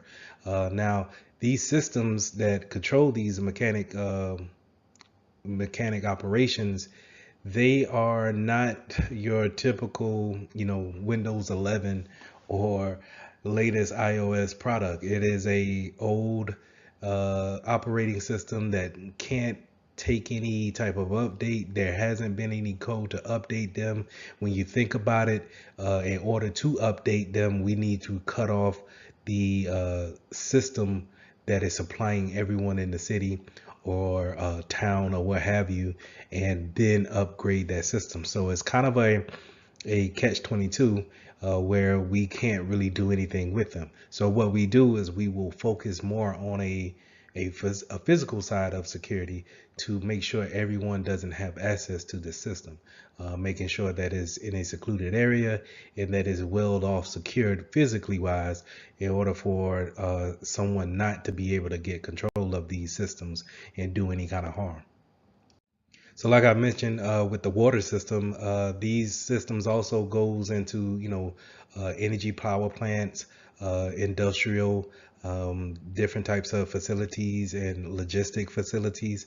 And can you imagine if someone were to get their hands on a system that could pollute the water that you and I drink? And there's nothing that we can see from it because we don't have those systems connected to the internet. So it's not going to give us a warning like that. We have to kind of just wait for the disaster to happen and actually react to it. But, in this case, we want to make sure that we take the precautions to, stop that before it actually happens. That's why we want to focus so much more on who has access to these systems and making sure that we vet them out. So I kind of touched on the Internet of Things earlier with the embedded systems, but just to kind of dive deeper into that, Internet of Things could be anything that connects to the internet and then desires some type of communication. And that could be, when you go to Lowe's and you see that new smart refrigerator that can connect to the internet and give you the morning page of the New York Times, and it can tell you what's in the refrigerator from whatever spot that you're at, because it can communicate to the router and the router can communicate to your cell phone while you're out in traffic. Well, it's so many things that's actually taking that type of characteristic where it needs to talk to the internet. As soon as you open it out of the box, it's looking for a Wi-Fi signal. And we have to be, as security professionals, we have to be aware of this coming into our network. We can bring things in from home and connect to our work internet. And now, from without your knowledge, you're letting another vector for a hacker to possibly get into, where we have everyone's wearing Apple Watches now, or we have some type of iPad that we're bringing into work, and these things need internet connection. I know the password for the enterprise network. I'm gonna just put it in and go ahead and connect my device so I can stay up to date. But like I said, these things bring in vulnerabilities also, because if we really think about it, who's actually have a up to date iPad or Apple Watch, or even headphones for that matter? And you know, are we teaching our users to update these things before they actually bring them in and connect to our network? So other endpoints that we may have is different types of products that we actually need to do business. And I talked a little bit about how car dealerships had old printers that needed to, you know, print on old carbon paper. And those printers, 9 times out of 10, are sitting on the network. We also have VoIP phones that are voice over IP. Have not only with our iPads and our device laptops, we also have different types of keypads that we may use in order to give extra functionality to our actual business. But the thing with that is that we want to take those things into consideration when it comes to security. Yes, your laptop is secure, but what about the keypad that we use for our customers to actually key in their social security number or key in their PIN number to their bank card? Have we updated the software on the keypad? Have we updated the software on our phones? And making sure that no one could see the traffic coming in and out of that. In today's world, we're doing more things with cameras, and those cameras are able to upload the video directly to the internet or to your favorite social media site as soon as you hit stop. So those things, again, they connect to the internet, and then they're able to send traffic out as soon as possible. And we also have this thing where drones are giving they're shooting footage, and then they're able to send it to whatever cloud provider that they may be connected to. And all these things are great for functionality. They're great for the studio, and they bring that extra efficiency to work. But when it comes to a security side of it, and it comes to someone looking into hacking your network, these are open vulnerabilities flying around in the sky. And then, you know, if we forget to patch those things, or we forget to change the default passwords on those devices, then we stand a chance of being compromised just by having extra functionality in our workforce. You know, one field that we don't want to overlook is the medical field when it comes to different types of devices and what they can do, from everything from thermometers to heart pacemakers, I'm sorry, or ear aids. These are different devices that could be have embedded systems in them, or they can be so smart to where they want to talk on the internet.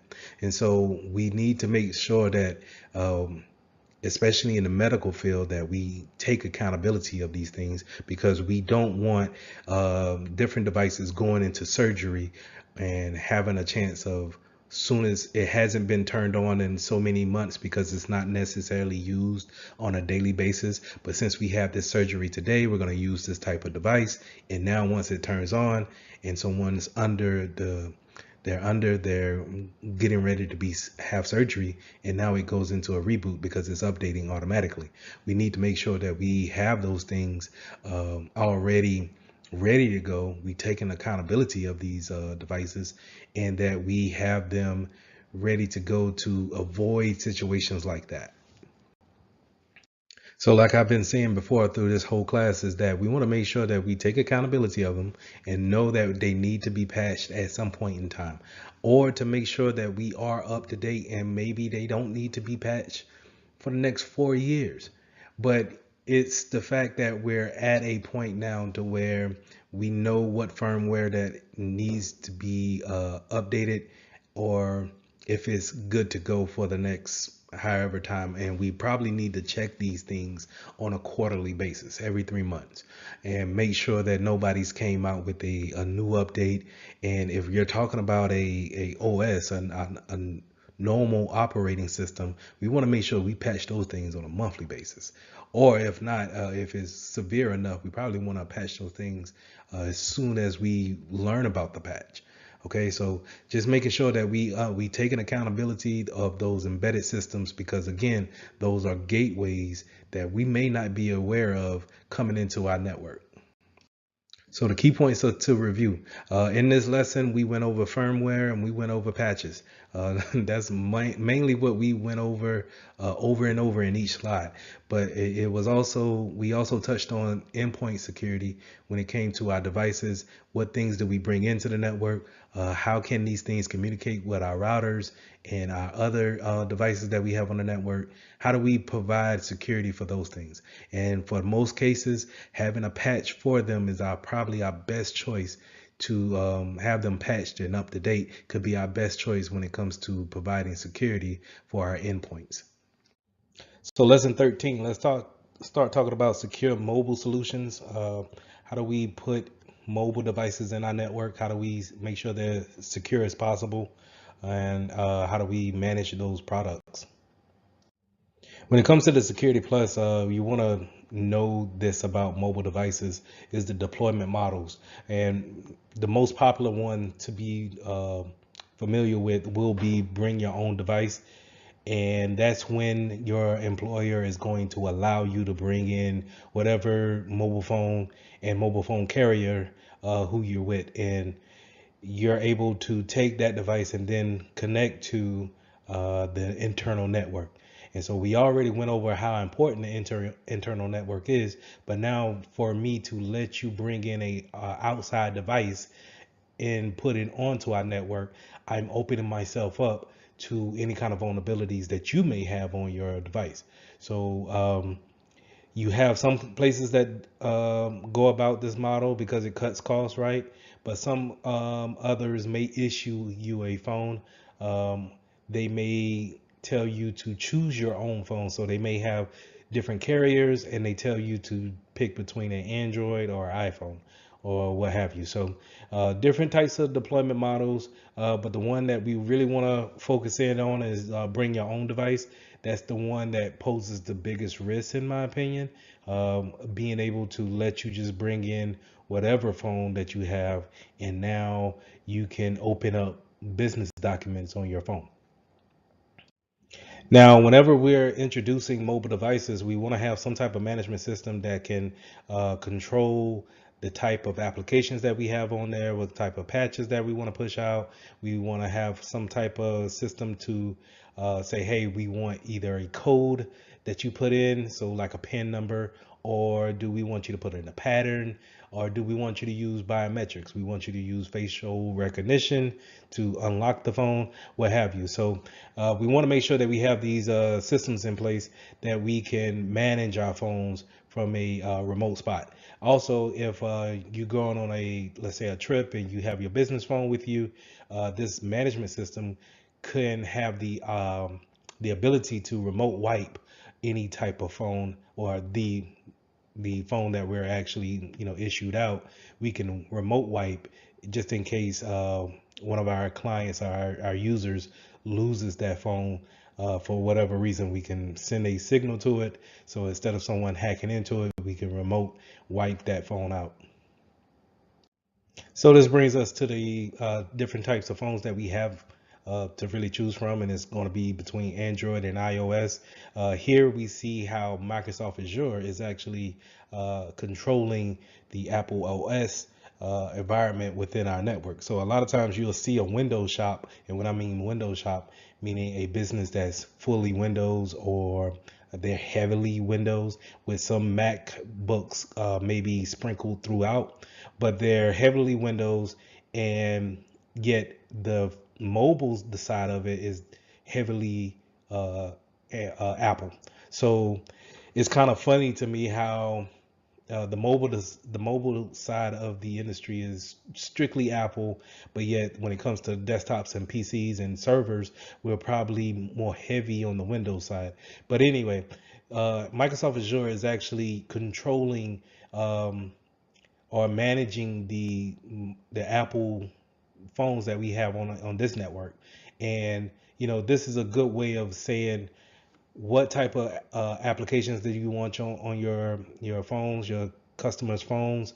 What type of patches do we want to make sure that they see and that they actually get notice about, so they can actually apply those things? So having that controllability from a IT standpoint is something that we can do to control that security standpoint when it comes to the mobile devices.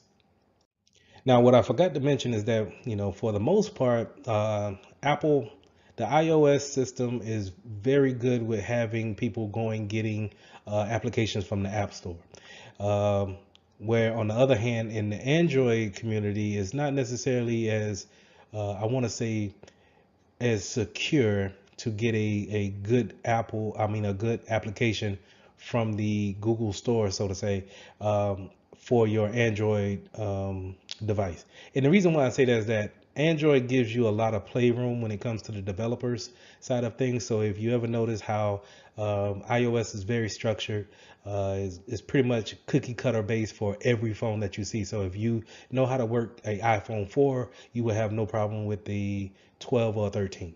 It's pretty much the same thing. Maybe some features that we may not know of, but it doesn't take much to figure them out and then actually use them in your day-to-day activities. Whereas in the Android gives so much leeway and play for the developers to customize their applications as well as the OS, is that you can easily get something that may have a lot of vulnerabilities in it from the App Store.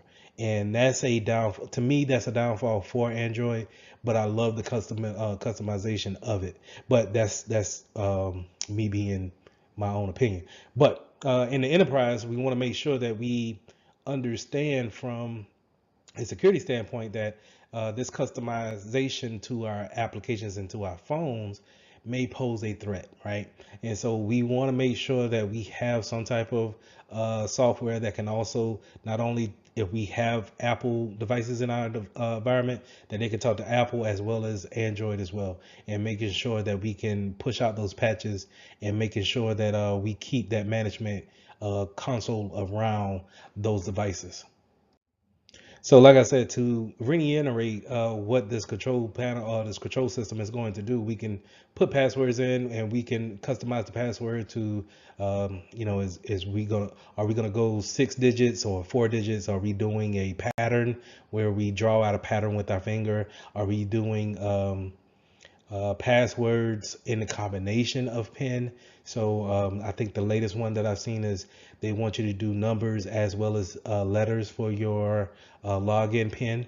Now, biometrics is a good one to use, I believe, in my opinion, but it could be kind of scarce around individuals who don't want to use biometrics or don't want to have their face embedded, quote unquote, into the phone to have it memorized or to remember your face or fingerprint. So you may get some pushback on the biometrics, and you might have to rely on the PIN and the password in order for your users to use their devices. But it will behoove you to actually implement one of the other, if not two, in order to have a multi-factor when it comes to your mobile devices. So like I stated before, that kill switch, the remote wipe, having that feature is very good when it comes to having someone in your environment that travels a lot, and they are keeping a business phone on them or a tablet, and they maybe, late night or late flight, and they leave their mobile device on a bus or on a plane. And so now, whenever they report back to you and say, hey, I lost my phone on the plane, what do we need to do? You can go ahead and go into your mobile management system and send out a remote wipe signal to that phone. And once that phone checks in with the antenna, or I'm sorry, the satellite, it will receive the command and then process the remote wipe process for that phone. And now, whenever someone gets it, they may have the phone and they may have something that's wiped and clean already, but at least they're not giving up any kind of business information, right? Sometimes you might want to put a full disk drive encryption on your mobile devices. So I think in the other class I mentioned how we will want to encrypt the whole hard drive on your laptop, just to kind of ease our notion of any type of lost device. And then once it's lost, then let's say I lost it in a place where it cannot reach the satellite, and therefore it can't get the remote wiping signal in order to wipe. And so now it's just pretty much open. But if I have put a full encryption on it, then that person, whoever may sees it, they got to know the key or the password in order to get past that first layer of defense in order to see the contents of the mobile device. Now, in the conjunction of having a remote wipe session or feature, you can have location services on there as well. So tracking the phone, tracking the tablet is also a good way of keeping up with it, seeing exactly where it did someone leave it there, or if it's out of the reach of whoever was responsible for it. So geolocation and then geofencing and geotagging will fall into this category, and that's basically putting a tracking device on that mobile device, making sure that it once it talks to the satellites in space, right, it's talking to those satellites, it's getting a geographical location on it, and then reporting back to that management server that we are using to actually manage our mobile devices. So just keep in mind that you've seen this thing before. If you ever have used the Android and it says find my phone,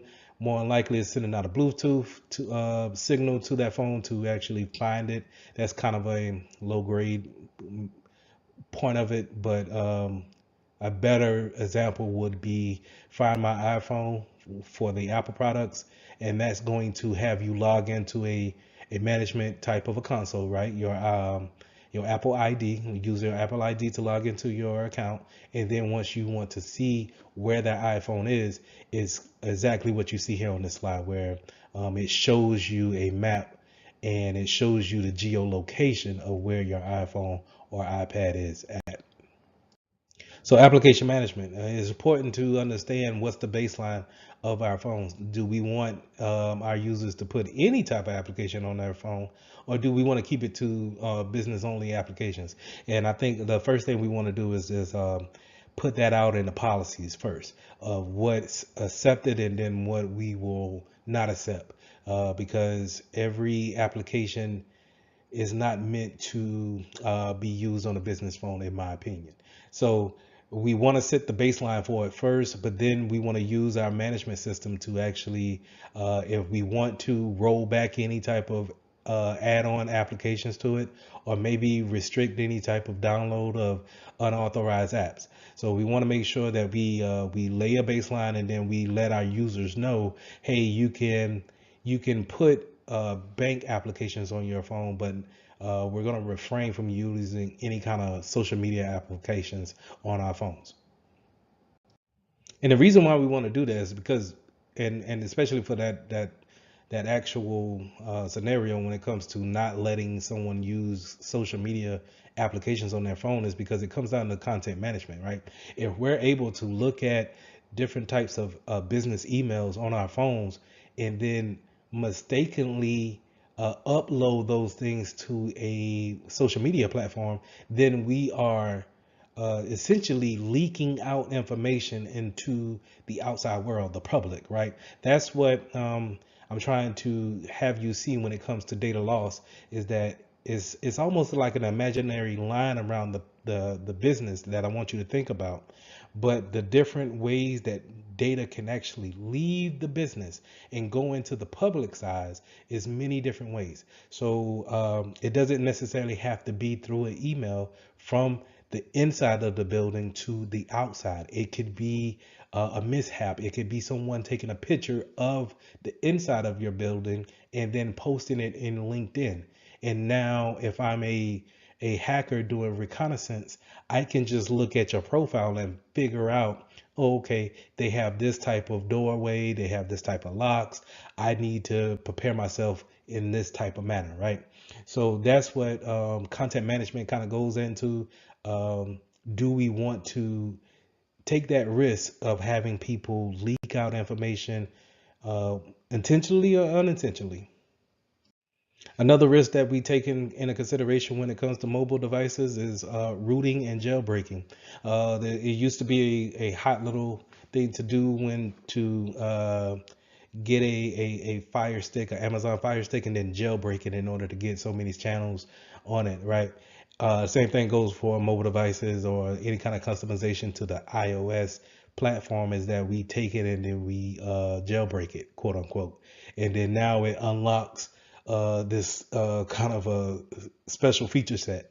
But jailbreaking causes a vulnerability, right? It opens another doorway to the sensitive information that may be on the phone. So how do we take accountability of that? How do we prevent that type of action that be happen? Or can is it something that we just need to accept, and then we set our policies up to punish whenever if we ever find out that something does happen like that.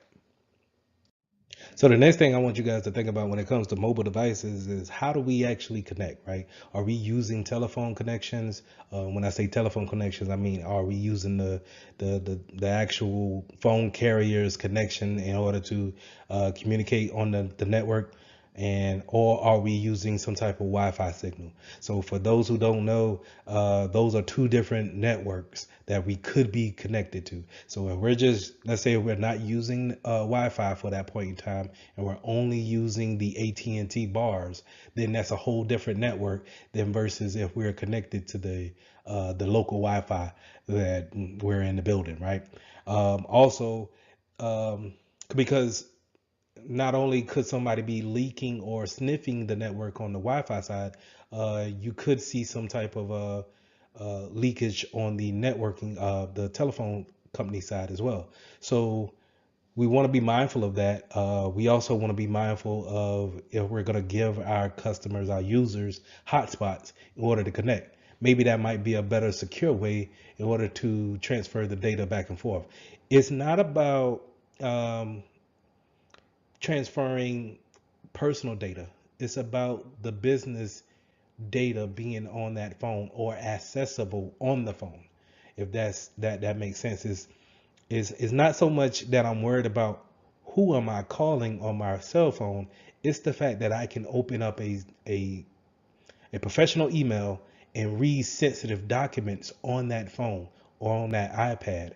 And now I'm connected to this game that I downloaded, but on the back end of that game, it allows remote users to go in and then look at the kernel or transfer or transverse through my phone to see what type of files I have open or saved downloaded on the phone. Right. So that's the thing that I want you guys to really get when it comes to the importance of why even worry about mobile devices. Okay, so to go and finish this slide up, we're talking about connecting either Wi-Fi or cellular services, but also, do you want to give hotspots?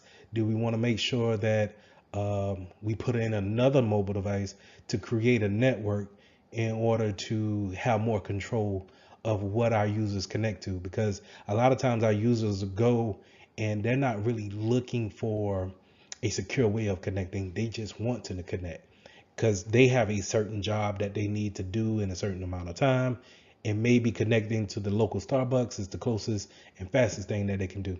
So we want to make sure that we take all those things into consideration when we have users that's on the go. So another way we could connect is through Bluetooth. And while Bluetooth will not give you the Wi-Fi connection type of network, but it can send information from one device to the next, right? And so we seen a lot of this when in the earlier days where we had PDAs and we could connect from one PDA to the next, and they can send traffic or let's say contacts back and forth. And you don't really see it nowadays that often because we kind of send it through um, the data plan or the actual network. But back in the day, you would just get close to the actual mobile device, and then it will actually jump over. We see a lot of that now with the NFC near field communication feature with tap to pay, or they you go up to the register and then you put your phone to the register keypad and it pays for whatever item that you want to pay for. But nevertheless, Bluetooth connections can be vulnerabilities as well, right? Being able to know that it's on and it's listening for whatever communication signal out there that wants to talk to it. And then in certain cases where you don't need a pin to actually connect, that device can actually connect to it and then start communicating back and forth. We see a lot of that with headphones. Headphones, they will turn on the Bluetooth and then it's waiting for any person to connect to it, and it will connect to it and then start communicating back and forth. Whereas in your laptop automatically probably has Bluetooth on and it's waiting for someone to put in a pin in order to pair it. Same thing goes for your car. But we want to make sure that our customers, our clients, they are aware that Bluetooth can bring some risk, and for the most part, we want to make sure that Bluetooth is turned off if not needed, right? So we want to make sure that we want to stay away from things like bluejacking or blue snarfing, where people can send unsolicited information to your phone or tablets, or take things from it in the case of blue snarfing.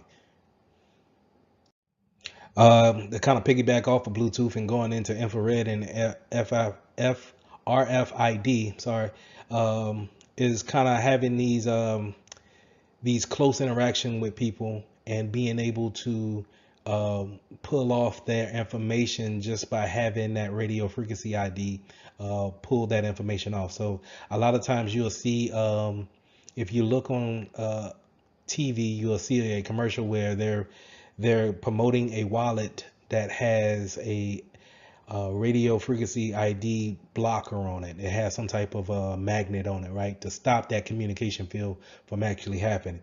And what would happen in the attack is that if they show on TV, they will show somebody sitting on the same bench as you in a park, and while they're not doing anything towards you, they're close enough now to where their phone or whatever device they have can pull the information from your wallet. So it's pulling the information off of your credit cards and debit cards. And then now they have that information. They can go in, you've just been basically robbed, right? So in order to stop that type of attacks, people will put in these magnets that breaks up that communication field. So we want to make sure that we are aware that it happens.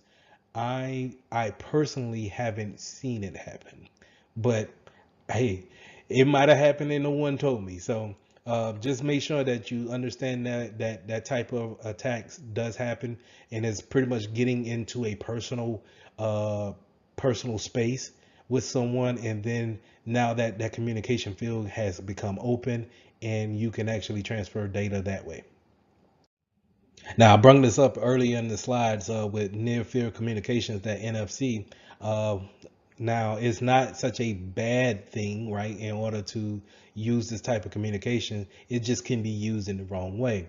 But it's also becoming a more convenient way for people to pay for different items. So you see this communication becoming more prevalent in places like gas stations, and gas pumps, where you could just point your phone or your card up to the device, and then it there's no swiping, there's no, inserting the card and then pulling it out. It's simultaneously communicating back and forth the information that's needed in order to pay for the service. Another connection that we have when it comes to our mobile devices is just plain old USB connections. And sometimes we like to plug in our phones to our laptops just to kind of charge them up throughout the day, especially in a business setting. But it's also a way that we can transfer data from one device to the next, right? So if, let's say, if I'm plugging up my business phone to my personal laptop, and my personal laptop is affected, well, guess what? I just open up another gateway into our business without me really knowing it, right? So as you could tell, there's so many ways that our data could actually just be leaked out without people really kind of taking it into accountability, or really, they could be wanting to do the right thing. It's just convenient wise, it was convenient to plug into your laptop at that time, but if you didn't know that your laptop was vulnerable at that point in time, and maybe had someone, it was part of a botnet, and now is going into the business side of things with your company, now we can pull that information, and it just creates a whole big mess, right? So how do we fight the USB connection, and data transfer without our permissions? Is 9 times out of 10 we're probably going to write some type of policy, group policy, to shut down our USB ports. And when I mean shut down, meaning we want to not have them communicate or mount the device onto the hard drive. We want them to maybe power the device, give it a charge, but it doesn't open up that gateway to actually communicate back and forth. So we want to make sure that is in a disabled, and but yet, in order to charge, make sure that's enabled. We also want to be aware of SMS type of notifications. So any kind of text that's coming in, or any kind of notification that's pushed to our phones, make sure your users are aware of what type of notification that may come from your business, and then what may be spam or some type of phishing type of campaign that comes in from a text form, right? So we want to use we can use SMS for helpful things, like adding another factor of authentication when it comes to logging in, saying, hey, we logged in when I use a name and password, but now the server sends us a notification on our phone, says, hey, we're going to give you a code on your computer screen. You may see something for you to type in a code. Type this code in. That way it's used in a good way, because if you don't have that phone, then I can't. 9 times out of 10, I'm gonna say, hey, my user will have their phone on them. So in order to know that this is you using this username and password, I'm gonna send this to your phone, because you should have that too. And then now plug that in. Now you authenticated. I trust that this is you, right? But at the same time, it could be something used in a bad situation, where I'm sending you a link in a text message, and I'm asking you, hey, would you take a look at this file that the finance department shipped over, and it's from a random number or a random person, and you don't know anything about it, but they use the terminology that you're working with. So you click on it, and now you open up that gateway to someone else to actually go in there and see what's going on. So overall, we want to make sure that we have our mobile devices patched as much as possible to ward us away from any type of vulnerabilities that may be on our mobile devices. Just like how we want to take care of our PCs and our laptops and servers, we want to take that same approach when it comes to the firmware on our actual phones. When Android and Apple say that, hey, we have updates ready, it's for security reasons and for functionality as well. You may get a little bit more of a functionality standpoint, so Apple may give you some new emojis, but if you really read what's going on when it comes to the updates, they're saying, hey, this update is to provide more security to the phone, basically. So just make sure that your users are updating their phones, making sure that they are connecting to a Wi-Fi connection and pulling in all those over-the-air updates and updating those firmware. So the same thing goes for your mobile cars, right? Your actual Teslas and your new high-speed car. That's it takes an over-the-air update. You might want to connect it to your home Wi-Fi in order to receive such a big package like that, and then now apply it to the car firmware. So in this lesson, we went over several things that can help you out when it comes to your mobile devices and the management of them. We want to make sure that we give our functionality to our customers, our users, and making sure that they can do their job efficiently. But at the same time, have them understand that these are just small computers that they have in their hands, and that they can open up other gateways for people to come in and actually see uh, business data on those phones, those tablets. So making sure that we have the proper management system for them and that they're up to date, putting in the proper policies to making sure that we have the applications that we want on our machines and that our users know how to properly manage them under their care. So let's get into lesson 14. This is securing application concepts. We're going to talk about different types of web application attacks that we may encounter, and how do we put things in place to ease that pain if ever faced with that challenge. So when it comes to your applications, you want to make sure that you have proper coding whenever you're working in an environment where you have a department actually creating an application. You want them to actually use proper coding. And in order to do that is pretty much based on validation of the code. So whenever someone writes the code, you want someone else backing them up to read that code and validate that it is proper code, and that you take any kind of mistakes out of it. So we want to make sure of that, but we also want to make sure when give it permissions to let's say like a third party application where we don't know the source code to that application, we want to make sure that they don't have more permissions that's needed in order to run the application, because hackers, what one of their traits is looking to have more permissions than actually needed. And so if I have more permissions, then I can manipulate and have the application do what I want it to do because I have the permission to do so. Now, when we're talking about developing an application in-house, we're talking about building code. And like I said before, we want that input validation. We want to make sure that code is actually validated by someone else who did not write the code. This way we could prevent things like buffer overflow, where we have we want a set number of characters to only go in to our, let's say, field, our username field, right? To give the example that you see here on the screen is that you have a set number, but let's say the hacker says, hey, I'm going to put some extra characters in there to see if it sends a error code to the database and therefore spills out the information that I would like to see in a memory bank somewhere. So this is how you get kind of like a memory leak, where it leaks out information because the server doesn't know how to deal with the extra characters that's put in. It's so we need a buffer there to actually say, hey, this is the capacity, this is the limit of what you can actually put in. So if let's say for most usernames, it's between 8 to 12 characters.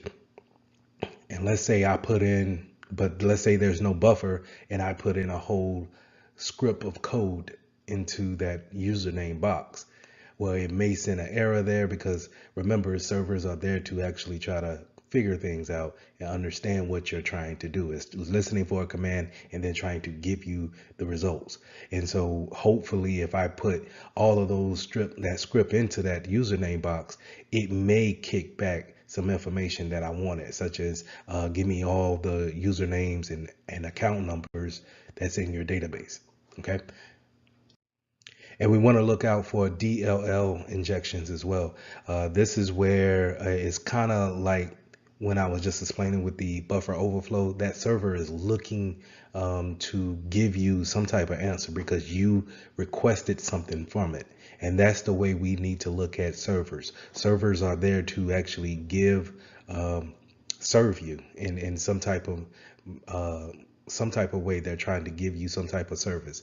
Well, a DLL is some extra functionality to that application that's trying to give you some extra function that makes your life easier when it comes to using the application. The first thing that comes to my mind is maybe like when you're using a calendar, it will give you the calendar for the next, I don't know, 25 years, right? So that extra functionality on, let's say, the application being Microsoft Outlook, well, that DLL driver that's sitting in the background of the application is built only to get that information from the server to say, hey, I want the next 25 years of calendar months, and we're going to store them until the user is ready to see them. But if I manipulate that DLL, whenever it calls out, I can have it call out to a rogue server and then have it deliver malicious software to your machine instead of those functions that it was built for. Have that same mindset when it comes to APIs too, application programming interface. That same mindset of someone taking advantage of the extra functionality that you want to have between two applications. So we're going to use the API for these two applications that normally wouldn't talk to each other. We're going to have them talk. Imagine if someone were to manipulate that line of communication. Now it can be redirected to their will, but we can eliminate this or reduce the risk of it by having some type of input validation. Again, this is having someone look at the code after it's written. That input validation part is going to show up again and again on the test. So just be aware of it.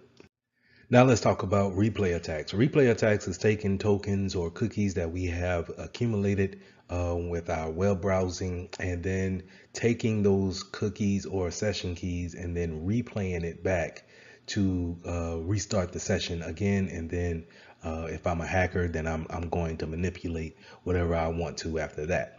So if I go to a spot, let's say my banking account, and they give me a session key in order for me to do some transactions, but then I'm compromised in a way and the hacker sees my session key. Hopefully it had a time to live on it, which is a TTL, and that normally cuts the session off at a certain amount of time. But sometimes you could take those session keys and put them back into a browser and it still has your account open.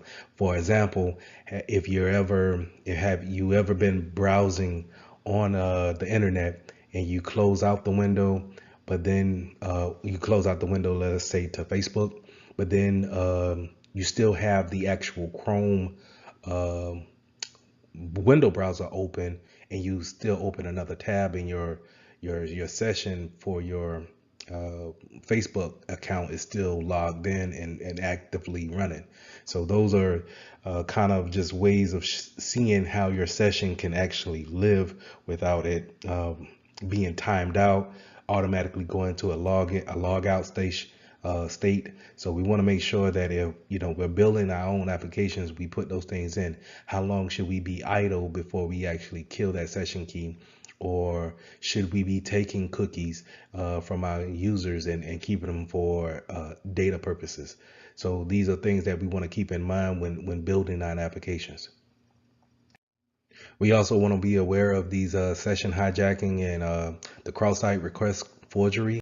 And this is where we are encountered by a link from the attacker that redirects us in some type of way or fashion or form. The main thing that we want to remember here is to teach our clients not to trust everything that we see when receiving emails or links in chats or links that are sent to you via the text. Sometimes links are very hard to read, and then even if they're easy to read, sometimes just one character can throw you to um, a whole different type of server somewhere that you didn't want to go. And sometimes these servers can give a front a front web page that looks promising. It looks like it's no harm to it, but you don't know what they're taking from you on the back end. We also want to watch out for cross-site scripting, and that's where a malicious hacker takes a script and embeds it on a legit website, and maybe the website owner doesn't know that that malicious script is on there, but it's there as a gateway to their malicious site, right? Or to gain some kind of access from your PC. So we want to make sure that we are aware of that. As security professionals, I put here on the second bullet, you can see that csi.forcepoint.com, we can go there and actually plug in the website that we are weary of, or just to check to see if they are any type of malicious links on there, and then we can warn our clients or whoever, hey, we might want to avoid that website until the owner fixes those issues that's on their site. Now, SQL attacks, I should have had this SQL attack slide right behind the buffer overflow slide, but it is pretty much how I like to group those things together. Is the SQL attack is normally how I look at a buffer overflow.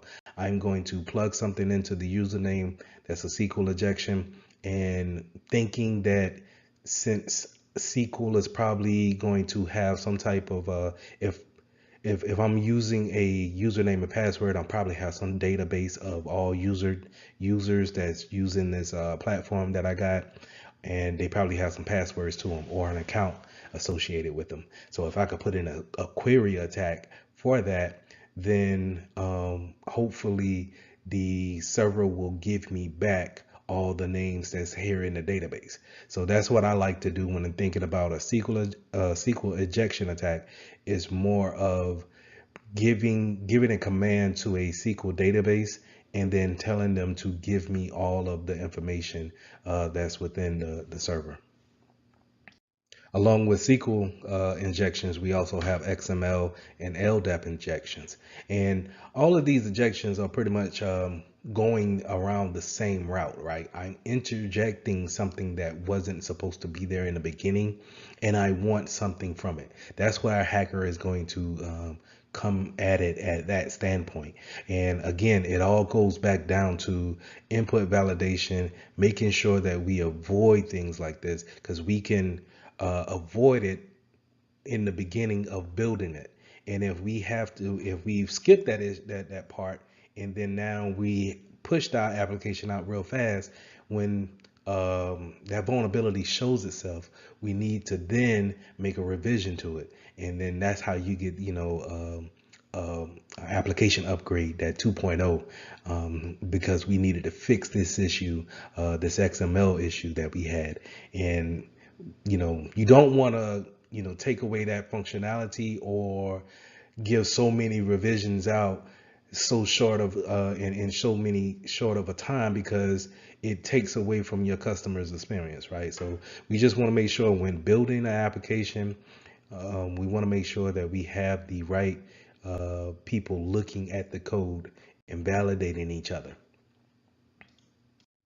Now, as a security professional, it's always good to give guidance when it comes to building an application in a corporate environment. So we want to take our people who are using code to build our applications. We want to make sure that they use the OAuth's website in order to see best practices on when writing code, or what's the top 10 vulnerabilities that we face when it comes to web applications. So this is a good way we can point them in the right direction so we can build our applications right the first time, and hopefully just make small revisions and not necessarily really big ones on a regular basis. So how should you handle your cookies when browsing on the internet? You want to make sure that we have cookies for the convenience of it, but we also want to make sure that we are not using the persistent, having our cookies be so persistent to where we never clean them out. Meaning, for example, for me, I use the cookies just so I can stay logged in to ESPN and I can play my fantasy sports, right? And I don't like to log into ESPN just to get to that profile to play my fantasy sports. So I keep the cookies there to keep that session going. But I have to keep in mind that I have cookies that's for other sites as well that's keeping me logged in to those accounts. And so I will say on a maybe 2 to 3 months, I clear out my cookies, I clear out the browsing history, and I make sure that I start back over, because you don't want to get into a point where if you are compromised and someone is snooping around on your PC, that they can look into your cookies and then find out where you've been, and then actually see if there's some sessions automatically authenticated in there. And so now you have, basically let them into an account that they really may have been looking for, but they're glad that it's always been open because you kept the cookies on your web browsing history. So I talked a lot about, in-house applications. If we're building it, then we're going to use input validation to actually look at the code, have someone else look at the code, maybe even have someone else look at the code. But let's say if we're using third-party applications. Let's say if we bought the application and now we're going to put it in-house. The main thing that we want to make sure in that situation is that we make sure that they don't have any vulnerabilities that's out there. And make sure if they do, that we have the patches ready to go for that application. We may need to put it in a test environment, see how it works, see if it still works with everything else that's in our environment, and then push it out to the mass. But we want to make sure that we understand that there's no vulnerabilities coming from outside into our environment now. So just make sure that you understand that when bringing in others applications, because when you're bringing in a third-party application, more than likely you're not able to see that code that they're using to make it. They're going to give you a finished product, and whatever the application does, it does. And you're not able to go in and see the source code and actually change it to customize it to your ability. Not all of them do that, but majority of them that you would come in kind of with are going to have some type of block on it. So just make sure that they don't have any type of known vulnerabilities that we know that you know of, and then if they do, making sure that you have the patches ready to roll out. You can also use some type of coding practice where we're using obfuscation on, and this is kind of like a big word for it, but another word for it is just using camouflage.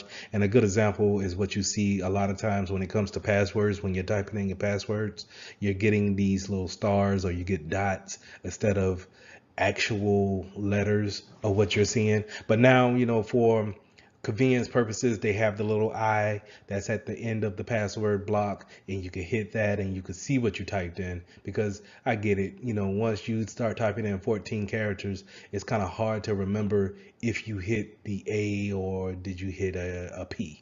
So I get it, but you can have that obfuscation there to hide things in front of people and make things secure, without being so secretive. Now, when we're building our own applications, we want to make sure we test it and test it and test it before we actually send it out to what we call production, when we are putting it into play for others to use, our clients to use, maybe our coworkers to use.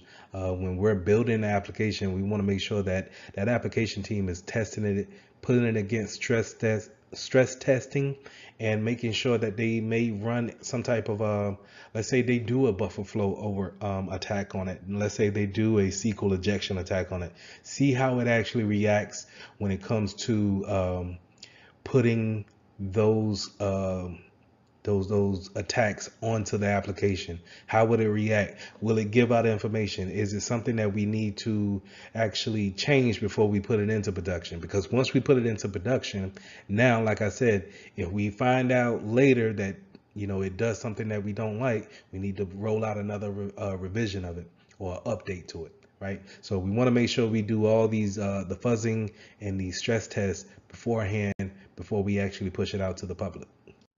Now, in a corporate environment, when we're rolling out a application, we want to make sure we have a process, some type of plan in order to deploy the application.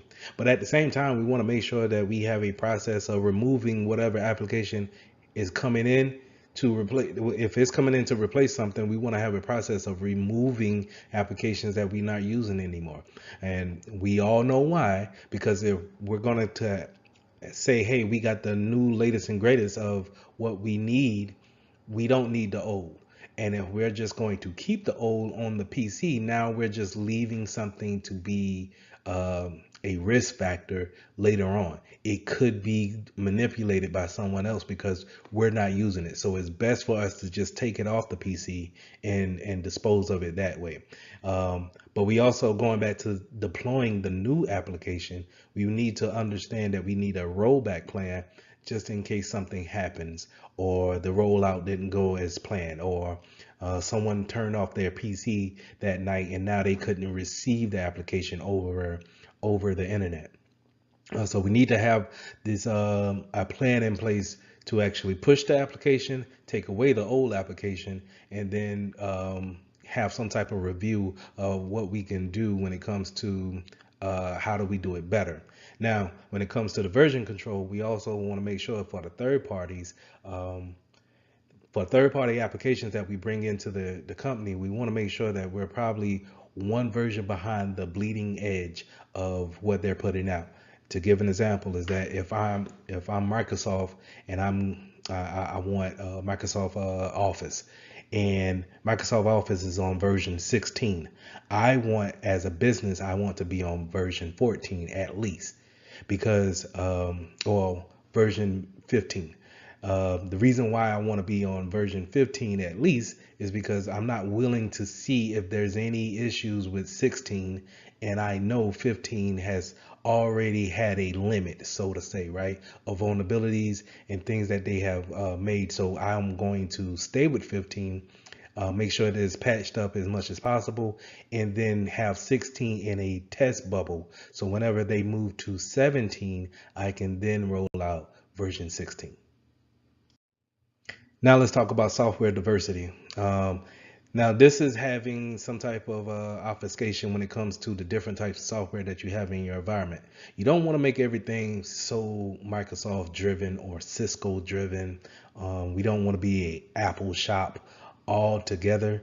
Like, we want to have bits and pieces of it. The reason why is because when you are just one shop, let's say if everybody's a Cisco is on Cisco devices, and then Cisco comes out, the company comes out and says, hey, all of our devices are vulnerable to remote coding and remote coding vulnerability, and it's a very critical vulnerability, and for right now we don't have an answer for it. Now everybody in the shop is pretty much vulnerable to this attack. In turn, it brings a big risk to you having to stop operations because you are vulnerable to this vulnerability. The one that comes to mind when it comes to an example is SolarWinds. SolarWinds just had a big vulnerability to where it pretty much crippled the applications across the board. Well, you had a lot of companies that would get that whole stack, because not only SolarWinds will offer some type of network appliance or device, they would also offer a application for help desk, or they may offer some other application for logging and SIM activities. So across the board, across that whole stack of applications, now you can't really do anything because all of this, all of the applications associated with them are vulnerable. So we want to make sure that we have a good diversity of vendors in our environment. We want to make sure that we're not all using the same products, but they work well together. We want that. We want things that work well together, but not necessarily made by the same company. And that gives a good diversity and a good security measure when coming into the when a hacker comes into your network. To give an example of that is that if a hacker comes into the network and they're very good at PCs, but then they jump the network and now they're on a Mac PC or a MacBook, I'm sorry, and they don't really learn Linux like that. So now it creates a defense in depth again by having something that someone is maybe not be familiar with. All right, just by having that diversity. So the key points to review when it comes to application building, remember the most important thing that I want you to take away from this lesson is input validation. If we're building the code, I want someone to build it, but I also want someone to check it, maybe even double check it. All right. Now we went over different types of attacks that could happen when it comes to coding, and we also went over some type of remediations that we could put in place when it comes to the attacks that go against our different applications. So lesson 15, let's go over implementing secure cloud solutions. We're going to go over the different types of deployments. We're going to go over different types of services that you can get in the cloud. And then we're going to go over how we should carry ourselves when putting things into the cloud, and how do we scan for different things when they're going back and forth from our local environment to the cloud environment. So there are three cloud deployment models, and we're going to go with public, private, and then hybrid.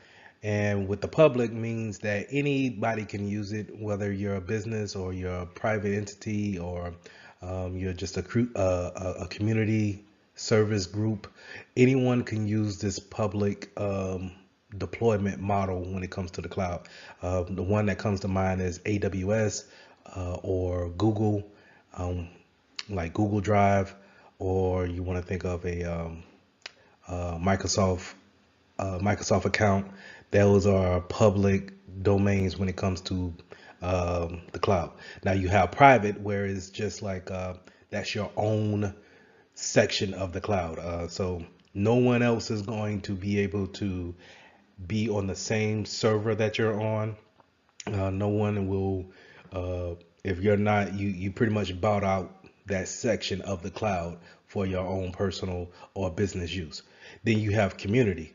Now, community or some type of hybrid, I'm sorry, some type of community means that we're doing the same thing. We're in the same industry. So I like to think of it in a medical sense, where you may have a big hospital that needs to put information into the cloud, but you also may have a small dentist office that want to put things in the cloud. Since we're in the same medical field and we deal with the same type of data, 9 times out of 10, we're probably can get together and get into a cloud deployment in that community section.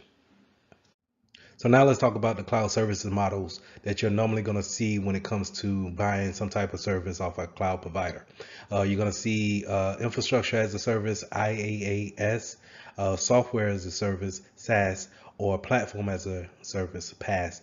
And we also are kind of getting into the anything as a service, that's XaaS. And let's start off with infrastructure as a service. Infrastructure as a service is pretty much they give you the bare bones of a cloud environment. So they're going to give you maybe an operating system, and you're going to have to build everything from there on out. So they may not even give you the operating system. They may just give you storage and a interface in order to connect to it, to the cloud platform. And now you have to go up there and set up your networking. You need to set up what type of servers that you want to use, install the servers, configure the servers. You're building everything from scratch. So I want you to think about whenever you see infrastructure, it is the most work that needs to be done in order to get a finished product. You're talking about someone who can go to the grocery store and buy raw materials and make things from scratch. All right, not just buying something that's already pre-made and then warming it up. That's more in these other models that we're going to get to. So infrastructure as a service is bare bones. You're building everything from the the from the ground up. That's the easiest way I can put it. So software as a service is well, let's skip software as a service and let's go to platform as a service, and then we'll go to software. So platform as a service is you already have a pre-configured OS, and it's going to be sitting there waiting for any type of configurations or special applications to go on there, and now you build it from that standpoint. But like I said, infrastructure, they won't even give you the OS. They'll just give you basically a box. All right, if you want to think about it like that, a empty server, and they say here you go, and it just have the bare bone minimums. But the platform, at least it will give you a baseline, some type of OS that you want to build upon, and it has that infrastructure already configured in it. So you'll have the networking, the CPUs, the memory. You'll have all those things allocated, and you'll have a OS to work upon building your application or building however you want to build your database on top of that. Now, software as a service, they're going to only offer you the application pretty much, and these are ready to go, and you have less work to actually configure. It's going to be pretty much, these are the layouts. You don't really get too much of a configuration or customization to your company. So a good way of thinking about this is things that we already use on a everyday basis. So if you have an email account with Yahoo, Gmail, or Hotmail or whatever, those are software as a services. They're already pre-configured for you, and you just pretty much log in and you use them. Another one will be any type of Dropbox, Google Drive. These are software as a service type platforms where you log in, and now you can change like who can see whatever, but you can't see no code. You can't take the application off and see what's running the application behind the scenes. So you can't see that OS behind the scenes that's running the OS. I mean the application. You could just see the service that you're seeing, right? And those are the most ready to go out of the box.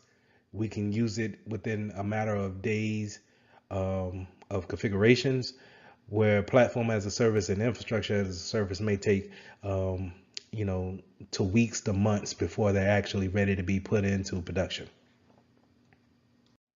Now, when we thinking about what the cloud is, we need to go back to what a hypervisor is and how it actually runs. So we have two types of hypervisors, and type 1 will be a bare metal hypervisor, and that's where the OS is going to sit on top of the bare metal, and it's going to run the virtual machines off of that bare metal instance. Okay, that will be the picture off to the lower right hand corner, and that's where you're going to see different types of VMs coming off of the hypervisor software that's there. Now, a type 2 hypervisor will be something more where you have a hardware, but then it has a operating system already installed on it, and then we actually go in there and allocate some of the hard drive and memory space that's allocated to that's given by the OS, and we can actually spin up virtual machines off of that. That's where you see where things like VirtualBox come into play, or oh Jesus, VMware platforms come into play, where you actually download it on your personal PC, but then you can spin up a Mac OS on a Windows platform on your personal machine. So that's type 2 hypervisors. When we're talking about the cloud and these cloud providers, we're more than likely going to be talking about a type 1 hypervisor. They're going to be, giving, they have data centers that are type 1 hypervisors, bare metal, and they have the hypervisor software spinning up different types of virtual machines for the consumers. Now, when we're talking about having security controls on the cloud, we want to make sure that we follow the same format that we do when it comes to physical devices that we have in our environment. So we want to put endpoint protection on there. We want to make sure that we have policies out there regulating what users can do and what they shouldn't do. We also want to make sure that our firewalls and our logging systems are actually seeing the traffic and logging the traffic, maybe preventing the traffic that's going to our cloud provider, and making sure we watch that traffic from our users to the cloud provider. So making sure we have all these things in place will keep our data secure, but at the same time keep our internal networks secure as well.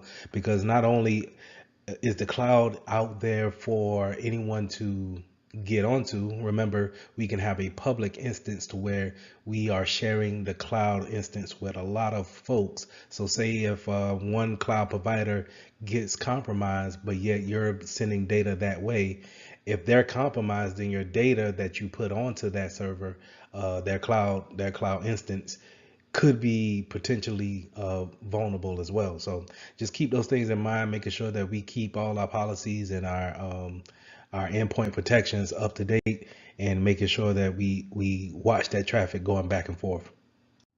We want to make sure that we are aware about how much power we want to pull from the cloud environment. So the reason why the cloud is so popular is because of its elasticity, resiliency, being able to expand, contract at a very short time.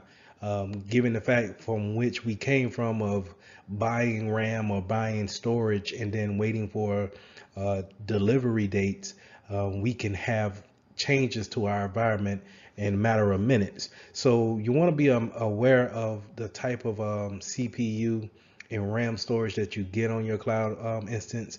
You want to make sure that you have something that's allocated within your budget. Let's say that you don't want to overkill something that doesn't.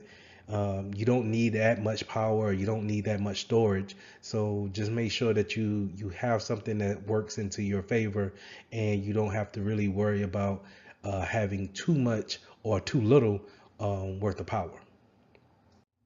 Now, with that power comes availability too. A wonderful thing about the cloud is that it seems to never be down, right? And a lot of these cloud providers, they have databases scattered throughout the globe, and they're all connected to where if one were to have a maintenance day or even a natural disaster, then they can easily route traffic to another point, and you as a consumer really never see it go down or is not available. So having that uptime, having that availability standpoint is such a real attractive point to businesses, because where if we're having all our data in one spot here in let's say Tennessee, and then a hurricane comes and makes it to Tennessee, one makes it to Tennessee and then destroys that data center, then now we have to pretty much suspend business until we get that data center back up and running, and that could take months to years, right? So having a cloud instance back that data up or make that data available at any given time is something that we want to look into, and making sure that we have the proper cloud provider in place in order to make our data available. Now, when you're talking about the network section of the cloud, we want to make sure that we focus more on private networking and separations of the networks. We making sure that we do a logical aspect when thinking about how we actually divvying out our IP addresses when it comes to the cloud, making sure that we're not just lumping everybody into the same mixture. We want to do it like we do a physical building.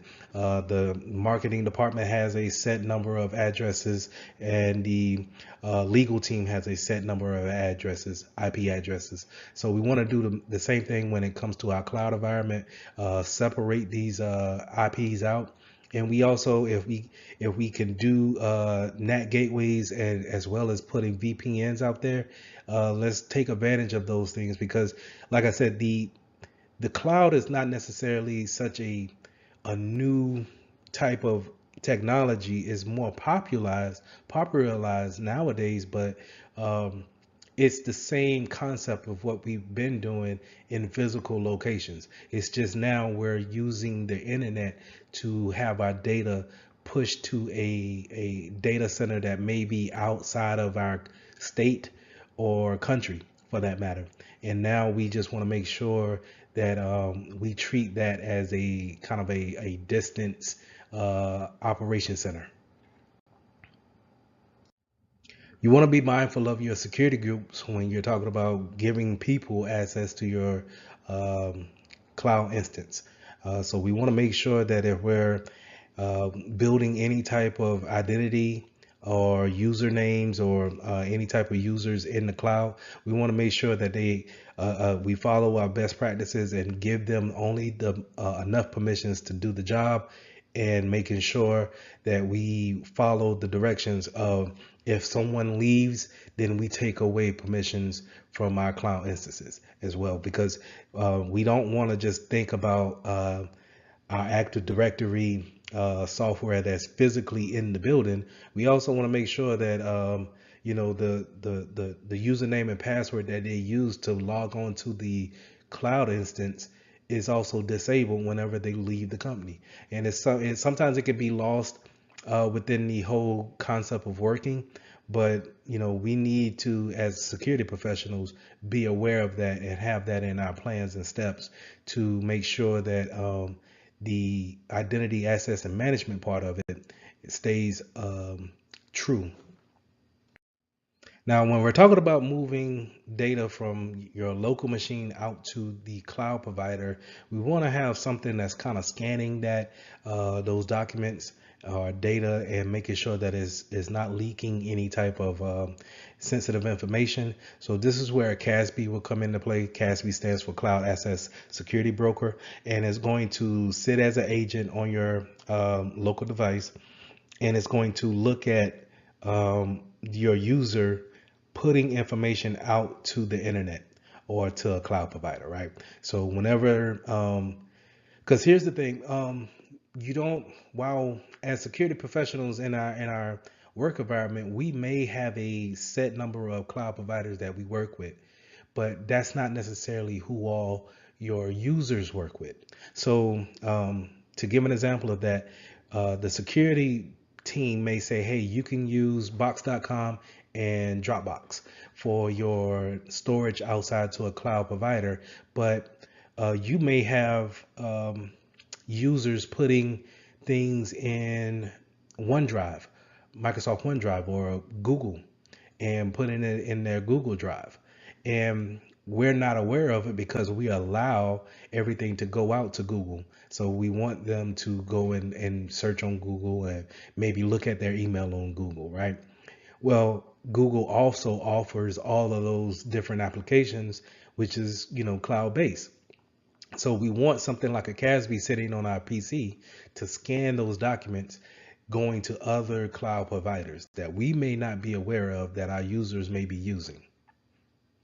So in this lesson, we went over the different types of cloud deployments, the different types of services that you can have, and we also went over different types of security measures that we need to put in place in order to teach our users how to use their cloud environments properly. So lesson 16, let's start talking about data privacy, and then some protections we take in order to protect the data, the information that we're working with, some of the files that we work with on a daily basis. Let's talk about some of the concepts that we use to protect it. So when we first started talking about Security Plus, we always just kind of referred everything back to the CIA triad. Remember that triangle image that I showed where it said confidentiality, integrity, and availability. And then, based on how your business is set up, you will either focus on either a confidential factor or an integrity factor or the availability of the data. But however you want to focus those main attributes is still based on how do we protect our data, how do we make it available, and then making sure that we keep it true to the changes that we make. So that's the integrity part. So we want to make sure that we always keep those things in mind. We want to make sure that the privacy, when it comes to who can see it, the confidentiality and the integrity part is something that we also focus on, no matter if we're just needing the information to be available most of the time. We still want to make sure that the privacy aspect of it is still upheld to a high regard. This is also we want to make sure that we have these things in place for data when it comes to its life cycle. And that's when, we first create a file, we first create that Word document, and we put the first page, the first words on it, and we create that file. Once we save it, it's created. And then if other people are using it, they edit it or make some changes to it in some type of fashion, we want to make sure that those things are upheld. And we want to make sure that if it's some type of important document, is really comes down to what's in the document.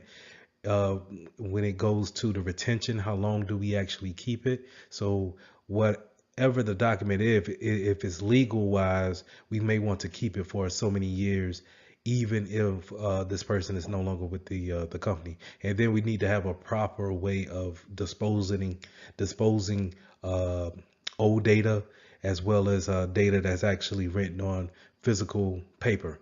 How do we go about disposing those type of information and making sure that we do it in a proper, secure way? Now, just because you create a file doesn't necessarily mean that you will be the owner of a file.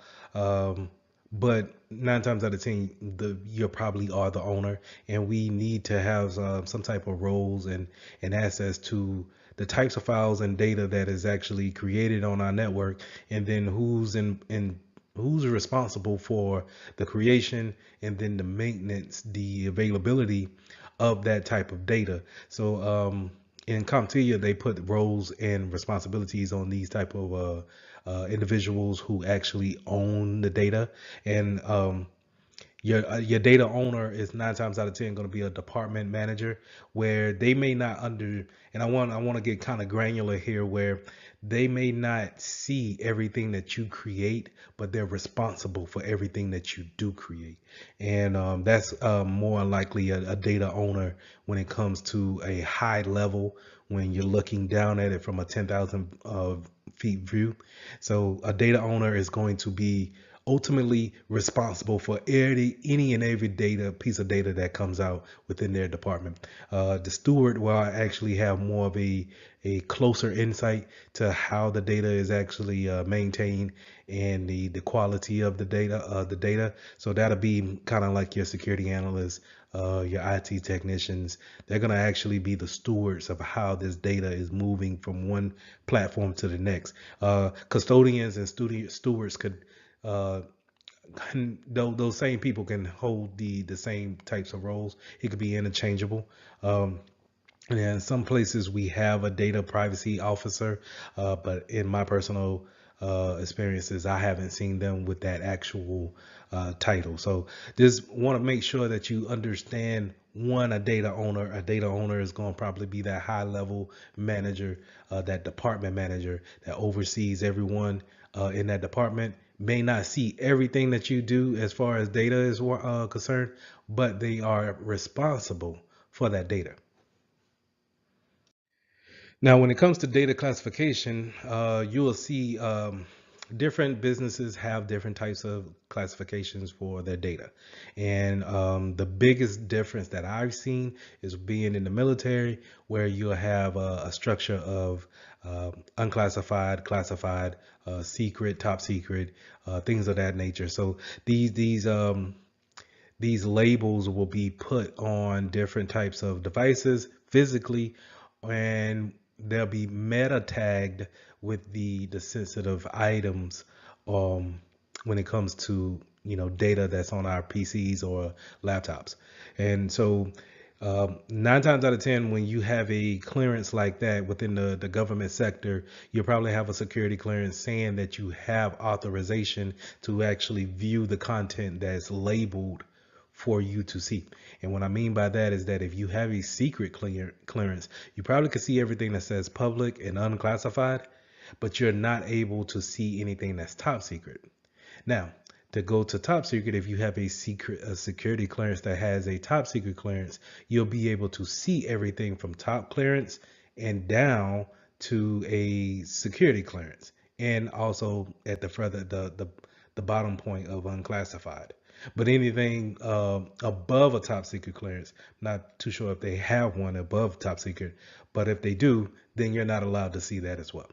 So just know that it's very strict when it comes to the government sector of it, but in a civilian sector, when it comes to classified information, we need to understand that each amount of data that is classified, that's where we want to make sure that people have the right permissions in order to see that data, and more importantly, to make changes to that data, to move that data. So we want to make sure that whenever we are creating sensitive items, that we tag these items properly in order to keep that type of classification on them, and then putting them in the right hands when it comes to permissions. So some of your more famous data types could be PII, which is personal identifying information. So that's going to be your name, date of birth, social security, birth date, anything that is describing you as a person, an individual, that can easily be taken and then used to qualify someone else as you, acting as you with that information. So we want to make sure that we are aware of those type of that type of information that's put out there. But that PII also goes into the customer data too, where a lot of times we can't go into a store now without giving up some type of personal identifiable information.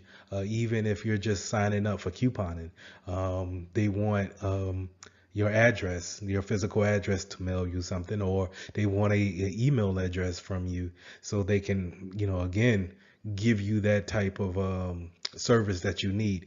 But you want to make sure that, whenever, if it's not necessary to give up that information, that we want to refrain from that.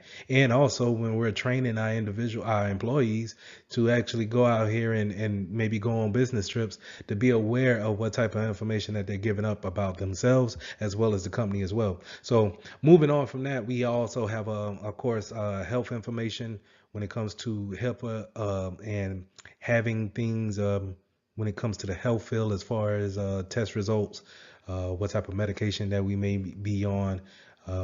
Those things that are secret to us need to be tagged in a certain way. Of course, in the financial field, when we all think about our bank accounts, those are things that we want to hold sensitive, and make sure that we have the confidentiality into it to where we can only get to it, but also that integrity factor of no one. If I look in there and see $5,000, I need to make sure that that's my money and that it hasn't been taken away from or added to without my acknowledgement and my consent. So with privacy notices and data retention, this goes back into the type of laws and litigations that's put in place in order for us to gather this information, but also keep it safe, and keep that confidentiality attribute held on that data. So the main thing that you really want to take from this slide is the General Data Protection Regulation, the GDPR. And we want to make sure that we understand that this regulation is put in place in order to provide a standard how we should collect data and then keep that data safe. And understand that the people that we gather this information from, we need to let them know what we're gathering and then how long will we keep that information. I want you guys to think about something. When you fill out applications for these new jobs, how long are they actually keeping the information on your application or within their data banks? So I've seen a couple of businesses have, when you fill out an application, they will say we'll keep your information on file for the next 2 years. And that gives me an indication that, okay, if they are under any kind of breach, then my information could be leaked out because of them keeping it for the next 2 years. So I want you just kind of think about that when it comes to data retention, that it's not necessarily because they want to harvest your information and then sell it out, but it may be that they're under a law, some type of regulation, in order to keep that data and make sure that it's secure. Now, if they're securing it, that's another whole, factor, but they are gathering the information that you give voluntarily. So data sovereignty and geographical considerations. The main thing that I want you to really take away from that is that when you're submitting some type of information to a cloud provider, it's important to understand where they're located at, where a lot of these companies are, to back up, we're all connected on this globe. So you may be contacting a company that's based in Britain and is under the EU standards and regulations, but yet you're stationed here in the United States. So the way they handle your information is way different than how we deal with it here in the States. So we want to make sure that we are aware that we can't just put our customers or our clients' information on different servers within different geographical locations. That's where we need to be aware of how does that country actually run their laws and regulations when it comes to PII, and how long if we're going to go that route, what's the regulations? How do we govern ourselves in order to have our data hosted in another foreign land? So privacy on the breaches and the data breaches. So whenever we do have a breach, it's important that we understand the process we need to take in order to letting people know that we have had a breach or data has leaked out.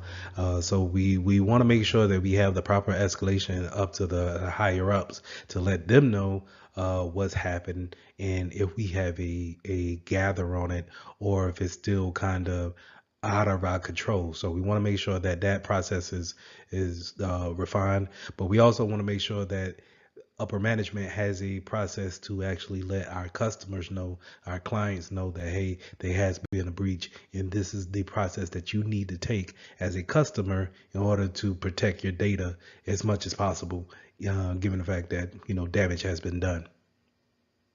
So throughout our course, we already touched on these two different types of policies and documents that we want to have in our arsenal. We want to make sure that, when it comes to data sharing and then the privacy terms, that our SLAs will have those type of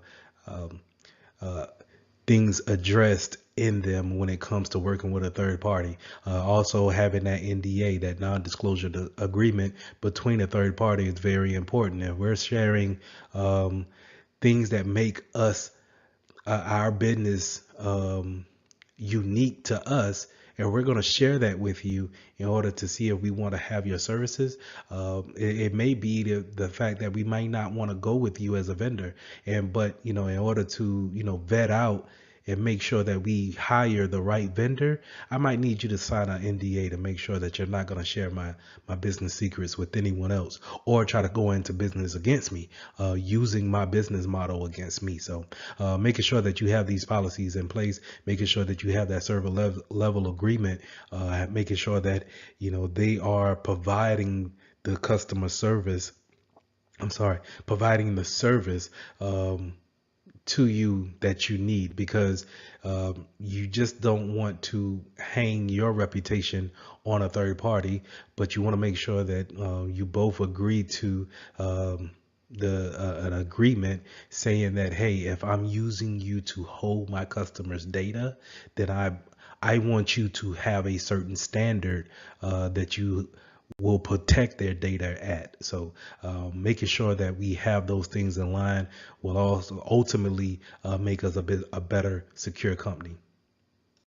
So I think this slide should have been a little bit higher up in the show, but protecting the data at rest as well as in transit, and making sure that we have it protected during the use of changing it, and making sure that the integrity is correct whenever we do change it, is very important. We want to make sure that, when it's resting, it's not being used at that time, it's sitting somewhere on a hard drive and just waiting to be accessed, then we want to make sure that it's encrypted. And of course, we want to make sure that we have that encryption moving data from one source to another. So we want to make sure that we have, whenever it's traveling across the network, that we have that encrypted in capsule around our data.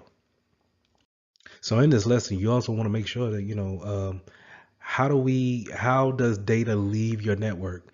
Not necessarily just thinking about the daily tasks that we do in order to hold business, but how are other ways data could actually leave from your possession out into the open or into the wrong hands.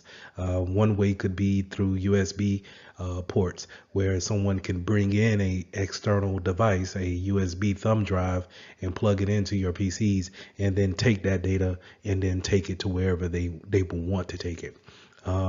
Using things such as a cloud hoster, where someone is they have a Dropbox account or a Google Drive account that's accessing that network, that cloud provider within your network, and transferring data that way.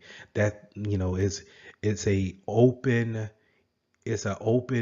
access to exfiltrate your data out of your possession into a data provider that you're not having any kind of security control over. So we want to make sure we have things in place such as DLPs, devices, data loss prevention providers, that can see the data moving in a non-secure way. We want to make sure that we have our CASBs in place, that if we see that type of data leaving into a cloud provider, that we are able to flag and stop that type of data from moving out. So keeping these things in place will allow you to have some type of control, security control over access points that come into your network, and you're not necessarily aware of it. So going into the data loss prevention, just like I said before, is going to look at that traffic that's leaving out and seeing if there's any kind of sensitive tagging to it. Is it a sensitive item? Is it a secret item, top secret item? Does it have PII in it? Does it have any type of social security numbers, banking routing numbers, and account numbers? Is it a larger number of data that's leaving out? Your DLPs should be able to see that, flag it, and then stop it. And it can look at it via the emails that we send out as clients. Sometimes we send emails out, or it could see it as someone taking a file and then transferring it to a USB thumb drive. Some DLP systems will even detect if someone takes a picture of the screen with their cell phone. and then they can alert you on that, and then we can have a early jump on data moving out that way.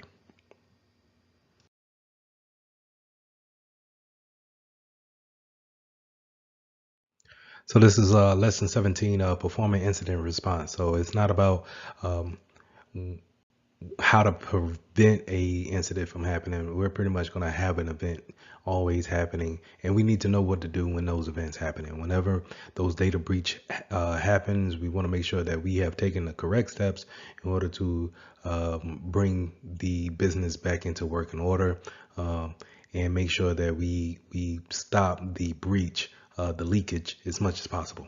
So let's get into it.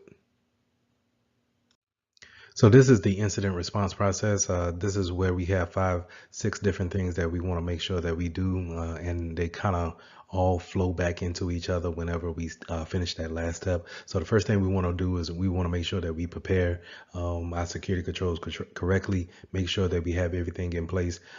This is where we plan and prepare and design our security stack in order to make sure that we have the best security for our data. Then we want to make sure that we um, identify if a breach has happened. So we want to make sure that we have a good identification if a breach is actually happening, if a leakage is actually happening, going on.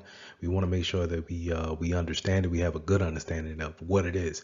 And then once we have that good understanding, we want to make sure that we contain it, make sure that we stop the spread of it. So if it's a virus and it's constantly spreading from one PC to the next, we want to make sure that we get those things off the network and make sure we contain it as quick as possible. Then once we contain it, we want to make sure that we eradicate it. That's to actually kill it or stop the leakage. If someone is transferring files out, we want to make sure that we have things that can go ahead and stop that file transference outside of the network. And then once we have that, we have eradicated the issue, then we can work on the recovery road if we need to actually load from backups in the case of a ransomware attack, or we need to, do some reimages on some PCs and make sure that they're starting from a clean slate. And then once we have those things in play, we want to do a lesson learned or a post incident activity session with the people involved in the incidents. So when I mean by involved with the incident, not necessarily your victim, but your incident handling team. That'll be the people who are working in the security group to actually, work together to get things identified and then contained and then eradicated. So we want to make sure that we have a lessons learned with them, and then from there, we want to take the things that we've learned in that incident and then prepare us, going back to the first step, prepare us on the next time we have an incident that happens.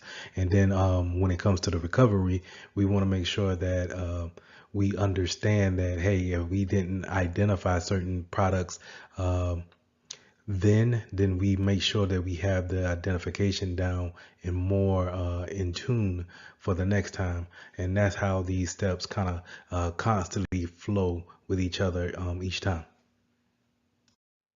Now, as I stated before about how you'll have a team that works together that's strictly for getting a incident handled, identifying and then handling those incidents and making sure that they stop them before they become into real big problems or lingering problems. And 9 times out of 10, this is called a cyber incident response team. And these teams are specializing at looking at the flow of traffic, looking at things that are normal in the business flow, and then seeing if there's anything that they need to proceed with when it comes to actually putting the plan in process.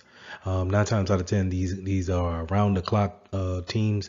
So 24 hours, they probably are watching your logs, watching traffic flow in and out of your company, and then being able to alert you at any given time when it comes to an incident. And for my case, my company has a third-party vendor that does this for us, where they constantly watch everything, and then whenever they want to make a of a administrative type of call where they want to block a traffic or block a port or a IP address, they may give us a according to the severity of it, they may give us a call and or email and ask for permission before doing so.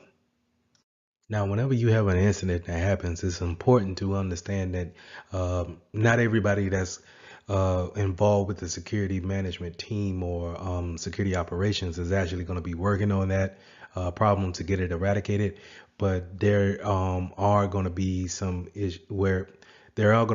scenarios where your superiors, your managers, or you may need to report to higher up or upper management or your stakeholders and make sure that they understand what's going on and that you have a good grasp upon the issue. So you want to make sure that sometimes these communication plans are actually practiced, written out, and then presented in a way to where normal people can understand what's going on, but at the same time not giving away so much information to where it could be detrimental later on. Now, some companies, they have a playbook that they actually follow when it comes to incident response. They have some type of procedures that they follow. Now, these things could be uh, well documented, but at the same time, in my personal opinion, I think it could hinder you because you're looking for step one, you're looking to actually fulfill um, that task of step one, and it may not cause for that. Each incident may be different than the last, so it's good to have someone that's on staff to handle these incidents that can be versatile when it comes to understanding what is happening and then how to actually stop it and recover from that. So, but just to know that having a plan is always a good stage of attack, but being able to pivot at any given time is always a better point.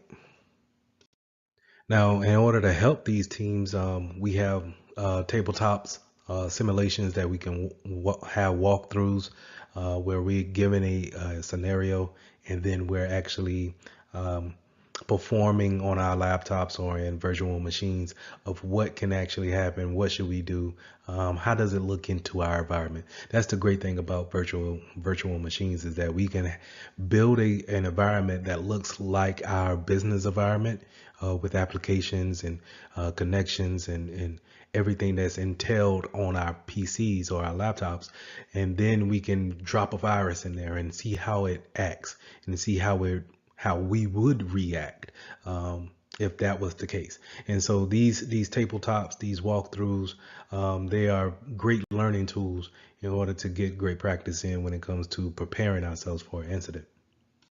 So let's go into incident response and then what's the difference between that and disaster recovery and then retention policy. Uh, Now, incident response, like I said, is it may be an attack that's not necessarily a disaster. It could lead up to it, I believe, but I think it starts off as something that can be handled within 24 to 48 hours. And it's something that should be handled by a group of individuals, such as our incident response team. Now, again, like I stated before, we can have plans for any kind of incidents. Such as, to give an example, someone left their laptop, their work laptop, on a plane, a business trip, right? And now we lost that data that's on that PC. So now that's an incident, and we need to take a certain steps in order to recover that data, make sure that that data is protected and is unreadable once it's lost, right? But in the difference between that and in a disaster is that a disaster is so bad of an incident that it may stop the business from existing. And if the business doesn't recover it within 2 weeks time or however long it takes for your customers to allow you to be down from service, it could end up in detrimental disaster like that. So we want to think of disasters as being either man-made or um, a force from God. So we're thinking tornadoes, um, earthquakes, things from man. Let's say someone burned down the building. So these are things that falls into a disaster type of a category, and we have different type of planning and recovery tactics when it comes to disasters. Now, when it comes to business continuity plans or retention plans, we want to make sure that these are things put in place that keeps the business running at all times. These are procedures that helps in a daily process of of running the business, but not necessarily is these things, these retention policies and business continuity plans help in the disaster recovery standpoint, and it could come into play when it comes to incident response as well. But it's more built on a daily process of how do we keep our business making money and moving forward.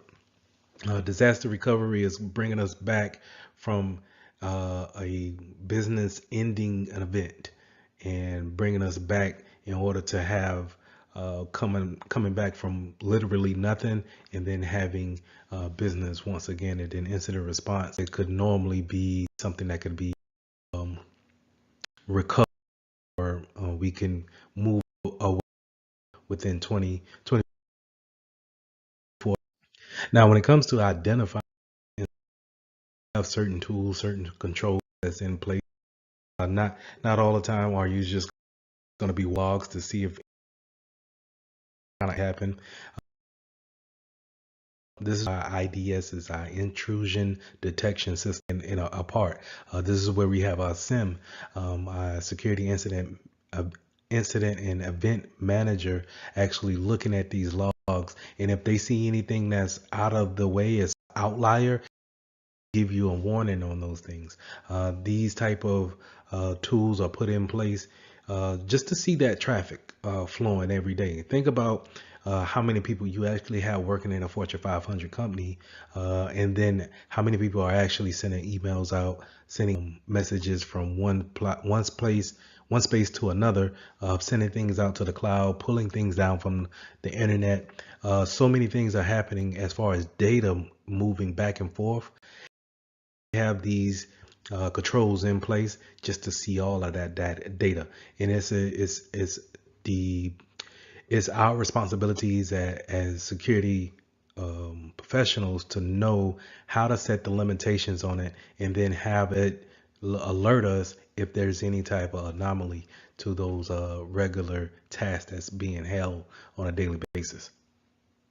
So this slide just kind of reiterates what I was saying on the previous slide when it comes to the security information and event manager management system, which is a SIM, a very good tool to put in place to watch that data flow back and forth and then give you alerts if there's any kind of issue that needs to arise.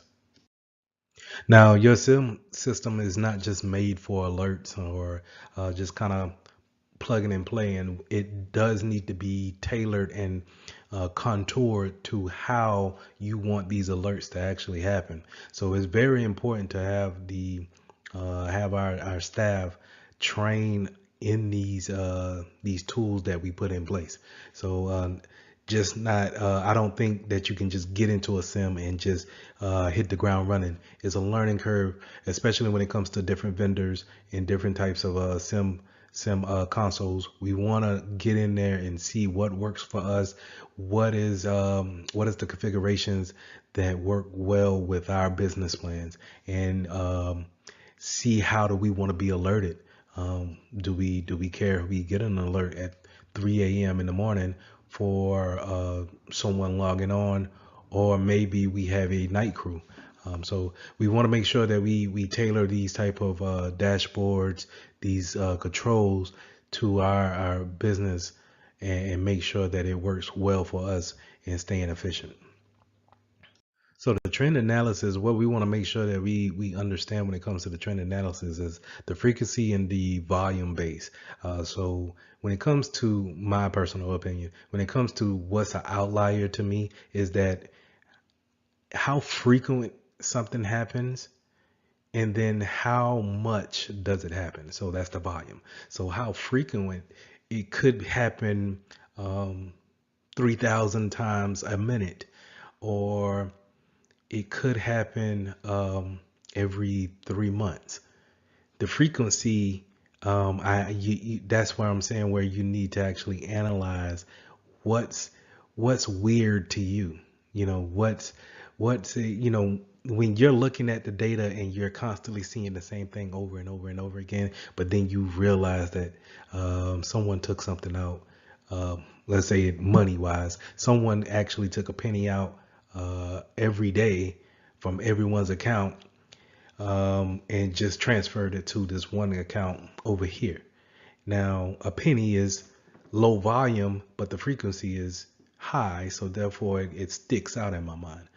Whereas if I'm taking $3,000 on a monthly basis, then the frequency is low, but the volume is high. So therefore, it kind of raises red flags, and that's the kind of things we want to look for when it comes to our data leaving out of our network, and seeing who's actually, where is it going, why is it going there, why so much at this time. So those are the type of trends that we want to look for. We also want to make sure that we have a good understanding of our logging systems, our logging platforms. Logs are going to keep everything basically written down for us. This is going to be our note taking when it comes to every PC, every server, any type of device that's on our network is logging down everything that it does. And we want to make sure that we understand where our logs are, and then how important they are when it comes to the accuracy. We want to make sure that we take away the permissions of people being able to delete logs. A good indication that you've probably been breaches. If you ever see any kind of deleted logs, you may want to go in to see who deleted them, and were they did they have the right permissions being on your network in order to delete logs. So just understanding that if something happens past business hours, a good way of understanding what took place is through your logging system, and making sure that those things stay accurate is very vital. So I said that you have logs on your system, but you also have logs in your DNS system. And remember, DNS is where we get the domain naming system when it comes to knowing what IP address matches what actual name of a website. You also have logs there. We also have logs when it comes to VoIP call managers, and having these type of logs and history. Like I said, it gives us a better way of threat hunting, making sure that we can see what's going on when we're paying attention to something totally else. We may be in meetings all day, and then once we get some alerts, we want to go back and check the logs to see, can we confirm has a breach happened, or can we confirm something's going on without our consent. Now, metadata is the information about the information, or the information about the data. So this is when you're creating a file. Metadata is actually the data that's about that file that's created, and it kind of, I want you to think of it as a data that lives on the backside of it. It's the information, the properties of that file, and it 9 times out of 10 is going to have things of time and date, and then who has permission to it. And if we're really high speed, we can have it set as if it's the categorization of it, as far as, is it a sensitive document or is it unclassified to where everyone can read it. But metadata is something that our DLP systems will use, our data loss prevention systems. So whenever we send a sensitive file out, our DLP system will read the metadata that's tagged along with it and say, oh, well, I'm not going to actually read the whole paragraph that's in this Word document, but I see in the metadata that it's a sensitive document. I'm going to flag it and make sure that it doesn't go out, and make sure that I, contact the person's manager and make sure that they're trying to send out some sensitive information based off the metadata that was created. So let's jump into this containment phase. And the containment phase is when we have identified the issue and we understand how to actually, we want to know what's affected and what's not affected. And then how do we isolate that? A lot of times what you'll see is when you get your security job, they'll tell you to just go ahead and have the user unplug from the network to stop the risk of spreading the virus, or the case of if someone's actually traversing at that time on the network, to unplug from the network, and now they can't go from your PC to the CEO's PC that's on the third floor.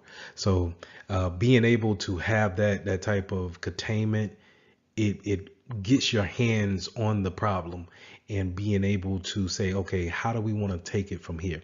Now, having that network segmentation helps out with this immensely, because in the beginning of us actually architecting the network, we set a network segmentation up to where if someone gets into a particular network, that they can't just go to everyone's PC. Remember, we have different VLANs for different departments or different teams, and we can have that type of separation to where it can already make the containment phase even easier. So just keep those things in mind, that having that defense in depth within the planning stage also helps out when it comes to actually putting things in play, in motion, and you actually want to get things contained. So to dive a little deeper into the eradication, how do we actually stop the issue that's going on? Let's say if it's a virus, did our antivirus, will it work on this? Is it a 0-day attack? Are we able to actually clean the PC? And if we clean it, do we feel confident on putting it back on the network? Maybe we want to go ahead and to feel totally comfortable with leaving this box on the network is to actually re-image it, bring it back to its beginning state, clean all the data that's on it, and being able to put it back on the network. Or do we want to get rid of it altogether? Save the data that has been saved and what can be saved, and then move on from it and give that new user a whole new PC. Maybe we feel comfortable in that. So all those type of things goes into your planning stages, and also it could come at the end when it comes to post activity, lesson learned, and seeing, okay, for the next time this happens, we might want to just go ahead and re-image a PC. So those things need to, those questions need to be answered either during or pre-incident. And then when it comes to the recovery, each eradication may have some type of different way of actually recovering the information, and it doesn't always need to come from backups or just having those things come from your things that's saved on file. Maybe we need to actually give you a whole new PC, and that's how we recover the time that you spent without a PC. So I think the eradication part and the recovery part could be vetted out a lot better in the preparation part when it comes to business flow. So kind of jumping back to the network segmentation part, having those firewall configurations are very important when it comes to making sure that we have the information going out that we want, and we don't have the traffic that we are not aware of or we don't trust coming into our network. So we want to make sure that our firewalls are set up correctly, and then we want to make sure that we check those rules on an annual basis to make sure that, hey, do we have some old stale rules out there? Could we add some that we have came in kind with? Who has access to our firewalls? Are they able to just add any type of rule that they deem to be beneficial? So all those type of things we need to, think about and then actually put into play when it comes to firewall configurations. A lot of our incidents comes from our users actually just doing their daily tasks and going out and onto the internet and looking at different sites in order to get their job done. And a lot of hackers will put these type of traps out there, just kind of seeing what they can catch. It's almost like casting a bait out there in a fishing line and seeing what catches. And we want to make sure that we have security controls such as our DLPs in place for our mobile devices. We want to make sure we have our mobile device management systems in place, just in case you get something on your phone. We can go ahead and remote wipe the phone. So we want to make sure that we think about our mobile devices. We want to think about when it comes to DLP, we want to think about how people are sending things out in emails. When we're thinking about our sending information out to a website or a cloud provider, we want to make sure we have our CASB in place to where it can scan those types of files and stop any type of sensitive data that's leaving out to these different types of cloud access providers. Now, as far as our endpoint configurations, we want to make sure that we have antivirus sitting on our PCs, some type of DLP agents that's sitting on our PCs, watching the flow of traffic, making sure that we can see things in the data sense of leaving that box. We also want to make sure that our end users are aware of the type of attacks that may happen within their PCs, but also in real life when it comes to social engineering. Not letting someone onto their PC just by intimidation factors. So they need to understand what type of vulnerabilities that they have, that they face when going to their favorite website or versus just coming to work that day and being approached by a total stranger. We also want to make sure that we have some type of application block list and allow list. Are we going to just allow any software to be on our PCs, or are we going to have hey, you can only have these set of 20 applications on your PC because you only need those applications to do your job. And if you don't need them, then we need to go ahead and just remove them. And then when it comes to actually getting let's say affected by virus, or so to say, will our antivirus quarantine that type of virus, or should we go ahead and jump into physical mode and then unplug it from the network? So our key points to review is that when it comes to incident response, it's not necessarily it's not necessarily that you won't get an incident or become breach. It's a matter of fact of when. And when it does happen, are you going to be ready for actually putting a plan in place, being able to identify your issue, being able to contain it, and then eradicate the issue, and then recover if necessary. But then after that recovery, are you going to be able to sit down, say, have a lessons learned or a post activity discussion, and then prepare yourself for the next one? Lesson 18, let's talk about digital forensics. So whenever we have a incident that goes down, sometimes we need to actually hold that information or that data for law enforcement and for cases that may be held in a court of law. And so we need to run proper digital forensics on different types of workstations. So in this lesson, we'll go over different types of tactics and what we should look for when running forensics.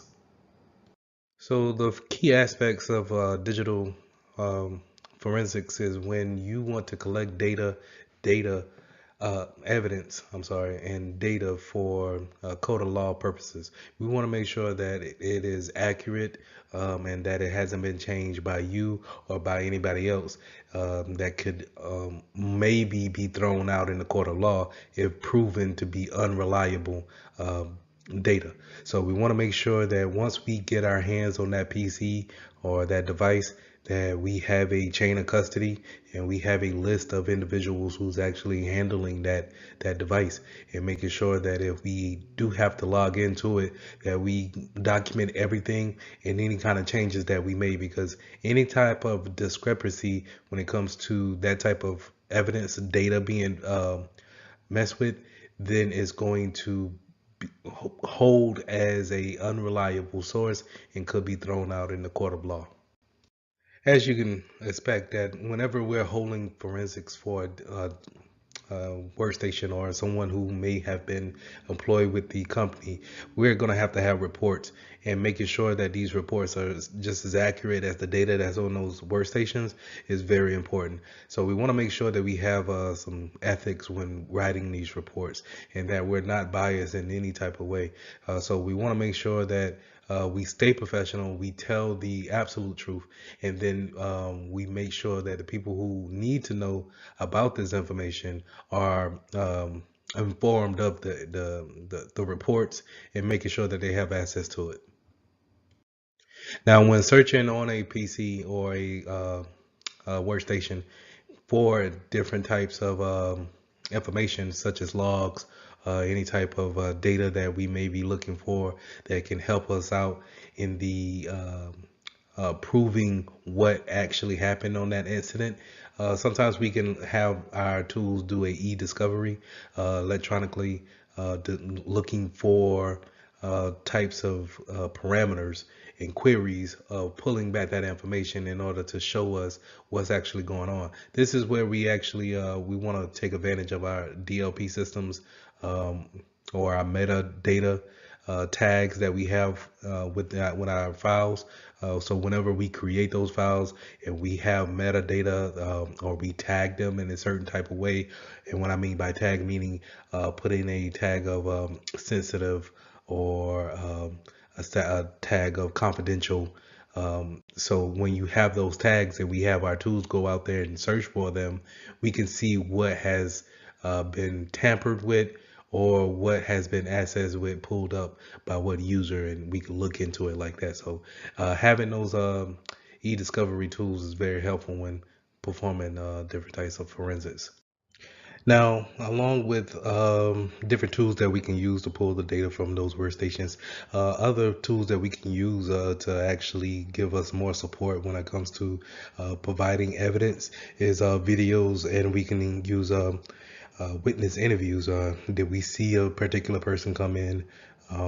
Asking, individuals who work in that department, did you see anybody unusual? Explaining what happened to the situation without giving too much away is a perfect way of getting more evidence that solidifies the data that we're going to provide in court. Now let's go to timelines. Timelines, along with those logs that we set up in every device that we have. This is why it's so important to have our logs have the proper timestamp of the operations, the hours of operations that we're working on, and to make sure that every device is synchronized when it comes to time protocols. Because when we go back and we want to validate the actions taken when it comes to gathering forensics, then we want to make sure that our time is right and we are not missing any logs, and that we can trust the time that are put on our logs in order to say, hey, this is a definite action taken at this point in time. So this is where we want to make sure that we got our SIMs in place and they have the proper logs set up to capture that type of information. We have the time protocols, like we said in the previous slides, to justify the actions taken, at that point in time. And we want to make sure that we look at the networking side of it. What logs do we have on our firewall? What logs do we have coming from our routers? And do they have the correct timestamps that match up with our SIM event logs when it comes to what we're actually trying to validate and say, hey, this happened at this time. So overall, we want to make sure that we get our data from our workstations as well as other resources. But we also want to know when we're directly working with a PC, what is the order of volatility. Now, this is where information is stored in different parts of the PC, mainly in memory, and then it is there for only a moment of time, and then it goes away. It's deleted forever. It's lost forever. So, as we all know, everything that we do on our PCs is logged in some type of way, and is actually burnt into the hard drive. It's actually recorded there. And when we delete a file, we're just basically telling the computer that, hey, this file is no longer needed. You can rewrite over the file, but the file is never really lost. So if you don't know, when we clean or when we wipe a PC, we're constantly writing ones and zeros over all the data that's on that PC, causing it to be unrecoverable. Okay, it may happen 7 times or 50 times, right? In order to make that data unrecoverable. So, in a case of you're doing something wrong or a hacker has got into your PC, we want to see, when they first, let's say, delete a file, or they take some information off our PCs, or they cause for something that they want to be hidden, they delete a file. Well, we can look into the memory and see if it's still there hanging out in a memory state, and then be able to pull it from there. Now we'll go into how we actually pull things from a memory, but you want to make sure that you understand the order of volatility, because it's once it's in the memory only for a period of time, then it's actually deleted forever within the memory. But if it's there on the hard drive on a or let's say a USB or something more permanent, then it stays there for a longer period of time, right? So we want to make sure that we'll check our CPU registers and our cache memory. These they hold the shortest amount of time of holding information there in the memory. Then we want to make sure from there that we check our RAM. This is a non-persistent state, so it's whenever RAM is shut off, or the PC is actually shut off, completely off, then it wipes everything from RAM. You kind of see an example of this whenever you're working on something and your computer dies instantly, and then once you reboot it back up, it says, hey, I auto saved this stuff, you can pick it up back here, right? And so that auto save is how it throws information into the memory, and then you bring it back up, but it didn't save it to the hard drive. So if it would have stayed off for a period of time, then everything from the memory state would have been wiped out as well. So from there, we want to go to a more persistent data on a persistent storage. This could be temporary files that you see in your documents folders. If you go and you look into the directories somewhere on your C drive, you'll see some temporary files that can be stored there. They are not asked to be called on exactly all the time, but if a PC has them, they can refer back to them. But we tend to clear these things out from time to time. You'll see me a lot of times go to my internet options list and then clear out the history and the backup data, or the temporary files that's eating up a lot of the hard drive space, and we can clear that out. From there, number 4, you want to go to a remote logging or monitoring data. Is there any type of remote access into that PC? and did the information go across the network into a more remote state, where it's not actually living on the PC but living in a outside source. So let's think about the cloud like that. Then you want to go into physical configurations, the network topology. How do we actually have the PC set up? How is it actually on the network? Is it connected to everybody in the department, or is it available to everyone in the business? So and from there, finally, we want to look at archivable media. That's where your CDs, DVDs, USB drives, external hard drives, things that can be plugged into the PC and then taken away. So more likely, information that's stored on these type of devices are probably edged in there, is written to that PC, to that external device, and living there for your assets. So I mentioned earlier about how you can take information from your memory and see if what's there, what did the computer dump into memory, and then we could pull that for evidence. How we actually go about doing that is with a EnCase forensic tool. This is a design tool just for being able for security professionals to actually do forensic work and not compromise the integrity of the data. And so we need to, again, and I'm gonna stress this point, that we need to be very careful when it comes to having data that we need to collect and put in a safe mode to where we can give it to a court of office, and it could be held up in a court of law. So we want to make sure that we have tools such as this EnCase forensic tool, or the forensic toolkit, in order to give us the best chance of not compromising that data.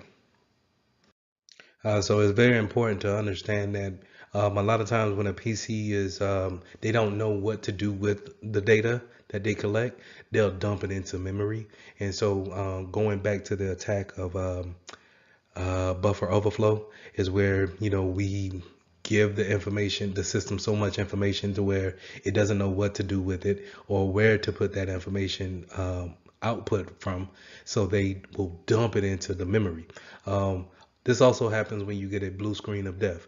And as you can see here on the screen, this is a blue screen of death.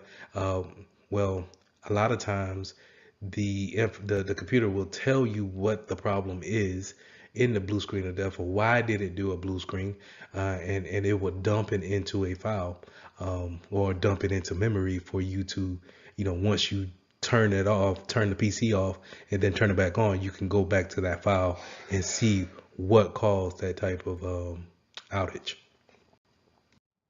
So this whole time we've been talking about preservation and making sure that the integrity of the evidence is upheld. We don't change it in any type of way. We just stay clear of really just making sure that that is a valid state of data when it goes into the court.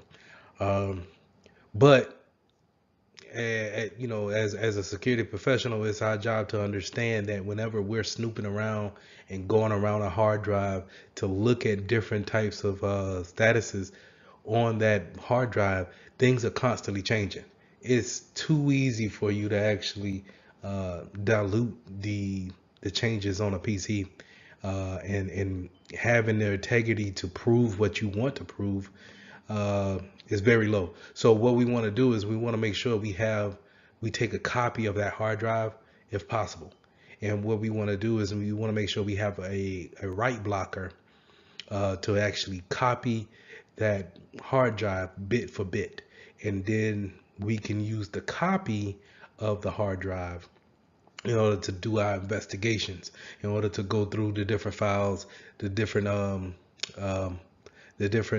event logs to see exactly what happened, and then we can place the original hard drive in a protected bag or case or what have you, but we won't touch that at all. we will let the court handle with that. But in order to make our case, we will use that write blocker and then create a copy of the hard drive, make our case from the copy.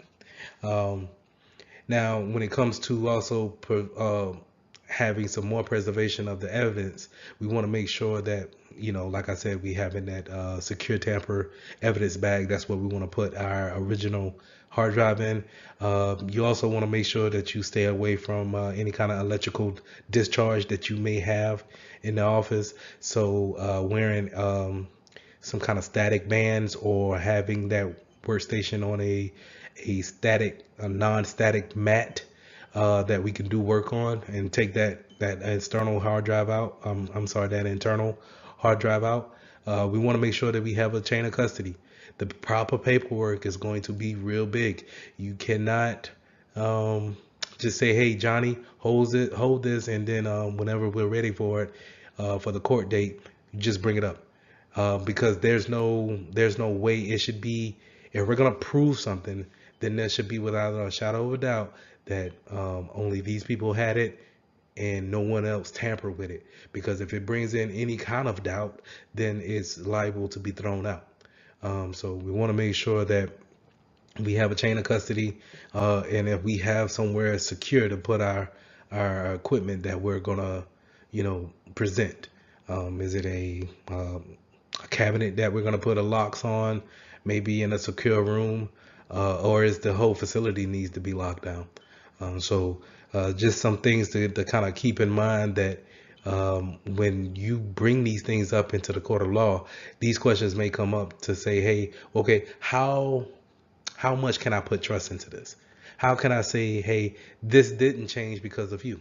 So you want to make sure that we have that integrity piece of it when performing forensics.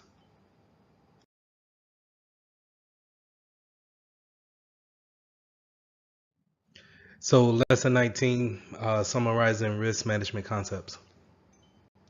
As we've been learning more and more about informational security concepts, we always kind of kept everything around the factor that we have risks. And we have risks of things being stolen, being viewed without permissions, risk of losing data due to storms, earthquakes, or hackers. So having a good understanding of what risk is very important, but then having the management of that risk is also equally important. So here on this slide, we want to go through the phases of risk management, which is understanding the mission essential functions. What do we have in place that makes our business run? Like what is the minimum baseline that we can do in order for our business to still remain in business? How do we, can we still function with the bare minimum departments resources? So we want to understand what is understand what those things are, and then have understanding of what vulnerabilities may cause to those essential pieces. Because if we understand our vulnerabilities and we understand that our vulnerabilities are attacking our essential baseline of what the business is, then we can understand what type of tools to put in place, what type of policies to put in place. So those first two things are very essential. And then the third thing is to identify the threats. We have the vulnerabilities now, but do we have threat actors that actually are active working on those vulnerabilities that threaten us? Then we need to analyze the business impacts. If one of these vulnerabilities were to take place and we were to take a loss, is there some type of business impact that's needed?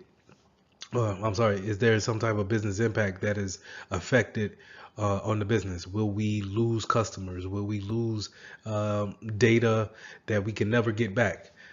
So we want to understand our risks when it comes to what things are in play, but then we want to understand the impact that it would have. And then 5, we want to identify the risk response. Whenever we are responding back to a risk or an incident, how do we go about responding in a proper manner?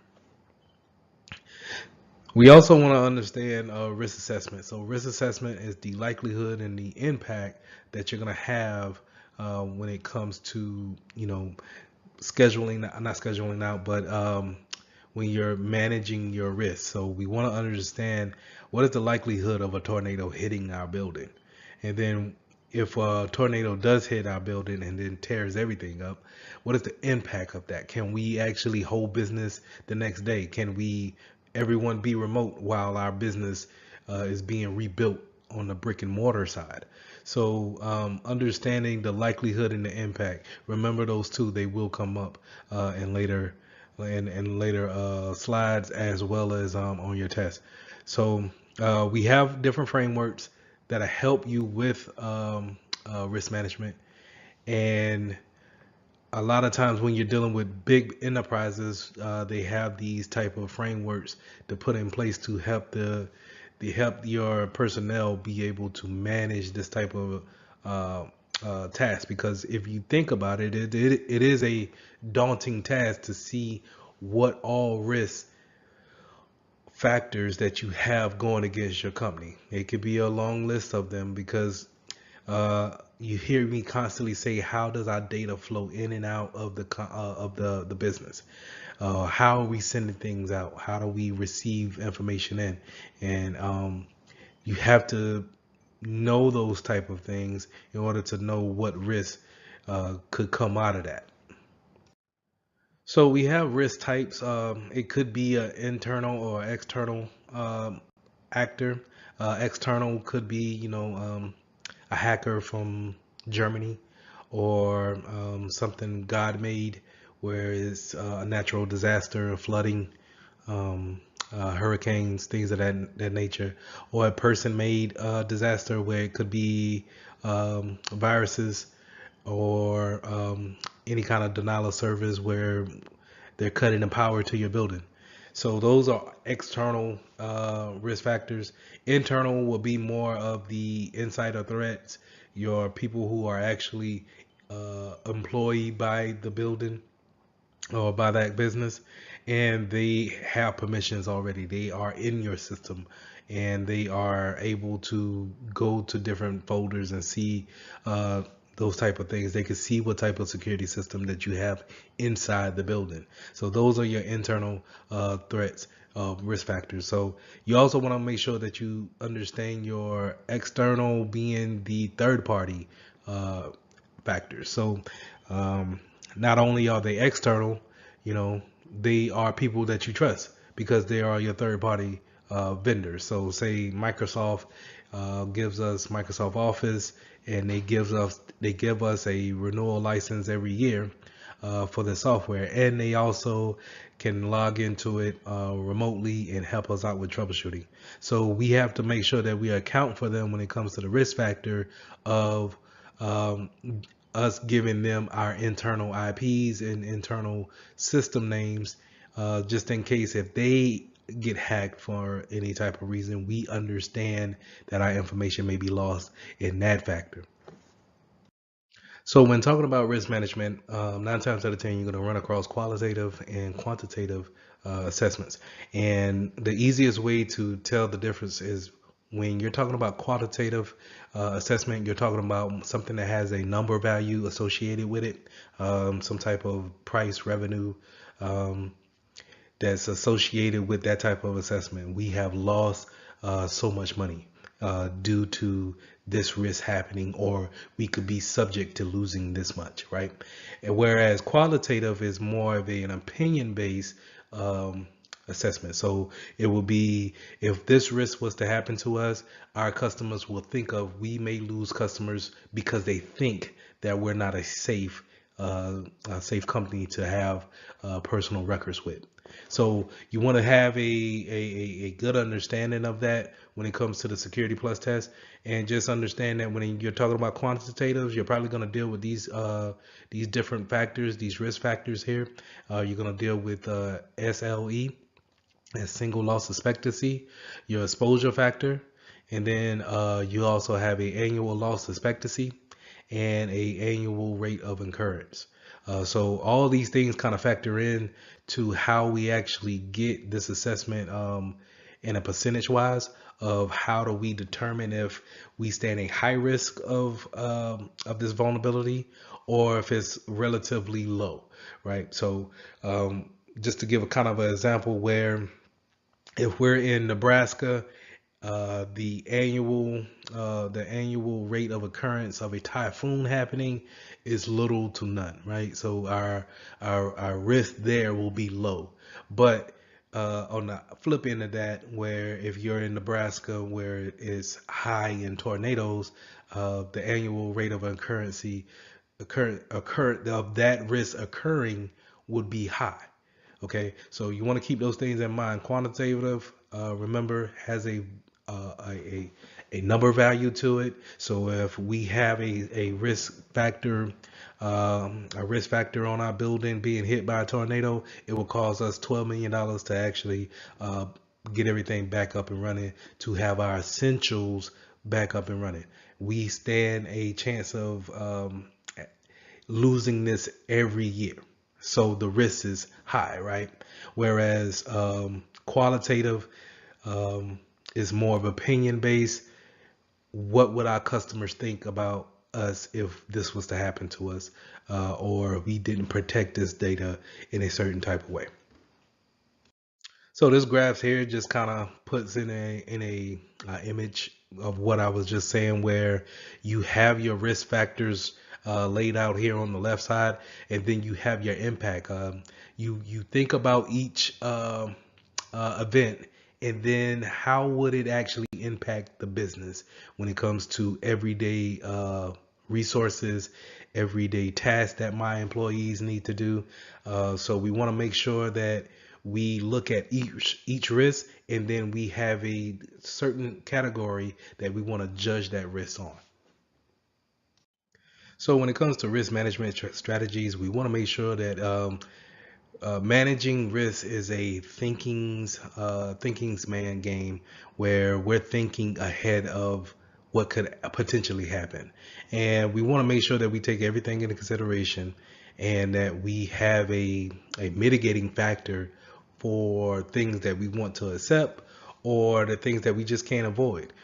So we want to make sure that if we inherit some risk, let's say, and a good example of that is that if we inherit the risk of a third party vendor, we want to make sure that we have mitigating factors in place in order to say, hey, if Broadcom gets hacked, we only gave them so much information of our employees' information to where they won't have to, it won't affect us as much as we given them